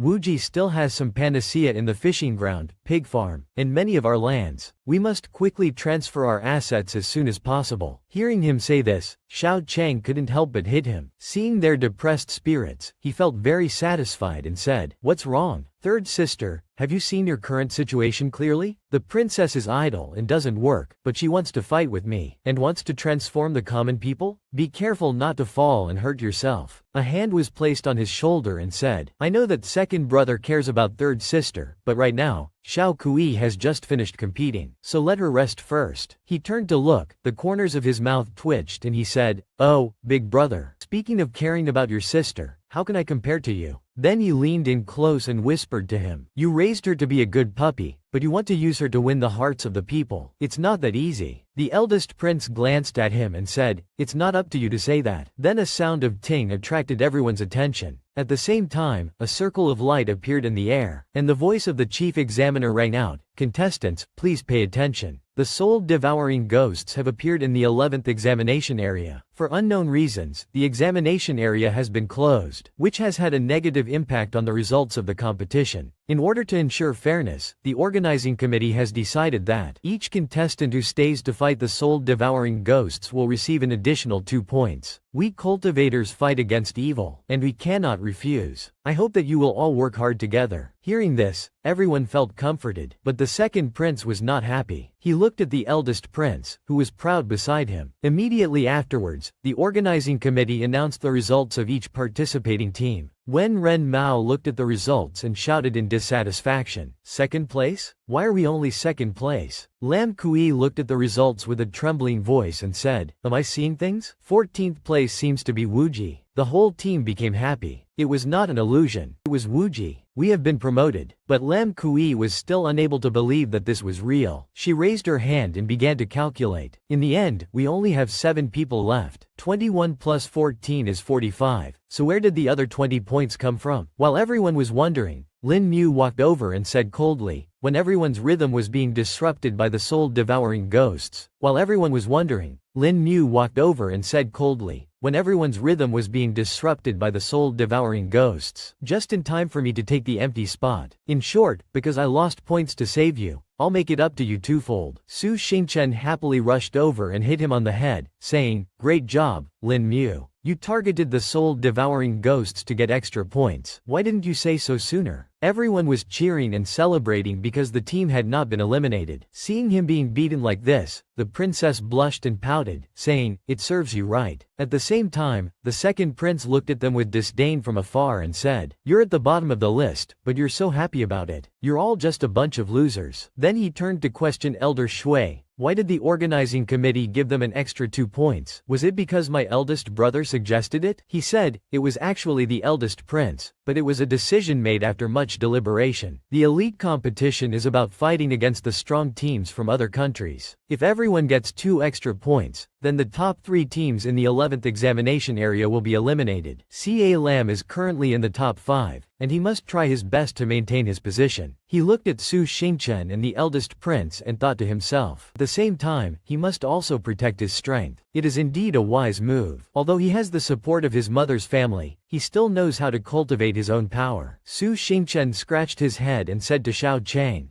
we actually made it into the rankings, and we still have our land. He advised him not to only care about that piece of land, but this time, you did a good job. Fortunately, before you could celebrate, someone came to collect a debt. The master of the mysterious Qi building brought his daughter over and patted his shoulder with an unsightly expression. He asked, Su Xingchen of the Boundless Academy of the Sea? What did you do to my daughter? His murderous aura made his back go cold. His hand shook as he gripped Su Xingchen's shoulder. Another hand grabbed his and pulled it away. What are you doing? The person who had come was Mr. Wu, the instructor of the Boundless team. He asked with a solemn face, Do you want to bully my students in front of me? Suddenly, a fierce-looking man rushed out and pointed at his face, saying, Are you the new martial emperor who came to Boundless? Alright, let's settle this together. My daughter has been in a coma since the end of the match. Her 3 souls and 7 spirits are scattered, and I don't know where the young lady's soul is. I request that Su Xingchen be isolated and interrogated. Xiao Shi stood behind him, afraid. So that's who he went to find at that time. Could it be that the final outbreak was also caused by him? She thought that she had to help him cover this up, but how should she do it? Before she could finish thinking, she was shocked to see a different side of Su Xingchen. He cried and shouted, full of grievance, You're talking nonsense. His attitude shocked everyone who saw it. They were amazed at how quickly he could change his face. They felt as if they did not know the person in front of them. His face was red and his tears were streaming down his face, as he said, You guys are saying that I harmed her, so do you have any evidence? It's obvious that I was only staying by Lao Hu's side to fight the soul-devouring ghosts, right? He turned to Lao Hu and acted coquettishly. Lao Hu could only nod in agreement. The more he cried, the more intense it became. Then he turned to hug Xiao Shi and continued to cry. She also felt helpless. She covered her face with her hand and let him do whatever he wanted. I'm just a weakling who has just entered the Great Martial Master realm. How could I possibly kill a group of you Great Martial Masters? You couldn't protect her. You let the soul-devouring ghosts eat her soul, and now you're blaming me. This is so unfair. The tracking formation has been closed. Can you still blame someone else? I'm also saying that you released the soul-devouring ghosts. They were startled and denied it. They looked at each other and thought to themselves, this matter cannot be investigated. Otherwise, the mysterious Qi building will be in big trouble. Su Xingchen looked at them proudly and said, If you want to investigate, let's do it together. Let's make a big deal out of this, and I'll see if your mysterious Qi building can bear the crime of intentionally releasing the soul-devouring ghosts. Then the master of the mysterious Qi building called a subordinate over and whispered something to him. Then he turned around and said in a threatening and terrifying voice, Very good, little brat. The mysterious Qi building has remembered you. Then he led his people away. He thought to himself, This old man has targeted me. Then he was pulled into its space by Xiao Chang. He asked it if it had changed the background. It said that although the space of the fake system was not yet complete, it had absorbed her fake system. My control over the space is even more arbitrary. I can simulate any scene you like. Hearing this, he said happily, Then can you simulate my pig farm? Xiao Chang was bored and changed the subject. Sure enough, you also feel that the starry sky is the most beautiful. Then I won't change it anymore. Then it continued its work. First of all, congratulations to the host for passing the preliminary round. Your martial spirit has been promoted to the king level. This time, it was all thanks to you that we were able to turn danger into safety. Your level has also reached the Great Martial Master realm. You need a new skill. Then it handed him his simulation card. He said happily, So in the future, I'll leave all the wasteland clearing to him. I'll just plant the 2 plots of land. As a system, it was helpless against him. He planted, and he planted, and he planted. Then it told him to look at this first. He asked, You subdued her? It said, Not exactly. I found a few fragments of her soul. This is called using props to glue a completely new consciousness together. Anyway, it can barely be used. He didn't quite understand what it meant, so he asked it to explain. It explained, Isn't it enough to just let her soul return? Boundless's lounge. Shi Juwu's parents were excited to see their parents here. Excited to see their parents coming. He asked them if they had watched his match. He smiled foolishly and began to ask, Isn't your father still on the border? Is your elder brother well? His mother interrupted him and said, Don't come here and act close. Do you still remember that I'm your mother? She shouted angrily, I told you to pay attention to your safety, but you still dared to charge forward when you encountered the soul-devouring ghosts. Do you know how worried your mother and father are? She hit him a few times to vent her anger. As she hit him, she scolded him. She even stabbed him in the butt with her sword. This little brat is going to kill me. The group of people, including the princess, hid behind the door and watched Lao Shi being beaten by his mother. Xiao Shi said, "Your parents came here on purpose to visit you. Your family has a good relationship." Suddenly, Lan Kui remembered her mother and then thought of Su Xingchen. She asked Xiao Shi if she knew where her master had gone. Xiao Shi said, "In the afternoon. Master said that he had something to do and went out. He hasn't been seen since then." She found it strange. She couldn't contact Master with the sound transmission talisman. It's so late, and he still hasn't returned. She was worried. Master had never been like this before. Could something have happened to him? She told them, the western border is already in chaos. The mysterious Qi building also has a grudge against Master. We have to be careful. Then she told everyone to split up and search. In the lounge of the mysterious Qi building, they were discussing with each other. He learned that all the soul-devouring ghosts had been released by his daughter, Ming-Er. The subordinate confirmed, "That's right. The young lady has almost taken control of the entire match. The illusions are all her work. I don't know which sex technique it is." He couldn't help but wonder, when did Ming-Er learn these things? He stroked his daughter's head and said, "This child may not be very talented, but she has worked very hard. My only daughter." He looked at her lying motionless with heartache. He said with tears in his eyes, "Don't worry, Father will definitely seek justice for you. Even if I have to climb mountains of knives and seas of fire, I will summon your soul back." Then he told Lao Er to secretly kidnap Su Xingchen, skin him, gouge out his eyes, break his spine. As long as his daughter doesn't wake up, he will live a life worse than death. He didn't expect that these words of his would be overheard by him on the roof. After leaving, he told them to return and make a plan so that Boundless wouldn't be able to get a hold of them. He waited until they left, then jumped down from the roof. He cursed in a low voice, "This old bastard is finally gone. I've been sitting here all afternoon, and my legs are about to break. If the top is not right, the bottom will be chaotic. No wonder this daughter has a bad heart." Xiao Chang said, "Fortunately, we acted first. The breath-concealing bullets are limited. Quickly, put her soul back into her body. Her soul core is broken. We have to use soul power to open up her acupoints first." Acupoints first. He followed its instructions and asked, "What will she become after she wakes up?" Her father won't notice anything unusual. Her memories haven't been tampered with. Just simulate her previous appearance. Suddenly, there was a sound of someone demanding to open the door outside. Hearing this familiar voice, he guessed it was Lan Kui. She was outside, leading a group of people who were shouting, "Open the door, who dares to stop me? Is my master inside?" She said that there was no sign of him anywhere. She was sure that her master had been hidden by them. He was furious at being insulted, and said, "Your Highness, you can't be so unreasonable. This is the lounge of the mysterious Qi building, and there's only his daughter inside, who is in a coma." She was so angry that she didn't listen to him, and pushed him aside, saying, "Let me see how your daughter is doing now." Then she kicked the door open. She called out, "Master, are you in there?" But when the door opened, they saw Jin Yu Ming lying face down on the bed, his blanket thrown off, and Su Xingchen was trying to crawl under the bed to hide. The whole group of people who witnessed this scene were shocked, and didn't know how to react. Su Xingchen explained in a panic,